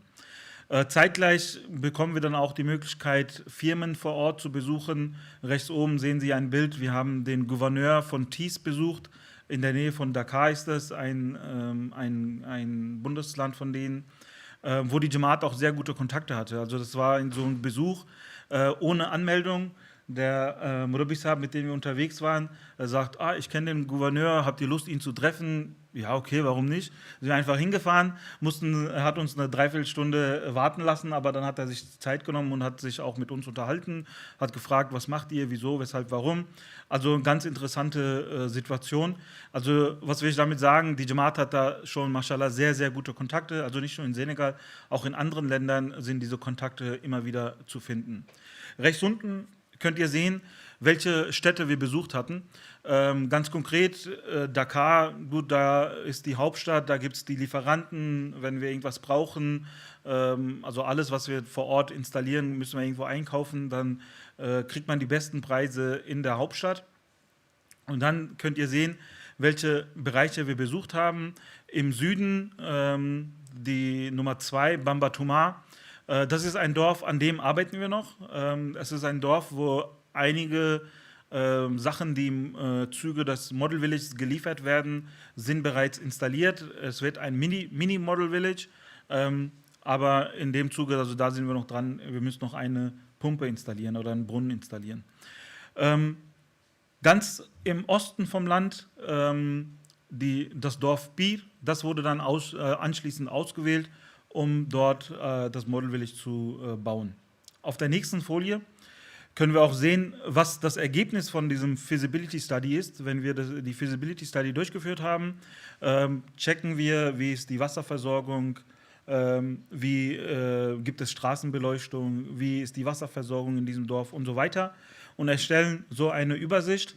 Und anhand der Übersicht, glaube ich, ist es ganz eindeutig, warum wir Biel ausgewählt haben. Auch wenn in Biel die Anzahl der MDs gering ist, 30%, haben wir trotzdem dieses Dorf ausgewählt, weil das Problem Wasser war sehr, sehr groß in diesem Dorf. Und deshalb haben wir uns dann für Biel entschieden. Ihr könnt aber auch sehen, alle anderen Dörfer haben auch Bedarfe geäußert. Am Ende des Tages ist es eine Abwägung, was man dann tatsächlich liefern kann und was nicht. Auch was wichtig für uns ist, später kommen wir auch noch mal zu Sambia. Da ist es so, die Dörfer, die wir dort besuchen werden, jetzt in den nächsten Wochen, da ist die Anzahl der Jamaat-Mitglieder teilweise 10%, teilweise 0%, also keine MDs in den Dörfern. Aber trotzdem wollen wir dort die Leistung erbringen. Was uns eigentlich nur wichtig ist, dass wir jemanden vor Ort haben, der das betreuen kann. Also nicht im Betreuen, dass er jeden Tag hingeht und ein- und ausschaltet, sondern betreuen im Sinne von, wenn etwas defekt ist, dass da ein Ansprechpartner ist. Und in Biel auch mit 30%. Wir waren dort, aber der Chief von diesem Dorf, das ist ein MD gewesen, auch Sadr Jamaat gewesen zu dem Zeitpunkt. Und da haben wir sofort gefühlt, okay, wenn wir hier investieren, dann haben wir auch jemanden, der von uns vor Ort ist und wenn es Probleme gibt, die uns auch weiter kommunizieren kann. Auf der nächsten Folie gibt es ein paar Bilder. Ein ganz interessantes Bild ist in der Mitte unten. Wir sind von der Hauptstadt sind wir ungefähr 7-8 Stunden nach Biel gefahren. Zwischenzeitlich haben wir auch in ein paar anderen Dörfern Halt gemacht. Und Internet, also Telefon in dem Dorf, also das ist so abgelegen, funktioniert eh nicht. Und als wir da angekommen sind, was ganz wichtig ist in dem Bild, unten auf der rechten Seite in der Ecke seht ihr einen ganz kleinen Fernseher. Und als wir in sein Wohnzimmer reingelaufen sind, hat der MTA geschaut. Also es war für mich so, wow, ich reise so viele Tage dahin und der Mann, der weiß auch nicht, also wir konnten ihn ja auch nicht anrufen, wann wir ankommen oder so, sodass er das irgendwie für uns darstellen könnte. Ne? Wir sind da so mehr oder weniger so, hups, so, da sind wir. Und er hat dann MTA geschaut. Ne? Also da waren noch andere Besucher mit im Dorf oder mit in seinem Zimmer und haben zusammen MTA geschaut. Also war für mich ein sehr, so ein Aha-Effekt. Ne? Wie Shahab eben schon erwähnt hat, ne, man reist in die letzten Ecke der Welt und findet eine Bindung zur Jamaat. Warum haben wir Biel ausgewählt? Vielleicht bleiben wir noch mal auf der Seite vorher. Warum haben wir Biel ausgewählt? Auf der rechten Seite könnt ihr sehen, da sieht man so Spuren auf der Straße und ganz hinten sieht man den Brunnen. Der Brunnen, das ist die einzige Wasserquelle gewesen in dem Dorf oder die einzige funktionierende Wasserquelle. Ein Open Well, ein offener Brunnen, der eine Tiefe von 60 bis 70 Meter hatte. Und wenige Tage bevor wir dorthin gereist sind, ist denen ein Pferd in dieses Brunnen reingefallen und die konnten das Wasser auch nicht mehr so nutzen. Das Problem ist halt aus 60 Metern Tiefe, ne, die ganze Zeit mit der Hand rein und raus. Deshalb sieht man diese Spuren auf dem Boden, die lassen immer den Esel vor und zurücklaufen, damit die Wasser schöpfen können, den ganzen Tag. Dazu gibt es nochmal ein nächstes Bild, kommen wir auf der anderen Seite. Das Ergebnis von dem Ganzen war, aber auch in der Trockensaison, ist, dass das ganz linke Bild sieht man, dass die 2 Esel geschnappt haben und dort einen IBC-Container angeschlossen haben. Und dann mussten die immer 7 Kilometer ins nächste Dorf und von dort Wasser abfüllen, teilweise bezahlen und dann halt das Wasser wieder zurück in ihr Dorf transportieren. Insgesamt in Biel gibt es ca. 1000 Einwohner und mit so einem IBC kann man die 1000 sowieso nicht versorgen. Also jede Familie ist dann für sich immer auf die Reise gegangen. Also wenn man wenig hat, dann kann man nicht noch 3 IBCs für den Nachbarn mitschleppen. Also es ist eine sehr herausfordernde Umgebung dort. Können wir auf die nächste Folie gehen? Genau, was es auch gab und auch ein sehr wichtiger Punkt, links unten sieht man ein Solarsystem, also Solarpumpensystem. In Biel gab es schon ein System, aber das hat nicht effektiv funktioniert, weil diejenigen, die das installiert haben, das war eine andere NGO, die haben 60 Meter gebohrt und haben das System installiert und sind dann gegangen. Und das Ergebnis war, der Brunnen, der hat am Tag 1 Stunde Wasser geliefert und sonst ist er immer trocken gelaufen. Irgendwann ist es eine Frage der Zeit, bis die Pumpe dann defekt ist. Konkret, irgendjemand hat Geld investiert, aber nicht richtig angelegt, dass man mit dem Geld langfristig auch eine Zufriedenheit bei den Leuten erreichen kann. Wie machen wir das? Wir tun vorher ermitteln, wo ist die beste Location. Eine entsprechende Bodenuntersuchung führen wir durch. Anschließend bohren wir, dann führen wir auch einen Gilles-Test durch, dass wir exakt wissen, dieser Brunnen kann dauerhaft diese Menge an Wasser pro Stunde liefern und dann installieren wir eine Pumpe, die dieses Design entspricht und installieren nicht eine überdimensionierte Pumpe. Links oben seht ihr die kleine Moschee von Bir und natürlich rechts unten, es gibt eine Menge Kinder vor Ort, die alle irgendwie sehr auf Süßigkeiten stehen, ähnlich wie in Deutschland. Und wenn ihr die Möglichkeit bekommt, dann nehmt bitte auf jeden Fall Süßigkeiten mit, das kommt immer gut an. Okay, die nächste Folie bitte. Genau, was haben wir dann als erstes gemacht? Wir haben das Wassersystem ausgelegt und hier könnt ihr, da wo dieses Gebäudesymbol eingezeichnet ist, da wo Beat steht, da seht ihr auch so seitlich gehen 4 Stränge weg und das ist immer dieser Runway für den Esel, den die immer vor und zurück geschoben haben, um Wasser schöpfen zu können. Was haben wir jetzt in Beat gemacht? Wir haben eine neue Installation für Solarpumpe installiert, ein 10 Kubikmeter Tank aufgebaut, das war auch der Turm, den der Shahab eben gezeigt hatte. Und anschließend haben wir auch ein Wassersystem verlegt, also Wasserleitungen verlegt, mit dem Ziel, dass die Bewohner nicht zu weit zum Wasserschöpfen laufen müssen, also dass die nicht immer wieder mehrere 100 Meter zum Brunnen laufen müssen, sondern auch schon in 50 bis 100 Meter zu ihrem Haus Wasser kriegen können. In Summe haben wir 740 Meter Leitungen dann verlegen müssen. Okay, wir haben anschließend auf der nächsten Folie haben wir Solarsysteme installiert. Jedes Haus hat rechts oben so ein System von Sun King bekommen. Das ist eine Solarpaneele, dazu gehörend eine Powerbank, die wird aufgeladen und über Nacht kann man dann die nutzen, um Licht einzuschalten. Und in der Moschee rechts unten haben wir ein ähnliches System mit einem Fernseher installiert und eine Satellitenschüssel, damit man MTA empfangen kann. Die nächste Folie. Und so sieht es normalerweise aus, bevor wir in Bir waren. Die Nacht war dunkel und auf der nächsten Folie seht ihr, wir haben auch 16 Straßenlichter installiert. War mühsam, weil Bir liegt, wie schon gesagt, sehr außerhalb. Also von der nächsten größeren Stadt Tambacounda sind es fast 2 Stunden mit dem Auto und muss natürlich alles dahin transportiert werden, weshalb alles etwas mühsamer war. Aber Sie können schon sehen, die Kinder haben schon angefangen, im Licht zu spielen. Also ein sehr schöner Moment. So, das Projekt in Guinea-Bissau. Wie gesagt, wir haben dieses Jahr im Juni das Survey gemacht, haben uns auch 2 Dörfer ausgewählt. Nächste Folie bitte. Haben uns 2 Dörfer ausgewählt. Auch hier haben wir 6 Dörfer besucht. Auch hier ein paar Zahlen, ist ein deutlich kleineres Land, liegt direkt südlich von Senegal, 2,1 Millionen Einwohner und ungefähr 40.000 MDs. Die Jamaat hatte da einige Jahre zu kämpfen, weil es seitens der Regierung Beschränkungen gab. Man durfte nicht mehr öffentlich Tabligh machen, weshalb sich auch die die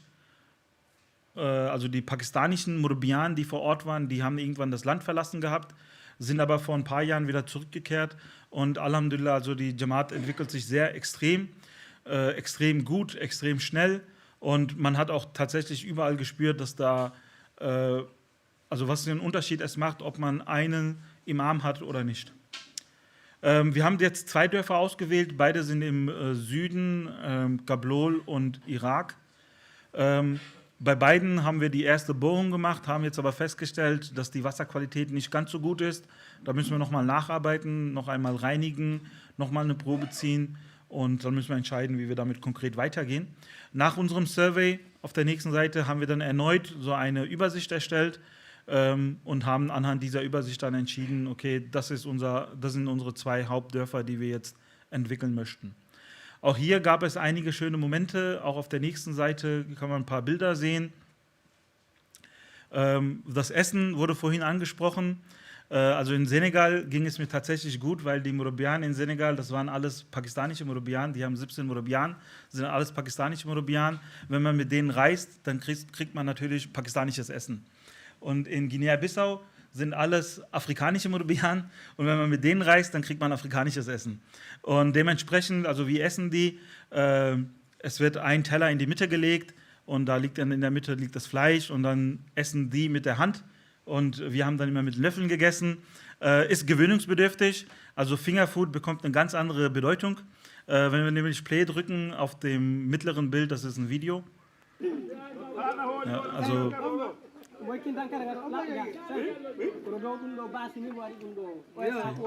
deshalb Fingerfood ist was ganz anderes.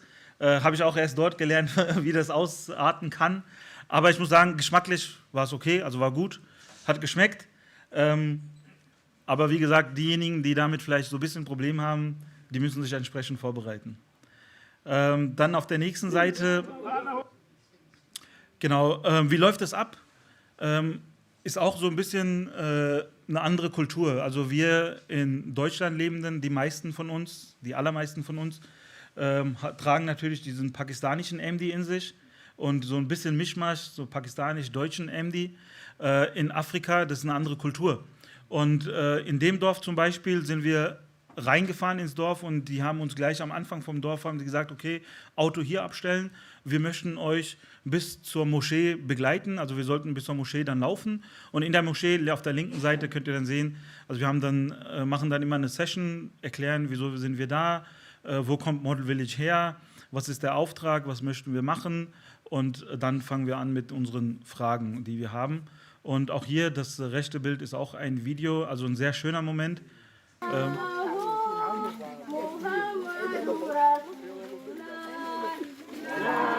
Das ist Shahabsab, da können Sie seinen Rücken sehen.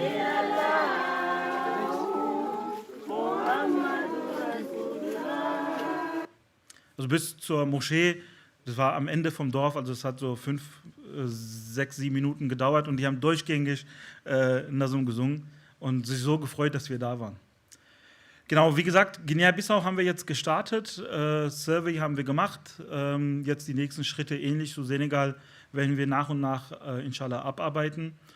Zurzeit ist Regensaison, konkret wird die Arbeit erst ab Ende November, Anfang Dezember, ab dann kann man erst wieder reisen. So, zu Sambia gibt es tatsächlich, bitte die nächste Folie, gibt es tatsächlich ein bisschen wenig zu berichten. Warum? Weil es jetzt der Startpunkt gesetzt wurde. Ich sehe gerade, die Sterne sind verrückt. Es ist jetzt erst der Startpunkt gesetzt worden. Das heißt, die 2 Brüder, Toki Sohelsab und Avessab, die sind erst heute um 1 Uhr gelandet und werden jetzt haben eine Woche Zeit, die Dörfer zu besuchen, um den Survey durchzuführen.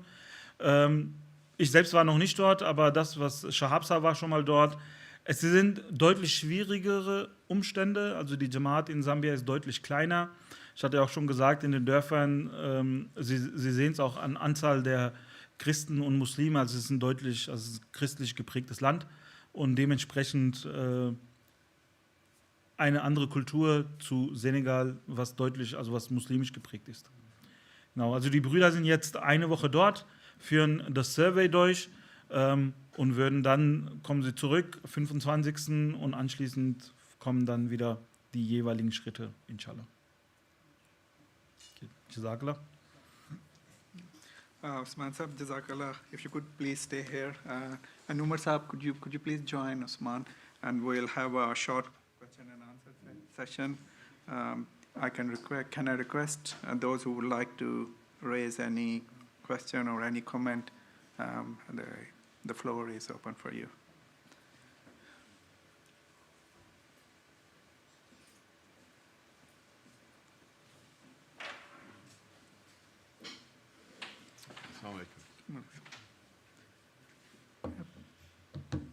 Any questions? Do we have questions for for MITC, Any please? comments, either on MITC or on a model village project? So that means our, okay, carry on.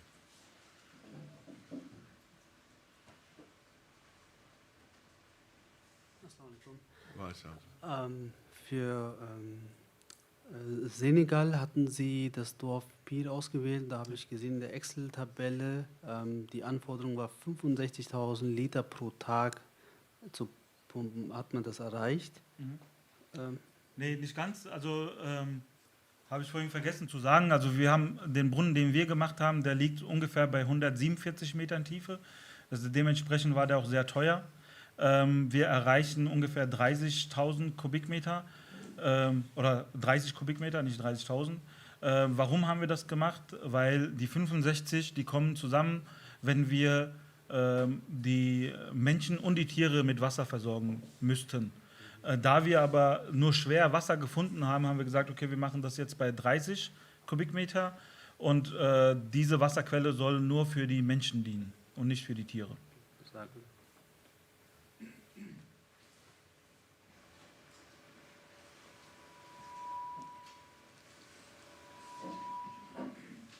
Yeah. Any question from Lajna side?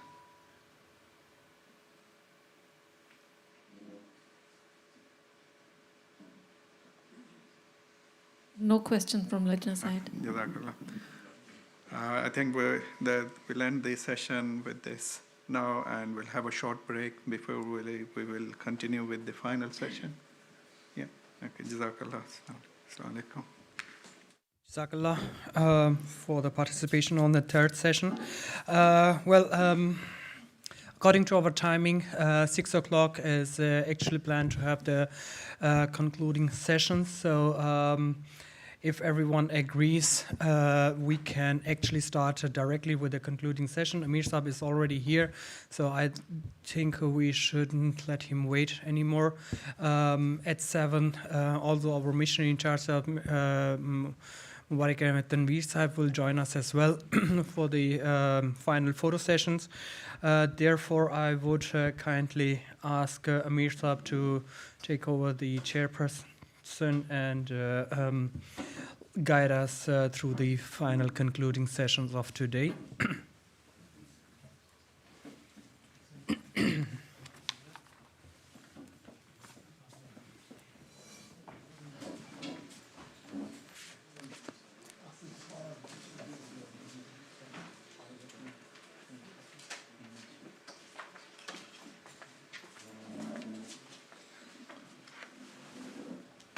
Eben war die Agenda hier, jetzt ist er weg. Kommt gleich noch.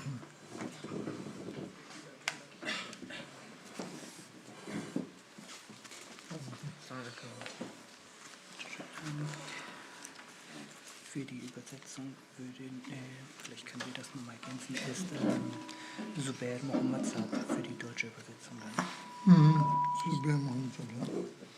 Okay, then let's go direct to the agenda, and as usual, we start with the recitation from the Holy Quran, and I request Iftikhar Qureshi Saib to recite the Holy Quran.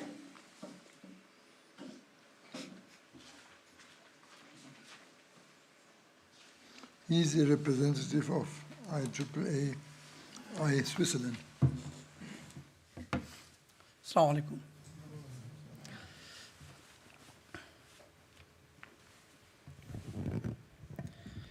أعوذ بالله من الشيطان الرجيم بسم الله الرحمن الرحيم الله لا إله إلا هو الحي القيوم لا تأخذه سنة ولا نوم له ما في السماوات وما في الأرض من ذا الذي يشفع عنده إلا هو بإذنه يعلم ما بين أيديهم وما خلفهم ولا يحيطون بشيء من علمه إلا بما شاء الله وسع كرسي السماوات والأرض ولا يهوده حفظهما وهو العلي العظيم. Deutsche Übersetzung, Herrn Zuber. So.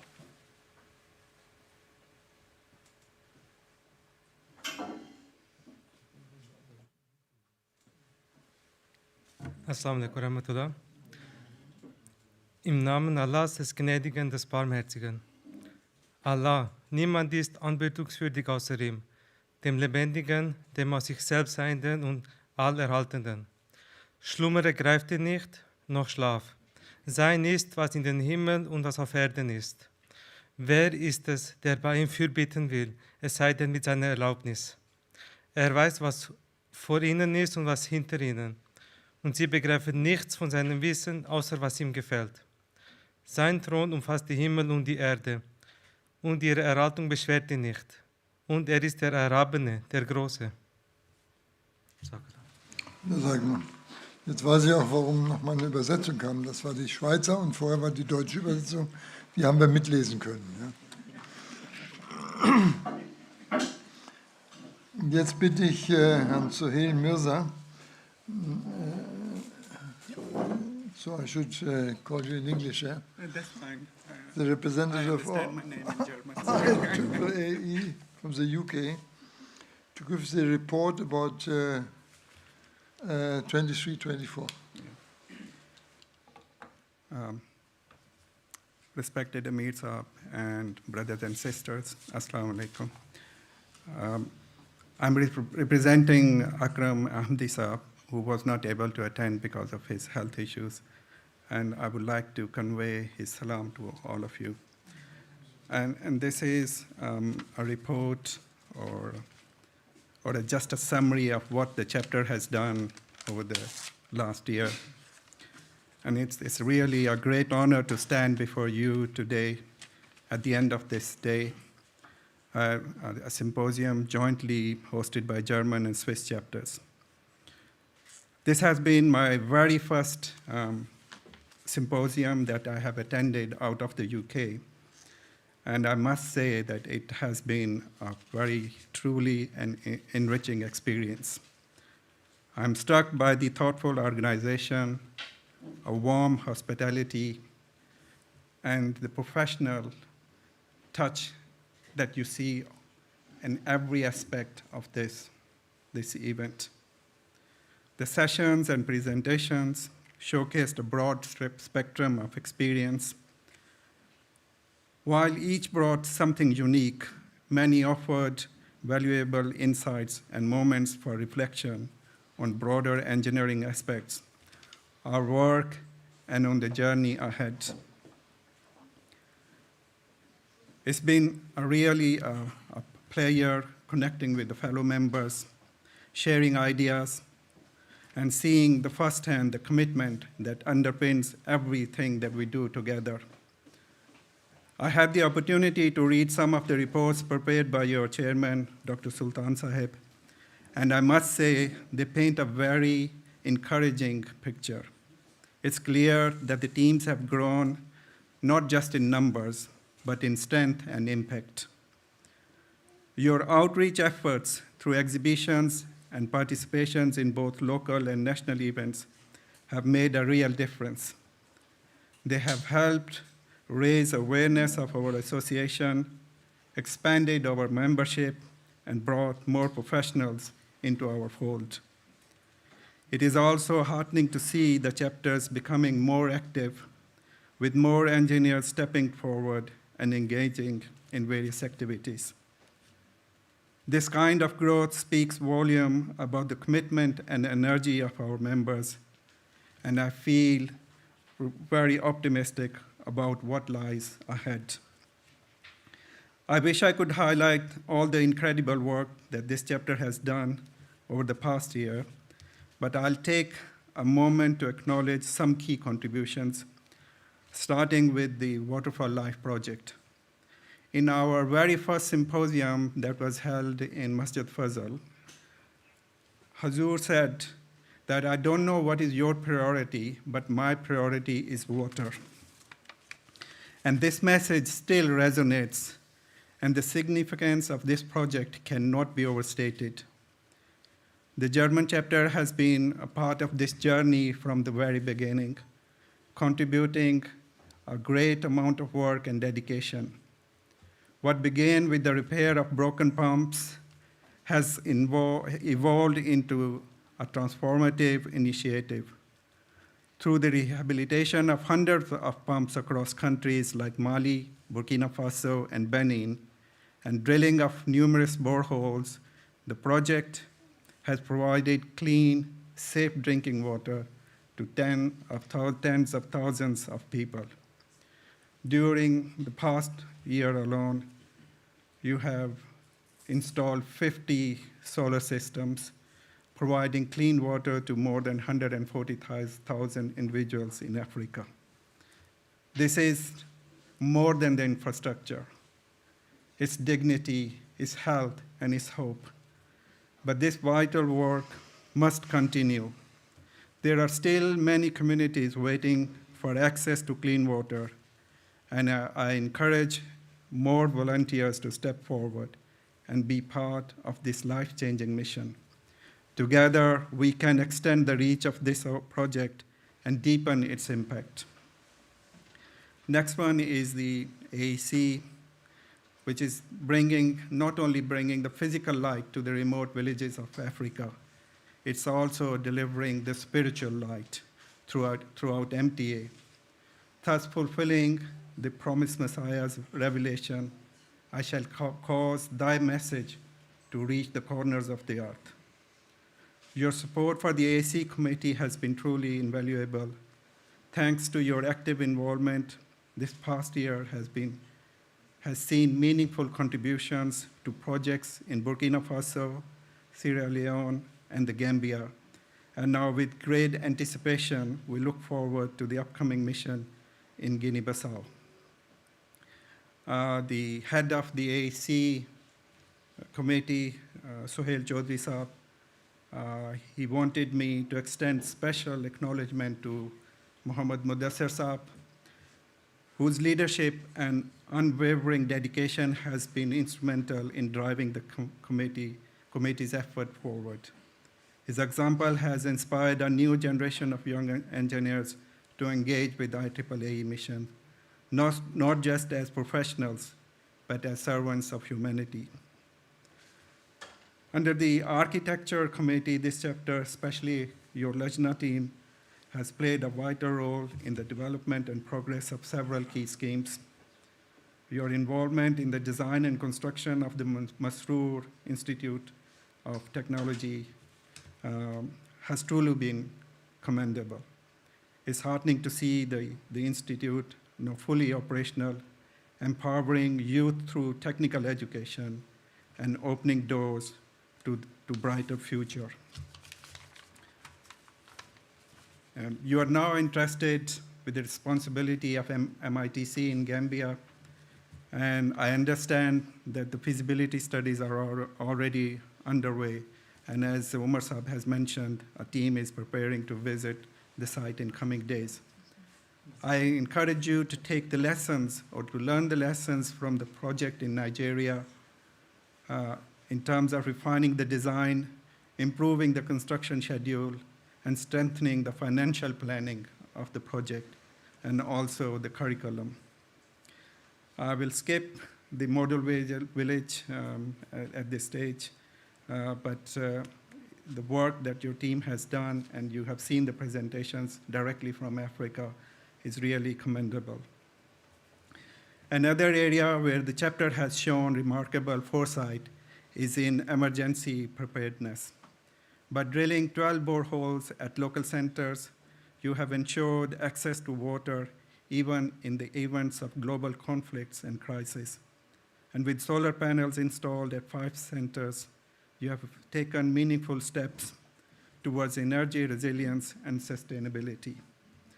This proactive approach reflects not only strategic thinking, but a deep sense of responsibility for the well-being of our community, planning not just for today, but for the challenges of tomorrow. I would like to take the opportunity to thank Amir Sahab, whose trust and encouragement has empowered young engineers to take this vital work on. His support has been instrumental in turning a vision into action. Last but not least, on the financial front, the chapter has successfully integrated into the fund collection system of the Jamaat, again with the help and support for Amir Saab, and we would like to extend the thanks from the Central Committee for Amir Saab's support. Your trust and encouragement has empowered young engineers to take this responsibility. I believe the efforts are also underway to register the organization as a charity in Germany, a significant step that will strengthen the foundation and open new avenues for support. Fundraising from the local Jamaat for the Guinea-Bissau Model Village has, I believe, is also been undertaken, and that reflects initiative and strong community spirit. Responsibility has also been given to raise funds for the MITC project, and this task carries great importance. And I would encourage you to continue exploring different ways of raising funds in consultation with the Central Executive Committee in UK, whether through local campaigns, partnerships, or support from individuals like Anwar Saab, who was unfortunately not able to attend today's symposium. So the individuals can help you to get in touch with the external organizations like UNO or the other organizations which can help you to raise funds. These funds are not just numbers. They are lifeline for the projects that transform lives and uplift communities. As I come to the end of my remarks, I would also like to request the Swiss chapter, although this was a combined symposium by German and the Swiss team, I would like you to be more active, have more of your volunteers working in coordination with the German chapter and take part in other projects also, please. And I would like to leave you with a simple message that let's carry this momentum forward. Let's continue to strengthen our bonds, support one another, and serve humanity with excellence and humility. May Allah bless all your efforts and grant success to our future endeavors. Jazakallah. Thank you. Jazakallah. Thank you very much to see Mr. Saab.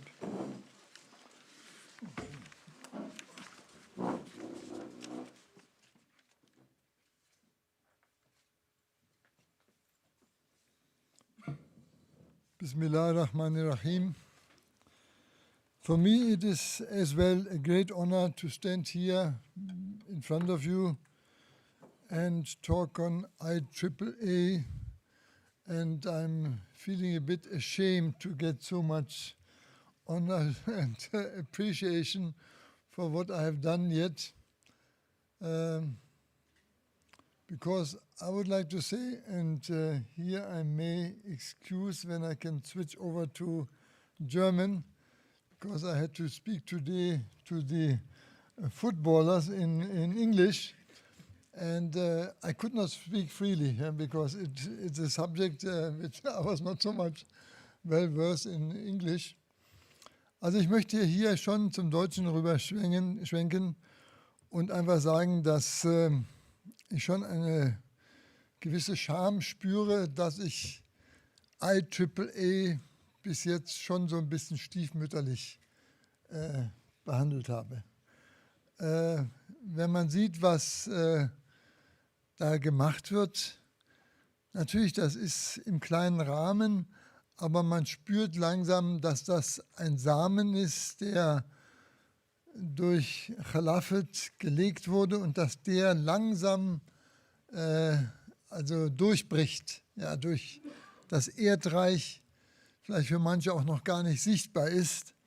Aber da entwickelt sich etwas, was wie vieles in der Jamaat zum Großen geboren ist. Und je früher man das erkennt, desto mehr hat man die Möglichkeit, von diesen Segnungen etwas zu erhalten, teilzuhaben an diesen Segnungen. Also in den letzten Jahren fällt auf, dass wirklich diese Prophezeiung des verheißenen Messias, a.s., dass Ahmadis die zukünftigen Weltmeister sein werden, dass das langsam Gestalt annimmt. Ja, das war ja für viele einfach klar eine Prophezeiung, aber wo? Also das ist schon eine sehr große Prophezeiung. Aber wenn man sieht, gerade wir können das ja hier für Deutschland jetzt sehen, wie viel wir an jungen Leuten haben, die jetzt sogar schon aus Khuddam Ahmadiyya rauskommen und in die 40er Jahre, in die wichtigen, also ganz produktiven Jahre hineingehen, wenn man sieht, wie viele davon hochqualifiziert sind. Und ich bin immer wieder erstaunt, was wir da auch für ein Feedback bekommen, wenn wir in der Öffentlichkeit, also in der Nicht-Ahmadiyya-Öffentlichkeit darüber sprechen, als Repräsentanten des Islams, dass man da schon erstaunt ist, was sich da entwickelt hat, aus dem Nichts. Ja. Da sind Flüchtlinge gekommen nach Deutschland, vor 40, 50 Jahren hat das angefangen. Und wir müssen das schon sagen, die Familien, die also ihre Kinder gut erzogen hatten und da auch die Voraussetzungen dazu hatten, sind ja nach England oder nach Amerika oder nach Kanada gegangen und nicht alle sind nach Deutschland gegangen. Aber das hat dem Ganzen nicht geschadet, ganz im Gegenteil. Wir haben es hier erlebt, dass durch die Gnade Allahs, also in der zweiten Generation schon die ersten klaren Früchte zu erkennen waren, sogar in der ersten Generation.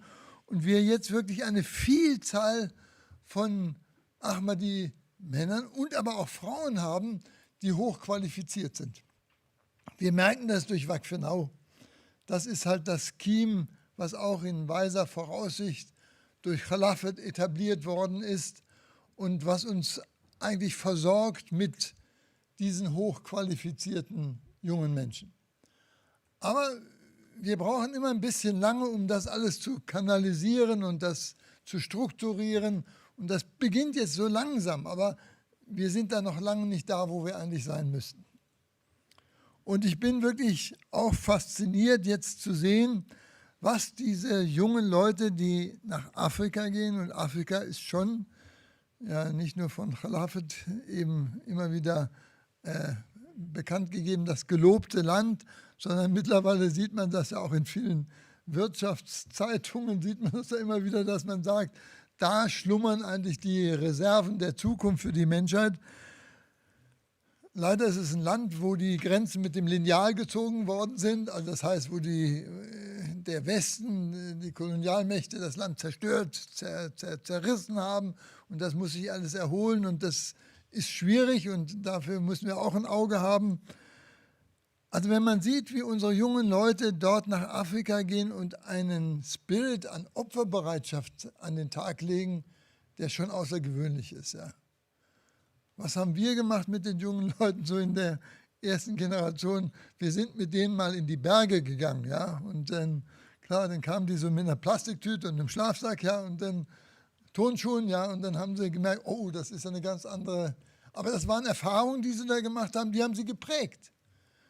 Heute gehen die jungen Leute oder können die Leute und sollten die Leute, und wir müssen das wirklich also organisieren, dass viele, vielleicht alle diese Erfahrungen machen, gehen nach Afrika und machen dort für sich, für ihr eigenes Leben Erfahrungen, die sie nie mehr vergessen werden und die sie prägen werden.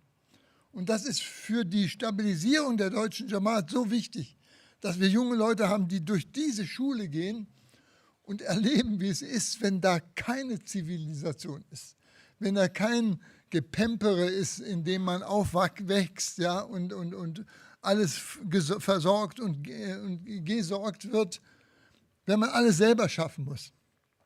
Und da sehe ich wirklich eine große Chance, dass wir in unserer Entwicklung, auch was Tabir, was Spiritualität, alles ist da also drinnen zu erleben. Das müssen wir aus eigenem Interesse, ja, um unsere Energien voranzubringen, fördern und vielleicht noch intensiver machen und vielleicht sogar per Order Mufti bestimmte Phasen machen, wo man nicht dran vorbeikommt. Ja. Aber dann muss IEEE auch bereit sein, dann in der Lage zu sein, diese Ströme, die dann kommen, dann auch zu übernehmen und zu kanalisieren. Ja. Und also man kann das ja machen. Das sind ja, was uns unser Bruder gesagt hat, als er die Villages, die Model Villages vorgestellt hat. Das sind ja Pioniere, die da hingehen, ja?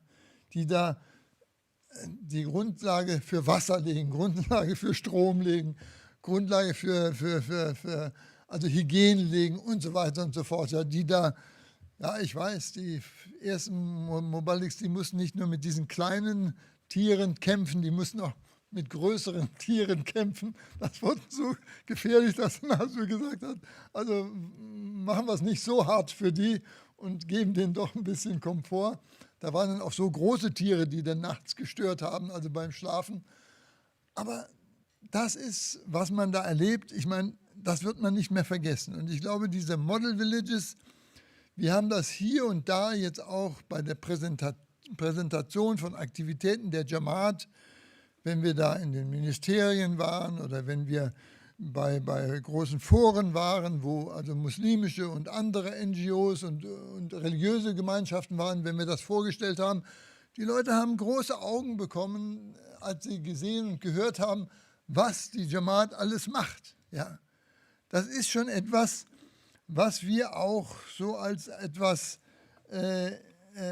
nutzen müssen, was uns eben auch so einen besonderen Status verleiht. Ja? Das ist halt so, dass islamische Organisationen erstmal ein riesiges Imageproblem haben im Westen. Und durch diese Arbeit, die wir dort leisten und natürlich auch durch die Dauerarbeit, die wir für den Frieden in Deutschland leisten, wird das mittlerweile eben auch von uns ernst genommen, was wir da machen. Das wird akzeptiert als etwas, was in anderen Jugendverbänden so in dem Ausmaß, in der Intensität nicht vorgenommen wird.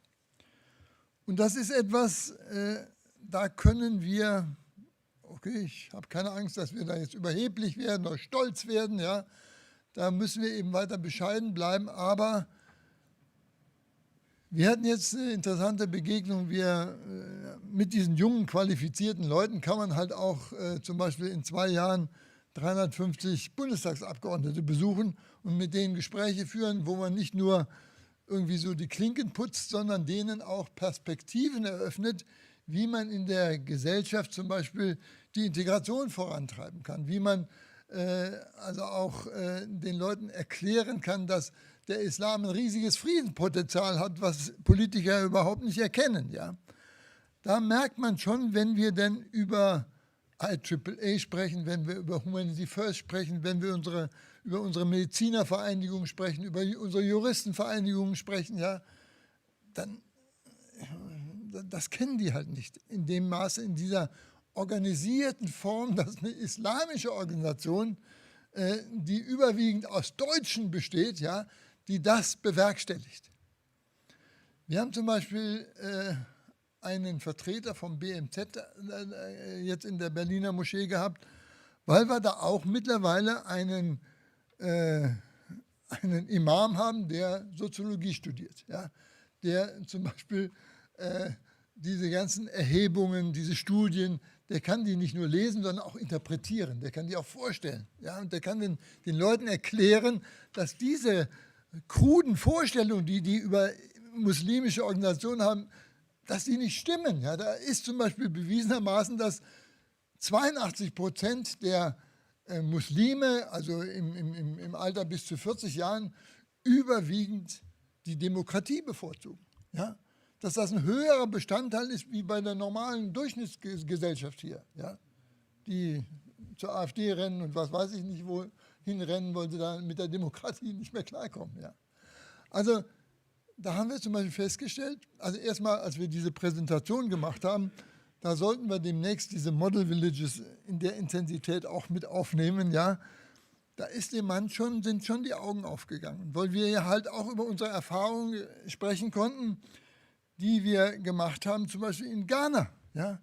Da hat man ja gesehen, wie die Entwicklungshilfe eingesetzt wird in Krankenhäusern, wo völlig falsch investiert wird, wo Gelder zum Fenster rausgeschmissen werden, ja. Interessanterweise hat der Mann natürlich auch gesagt, das ist jemand, der seit 20 Jahren da arbeitet, also mit Herz und Blut dabei ist. Natürlich machen wir das nicht.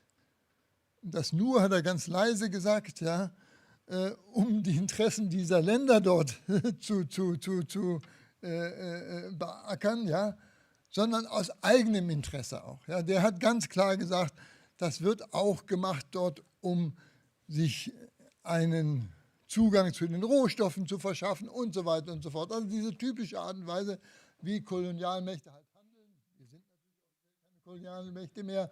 Aber natürlich geht man da eben an die Rohstoffe, an die Kontrolle dieser Länder. Man verschuldet die. Und ich brauche diese ganzen Geschichten jetzt hier nicht zu erzählen. Aber ich habe ihn dann mal gefragt, haben Sie denn noch eine Hoffnung, dass sich das verbessern kann? Und dann hat er auf uns gesagt, ja klar gibt es Hoffnungen. Ja, und er hat uns da gesehen. Ja. Und das Interessante war, in diesem Ministerium arbeitet mittlerweile sogar ein Ahmadi im Stab der Ministerin. Ja. Und der hat sich dort einfach auch Hasurek, das hat gesagt, geht auch in die Behörden. Ja. Ich weiß noch, 4. Kalif hat gesagt, werdet keine Politiker, werdet Berater von Politikern. Ja. Da habt ihr viel mehr Einfluss, viel mehr Macht eigentlich. Ihr beratet die Ministerin, was sie machen soll, was sie entscheiden soll, ja, was sie befürworten soll und so weiter und so fort. Und da ist natürlich auch wichtig, dass wir auch in diese Ministerien reinkommen, mit diesem Know-how, was wir haben, mit dem Zugang zur Bevölkerung, zur hiesigen Bevölkerung eben auch. Und das ist unsere Stärke, dass wir in 200 Ländern mittlerweile zu Hause sind. Nicht überall so etabliert wie an der Elfenbeinküste. Ja? Aber da, als ich ihm gesagt habe, damals, wenn unser Kalif nach Ghana kam, wurde er vom Staatspräsident empfangen. Ja? Oder unser leitender Imam hat einen Zugang direkt zum Bildungsministerium. Ja? Und das sind unsere Zukunftsvisionen auch, dass wir mit unserem Know-how, was wir uns vom Grassroot-Level an aufbauen, ja, und das sieht man ja, dass das immer mehr Formen annimmt, immer mehr Strukturen annimmt, ja, dass das eben etwas ist, was dann auch einer Politik zur Verfügung gestellt wird, die wieder den Menschen in den Mittelpunkt stellt und nicht den Profit oder irgendwelche anderen Interessen, die im Moment eine große Rolle noch spielen. Also ich finde, es ist wichtig, dass wir mit all unseren Institutionen, die wir jetzt aufbauen, durch die Leitung des Kalifats, durch die ganzen Jahre und Jahrzehnte, die wir also da schon erlebt haben, dass wir da auch eben die Vision eben nicht aus dem Auge verlieren, wo wir hinwollen, aber auch versuchen, mehr von unseren Altersgenossen in diese Gruppierungen hineinzubekommen. Ja. Bleiben Sie nicht privilegiert ja, in IAAE, nehmen Sie alle anderen mit, ja, angefangen von Ihren Kindern. Aber natürlich müssen wir gucken, dass wir die vielen Qualifizierten, viele von denen, das muss man auch sagen, haben auch hier und da so ein bisschen so den Draht zur Jamaat auch hier und da schon verloren, weil sie vielleicht auch mal brüskiert worden sind oder mal schlechte Erfahrungen gemacht haben mit Amtsinhabern, die halt vielleicht so ein bisschen narrow-minded sind und die nicht also diesen großen Überblick haben, ja, die nicht sehen, was für Ressourcen also in ihrer Jamaat sind, ja, die nur ihr Alter sehen und nicht, dass eben auch jüngere Leute eben Qualifikationen haben, die wir brauchen in der Jamaat. Sie kennen diese Geschichten. Also wir müssen da Brücken bauen Und mit den Erfahrungen, die wir da in Afrika machen, das macht natürlich Lust, da auch mal hinzugehen wieder. Also Ghana ist ja irgendwie, das ist da kann man ja nicht richtig Afrika erleben. Da wird man ja auch schon gepampert. Ja. Also da ist man ja auch schon im sicheren, abgesicherten Raum, bewegt man sich da. Aber da würde ich mir auch noch mal vorstellen, dass es machbar sein kann. Wir haben das mal angesprochen, dass diese Klinik, die Abdul Wahab Sab, unser geehrter langjähriger National Amir von Ghana, der Verstorbene, der damals mit uns zusammen dieses Grundstück ausgesucht hat, das wurde auch gekauft, da gibt es jetzt, glaube ich, einen Rechtsstreit. Wir sollten das auch wiederbeleben und da wirklich diese Zahnklinik aufbauen. Das war damals auch so ein Modelprojekt, ja. Das wäre ja auch etwas, was noch also architektonisch gemacht wird. Wenn das ein Land nicht schafft, können es ja 2, 3 Länder schaffen. Also wir könnten da schon, glaube ich, Herr Sürek, das auch etwas vorlegen. Und Fonds, also Gelder, Entschuldigung, sind, glaube ich, nicht so das große Problem. Ich will da nicht alles verraten, aber wir haben im Moment so ein, man sagt ja manchmal so ein Stau. Wir haben so einen Stau, da ist zu wenig ausgegeben worden. Also so einen Stau haben wir im Moment, ja. Also da sind Gelder da. Machen Sie mehr solche Projekte, die, ich habe ja gesehen, wie Sie das machen, wie Sie das analysieren, dass Sie erst dann investieren, wenn Sie eine gewisse Sicherheit haben. Also ich würde mich da freuen, wenn wir da noch mehr dieser Model Villages bekommen und vielleicht noch andere Sachen. Also ich glaube nicht, dass es am Geld scheitert, wenn so die Cashflow-Probleme behoben sind. Dann wird das also auch eine Sache sein, die machbar ist. Ich glaube, mehr gibt es nicht zu sagen. Also ich sage es nochmal zum Schluss. Ich habe IAAE ein bisschen stiefmütterlich behandelt. Ja. Erinnern Sie mich daran, dass ich das auch zugegeben habe, ja, und dass ich da in Zukunft mehr tun muss.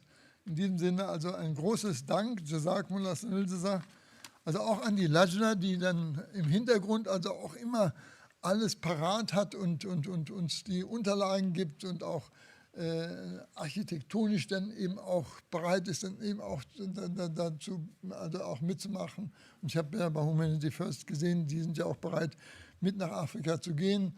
Also an Sie alle ein großes Lob und auch ein Dank an unsere Brüder, die aus UK gekommen sind, die aus Holland gekommen sind, aus der Schweiz gekommen sind. Ein anderes Land noch dabei heute? Nur die beiden Länder. Also auch von mir hier, Jazakumullah Khairan, weiterhin auf eine sehr gute Zusammenarbeit, inshallah. Jazakumullah.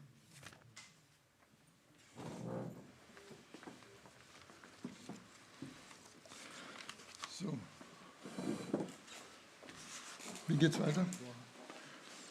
Dann würde ich Sie bitten, also mit mir zusammen also auch Dua zu machen und dafür zu beten, dass let's pray that we may fulfill the great expectation of Hazrat Khalifatul Masih, may Allah be his helper, who is always guiding us, that we are able to put into practice and to join together behind the Khalifa to fight in future the Dajjal even in Africa and elsewhere. Inshallah. Dua.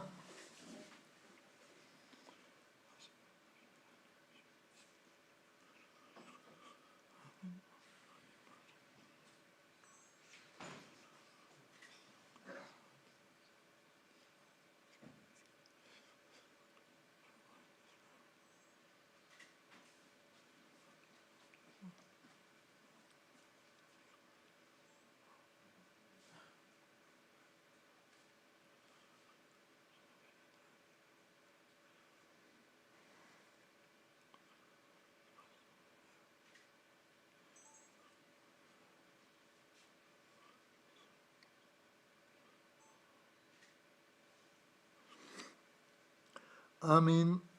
And Mubaraku from my side to everybody. Yeah. Thank you, Mirza. Okay.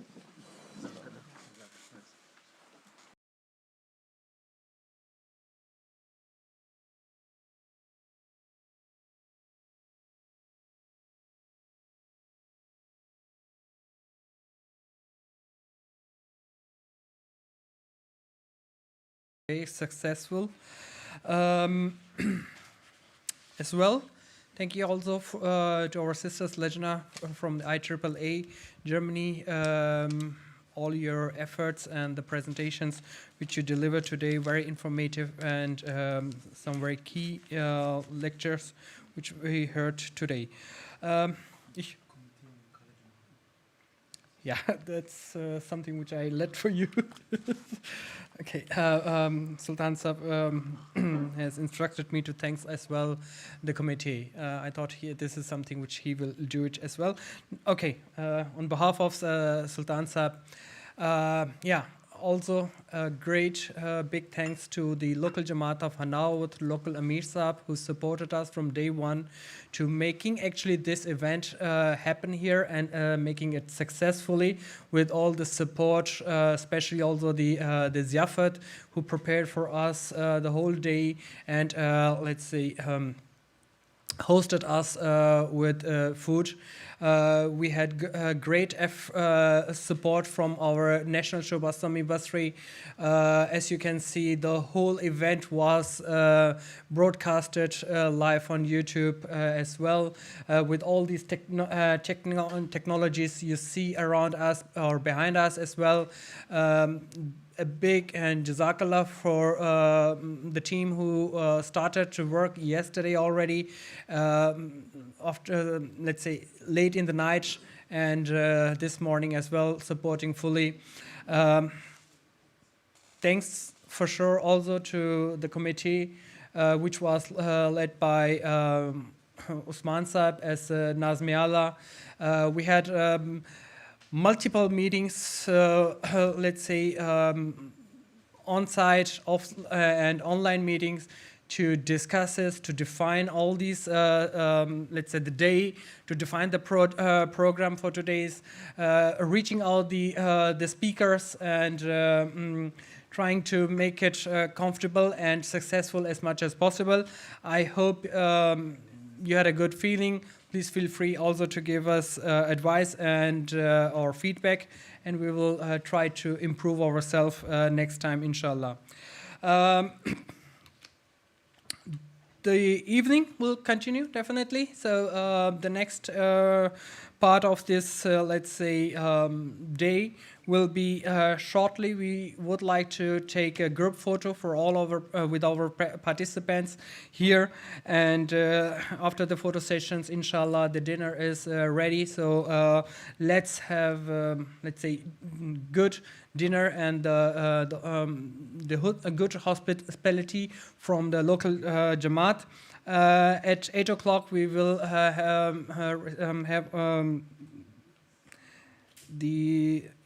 sorry. So at 8 o'clock, the namaz in Maghrib and Isha will be held, and 8:30 is a special sessions planned with our missionary in charge of Mubarak Ahmed Tanveer, who is going to join us as well in shortly. It's open discussion, so feel free to ask him. Share your, let's say, experience with him. I'm sure it will. He will also share his experience during his, let's say, responsibilities as a missionary and now as well as a missionary in charge. So that was. It's there is no specific topic we have defined so far. I understood. Okay, that's the topic will be Taluk Billah, so the connections to God, and it will be open discussions or shortly for those who will join us tomorrow to our trip. Those who will stay overnight in Bet Sabu. The Fajr prayer is around 7 o'clock. The exact timing is displayed in Bet Sabu. At 8 o'clock, we will have breakfast. According to the schedule, at 9 o'clock, we would like to depart for the to Rüdesheim, arriving almost 10 o'clock, depending on the traffic. Hopefully, it's everything fine. And we will have a trip to Rüdesheim, which is a very nice location. At 1, we will have our lunch, namaz, zohar, asr, and at 3 o'clock, all our brothers and participants will take their way home then. I heard you are going to make a triathlon. Next time, inshallah. No. You will make a triathlon. You will make a lift, yeah. walk, and ship. Okay, good. Yeah, but next time maybe we should really involve at the triathlon some physical activities as well. Good.